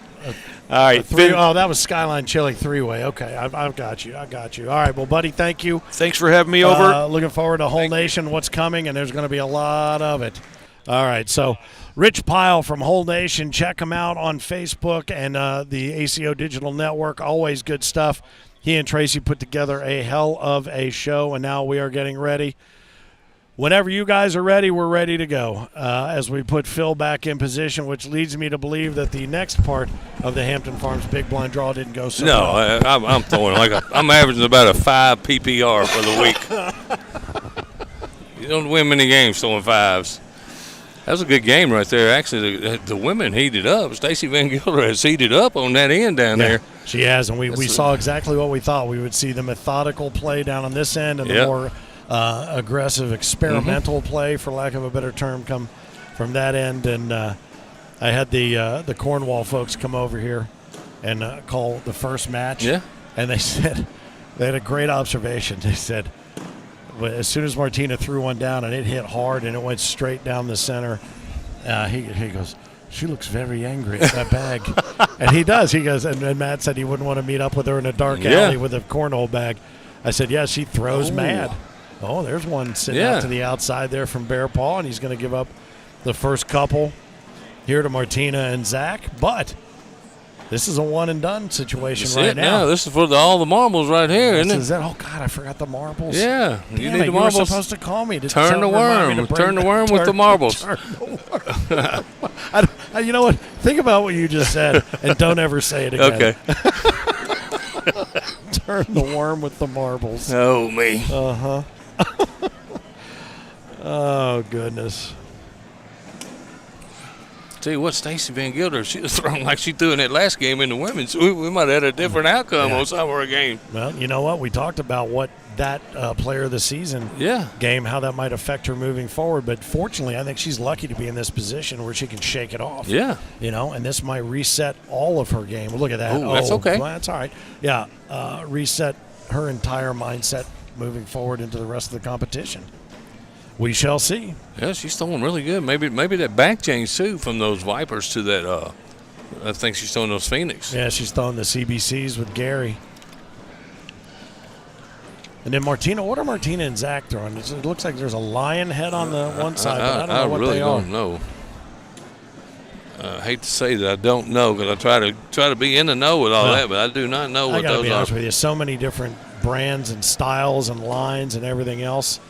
It's hard to pick them out now. It really you is. used to look at them and say, I don't know exactly what he's throwing. Yeah. Not anymore.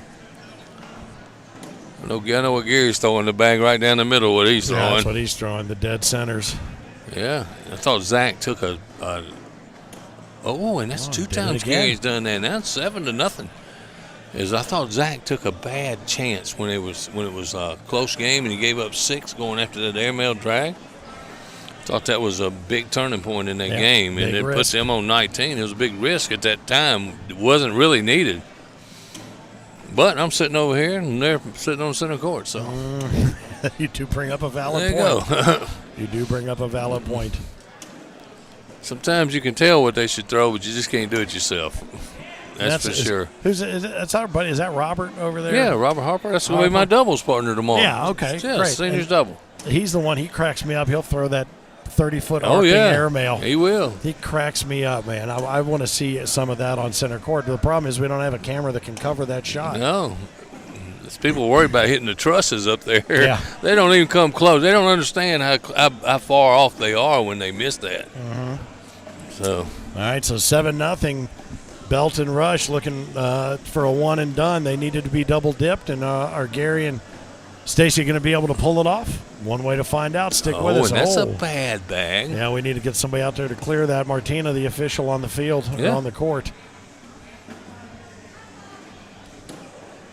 And that's a bad bag in games. I found this stuff off in this game a little bit. Yeah, I'll tell you what, the two most consistent players in the building right now are both having a tough time dialing it in. Absolutely. But you know what? The best thing is for both of them, short memories. That's right. Look at that.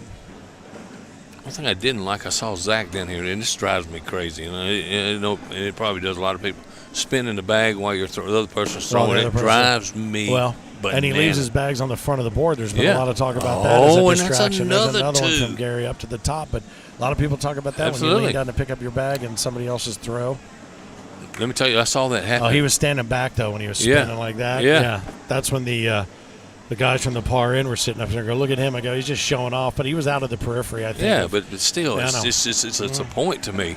And when you say putting your bags in the front, picking them up right when somebody's getting ready to throw, I saw that come into play one time in Knoxville a few years back when Linda Oglesby won her first major in Knoxville. The women were complaining because that's what Linda does. She sets her bags right in front, and she's always bending while the other person's throwing. It can be a distraction. I can see where it can be a distraction. Well, let me ask you this: Arcane Mysticals, is that what Trevor said they're throwing? All right. Let me ask you this: you and I have watched him all season long.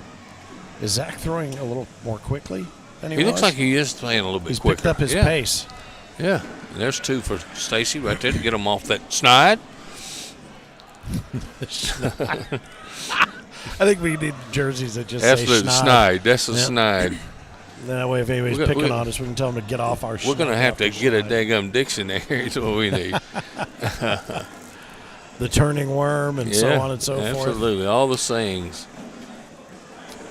Well, we had an opportunity to spend some time with Channel 14 News, and I think 44 News was here in town, and the Cornwall folks, I found this out while they were being interviewed, is that their plan is to come to the Worlds every year. Isn't that great, man? Yeah. That's great. They're going to expand the game over from Cornwall and all around. And well, guess what? Who needs to go call games over there one time? Oh, I've already set the table for that. Nice shot. Oh, he tried to get that drag, but I tell you what, the way that's sitting, just a couple little bumps, and that could. It set it down. Man, oh man, there was a golden opportunity missed. It really was. I have seen Gary Bearpaw break out into an open smile more in the he's- last 2 hours than I have since the day I met him. I'm gonna ask Anita, is he drinking tonight? Because she hadn't put out a smile on. Look at that face.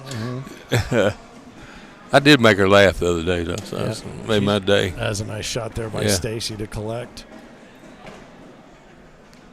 Tom Collins, man, what a name. Oh, and how about that one? That's not a bad bag right there. So she's got basically 70% of the hole to work with. Right, center, left. Ooh. And now Stacy needs to go in here with opportunity to pick up 5. Right up the middle. Oh, beautiful nice. bag, Great Stacy. shot. She even moved her bag over a little bit on that She one, did. too. Martina's got a decision to make. Chase it or minimize the damage. I think she's... And Chase can get you in trouble in this situation right here.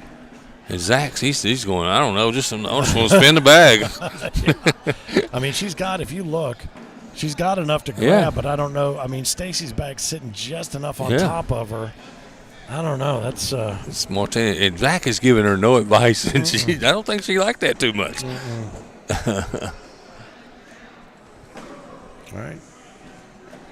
She's flipping it. She's like, whatever happens, happens. I think she's going in low and hard. Nice. Oh, That's a good. niss bag. Good stuff there to Still keep gives up Stacy's 5. out. Yeah, but she kept Stacy's out, so that's good.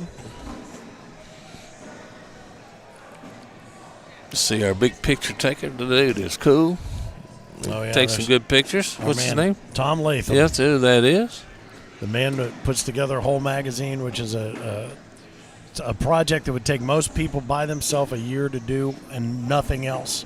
Mm-hmm. And he constructs this thing and collects articles and photos and puts together a masterpiece every year, digitally and in print. Oh, there's a bag that leaks out just a little bit to the right from Zach Oh, and Rush. how about Gary? What is going on, Gary Bearpaw? I don't promise know. you, if I was throwing against him, those bags wouldn't be over there. And he's got 2 over there. Well, I'm going to tell you something right now. You ask Anita, she'll tell you this is the only time he's always right. Yeah. Oh, and let me tell you something. If Gary Bearpaw throws 2 bags to the right, okay? And you don't, And you don't score? You don't take That is on you, man. Yeah, that's that on is you. on you. Yeah. I guarantee you. I think Zach Rush he'll be staring at the ceiling over that one right there. And Stacy continued to stay on the Yeah. heater. I can tell you that right now. See, and there's another one out of control. And Stacy has put Bearpaw on her back in his last few rounds. She has. You know, we talked about this earlier. Knowing that he's as steady as he is, he gives her the freedom to play the game she wants to play. And I think that's what makes them such great partners. They don't do a lot of talking. Well, when you think about it, you're throwing with a guy the caliber of Gary Bearpaw. You're playing Coed with Craig Irvin, even Zach Rush. Right. Even Zach Rush. I mean, you can play relaxed because you know they're not going to give up a whole lot of big things. They're not going to carry you a lot of these games. I'm looking for that partner myself right now. What are you talking about? So's Robert Harper. so is Mike Walters.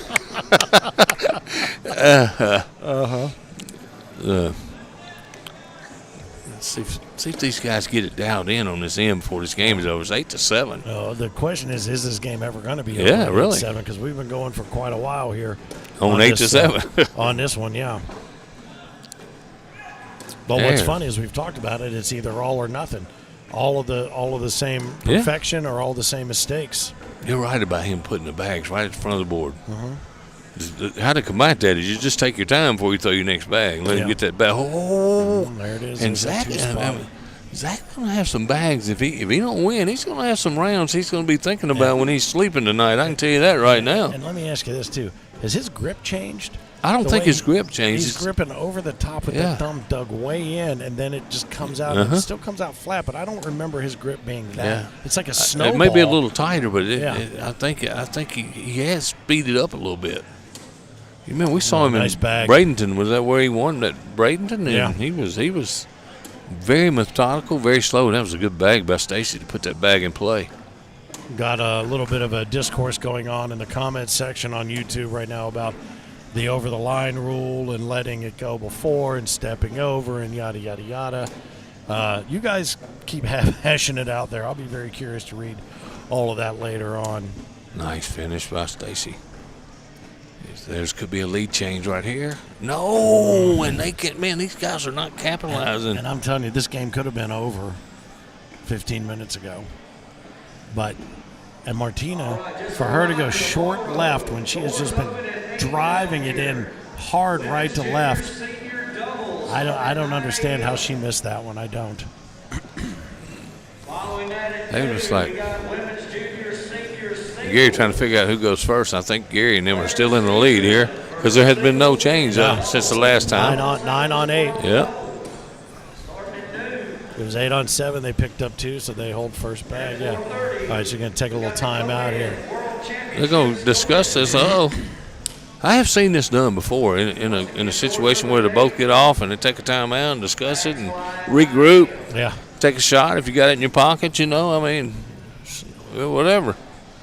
You can use your timeout any way you want to use it. That's one of them gone, though.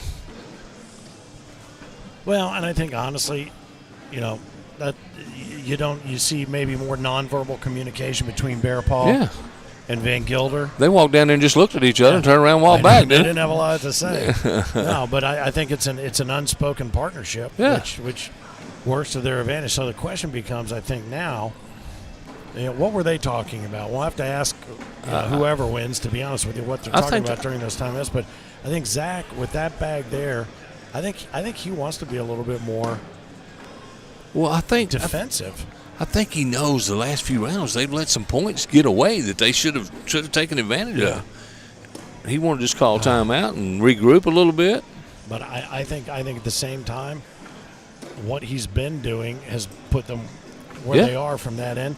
I think, oh boy. That just hopped right over the bag. It did. I think there might be a little bit more defense that he has in mind to play against Gary as we move forward. I think that's, oh boy, and then that one off the board, so that's going to cost him.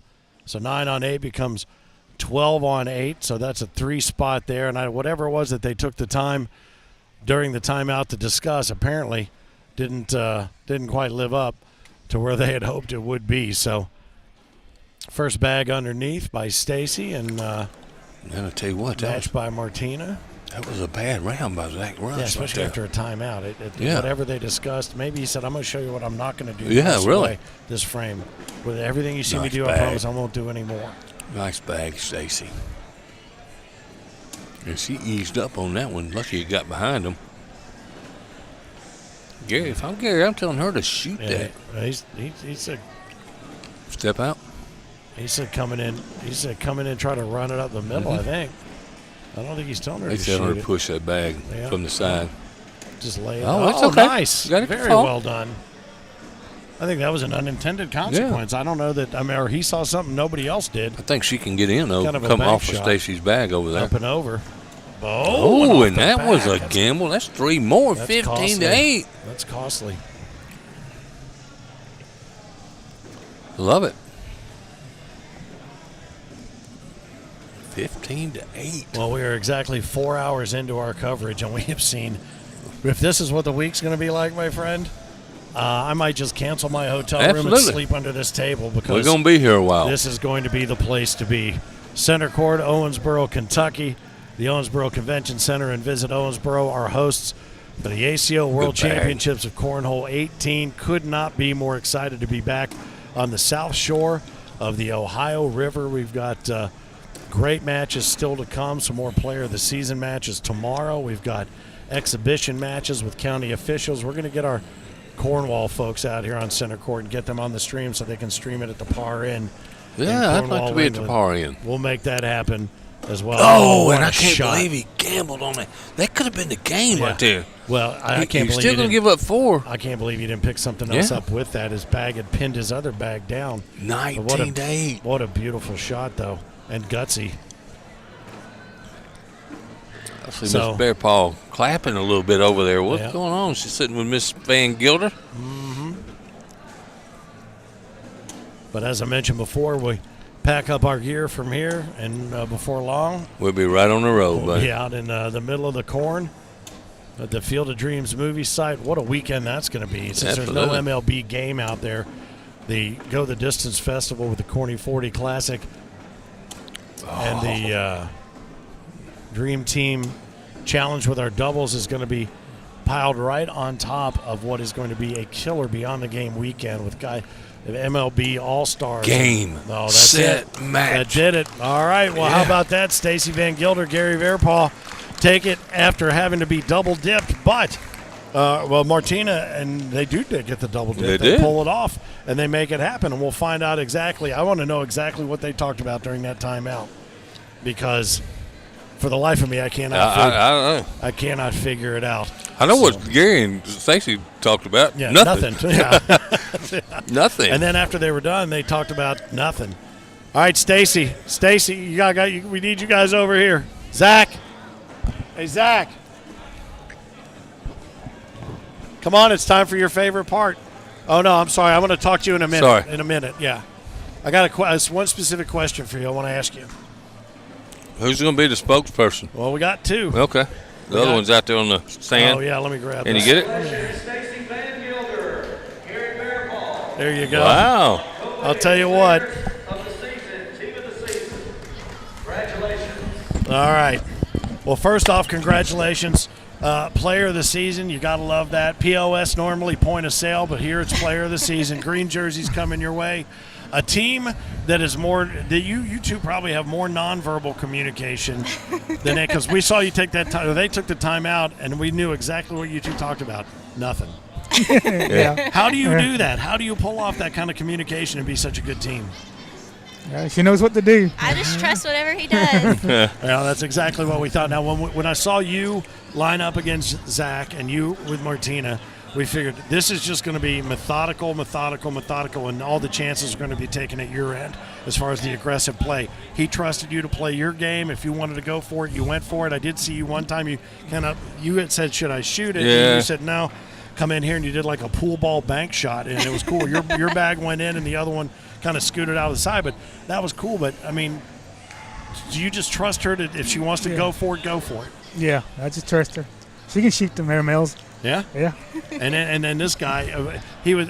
There was two bags. Zach didn't take advantage of it, but there's two bags you had off to the right on the same frame. Oh yeah, we need you to come. Come on. We need to get you up on here. camera. You look a lot better than I do. Come on over here.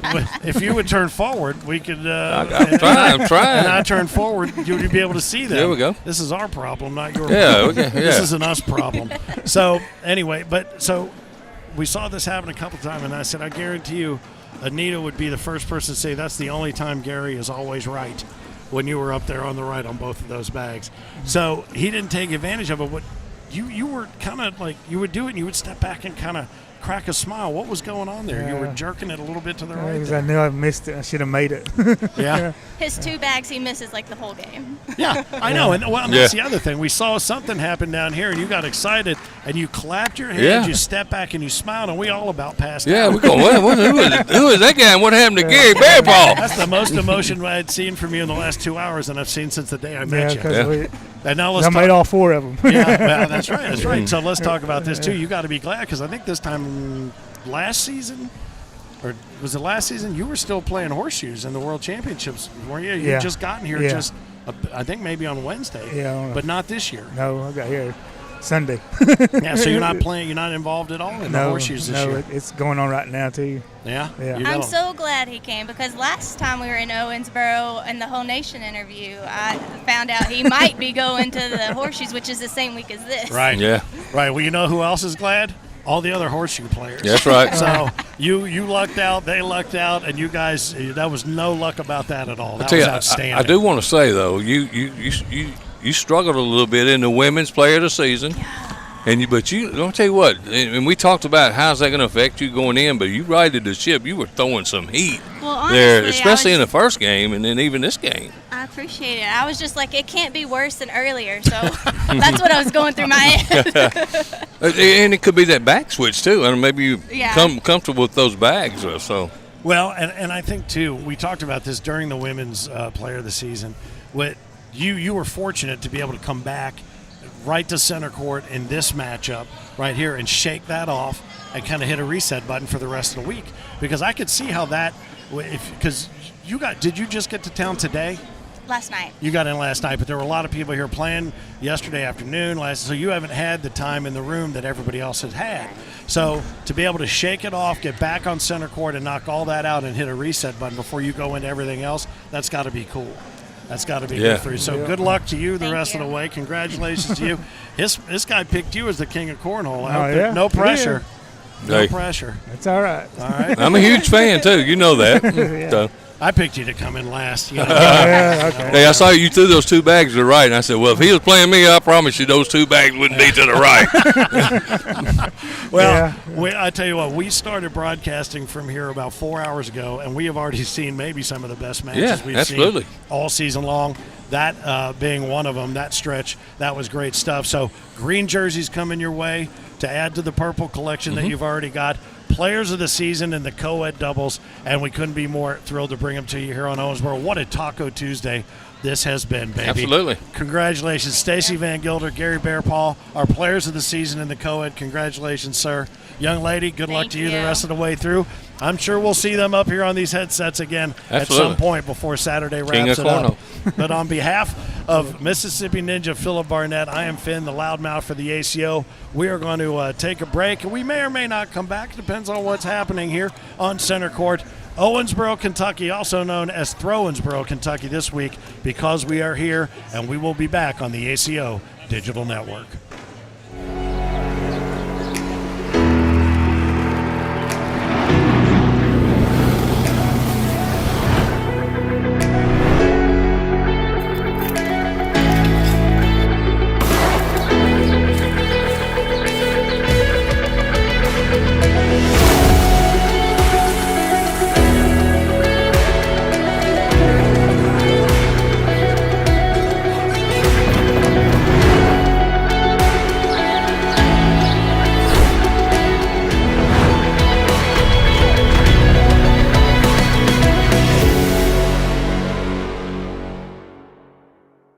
Finn from the American Cornhole Organization with a question for you. Do you remember the most fun you've ever had playing cornhole?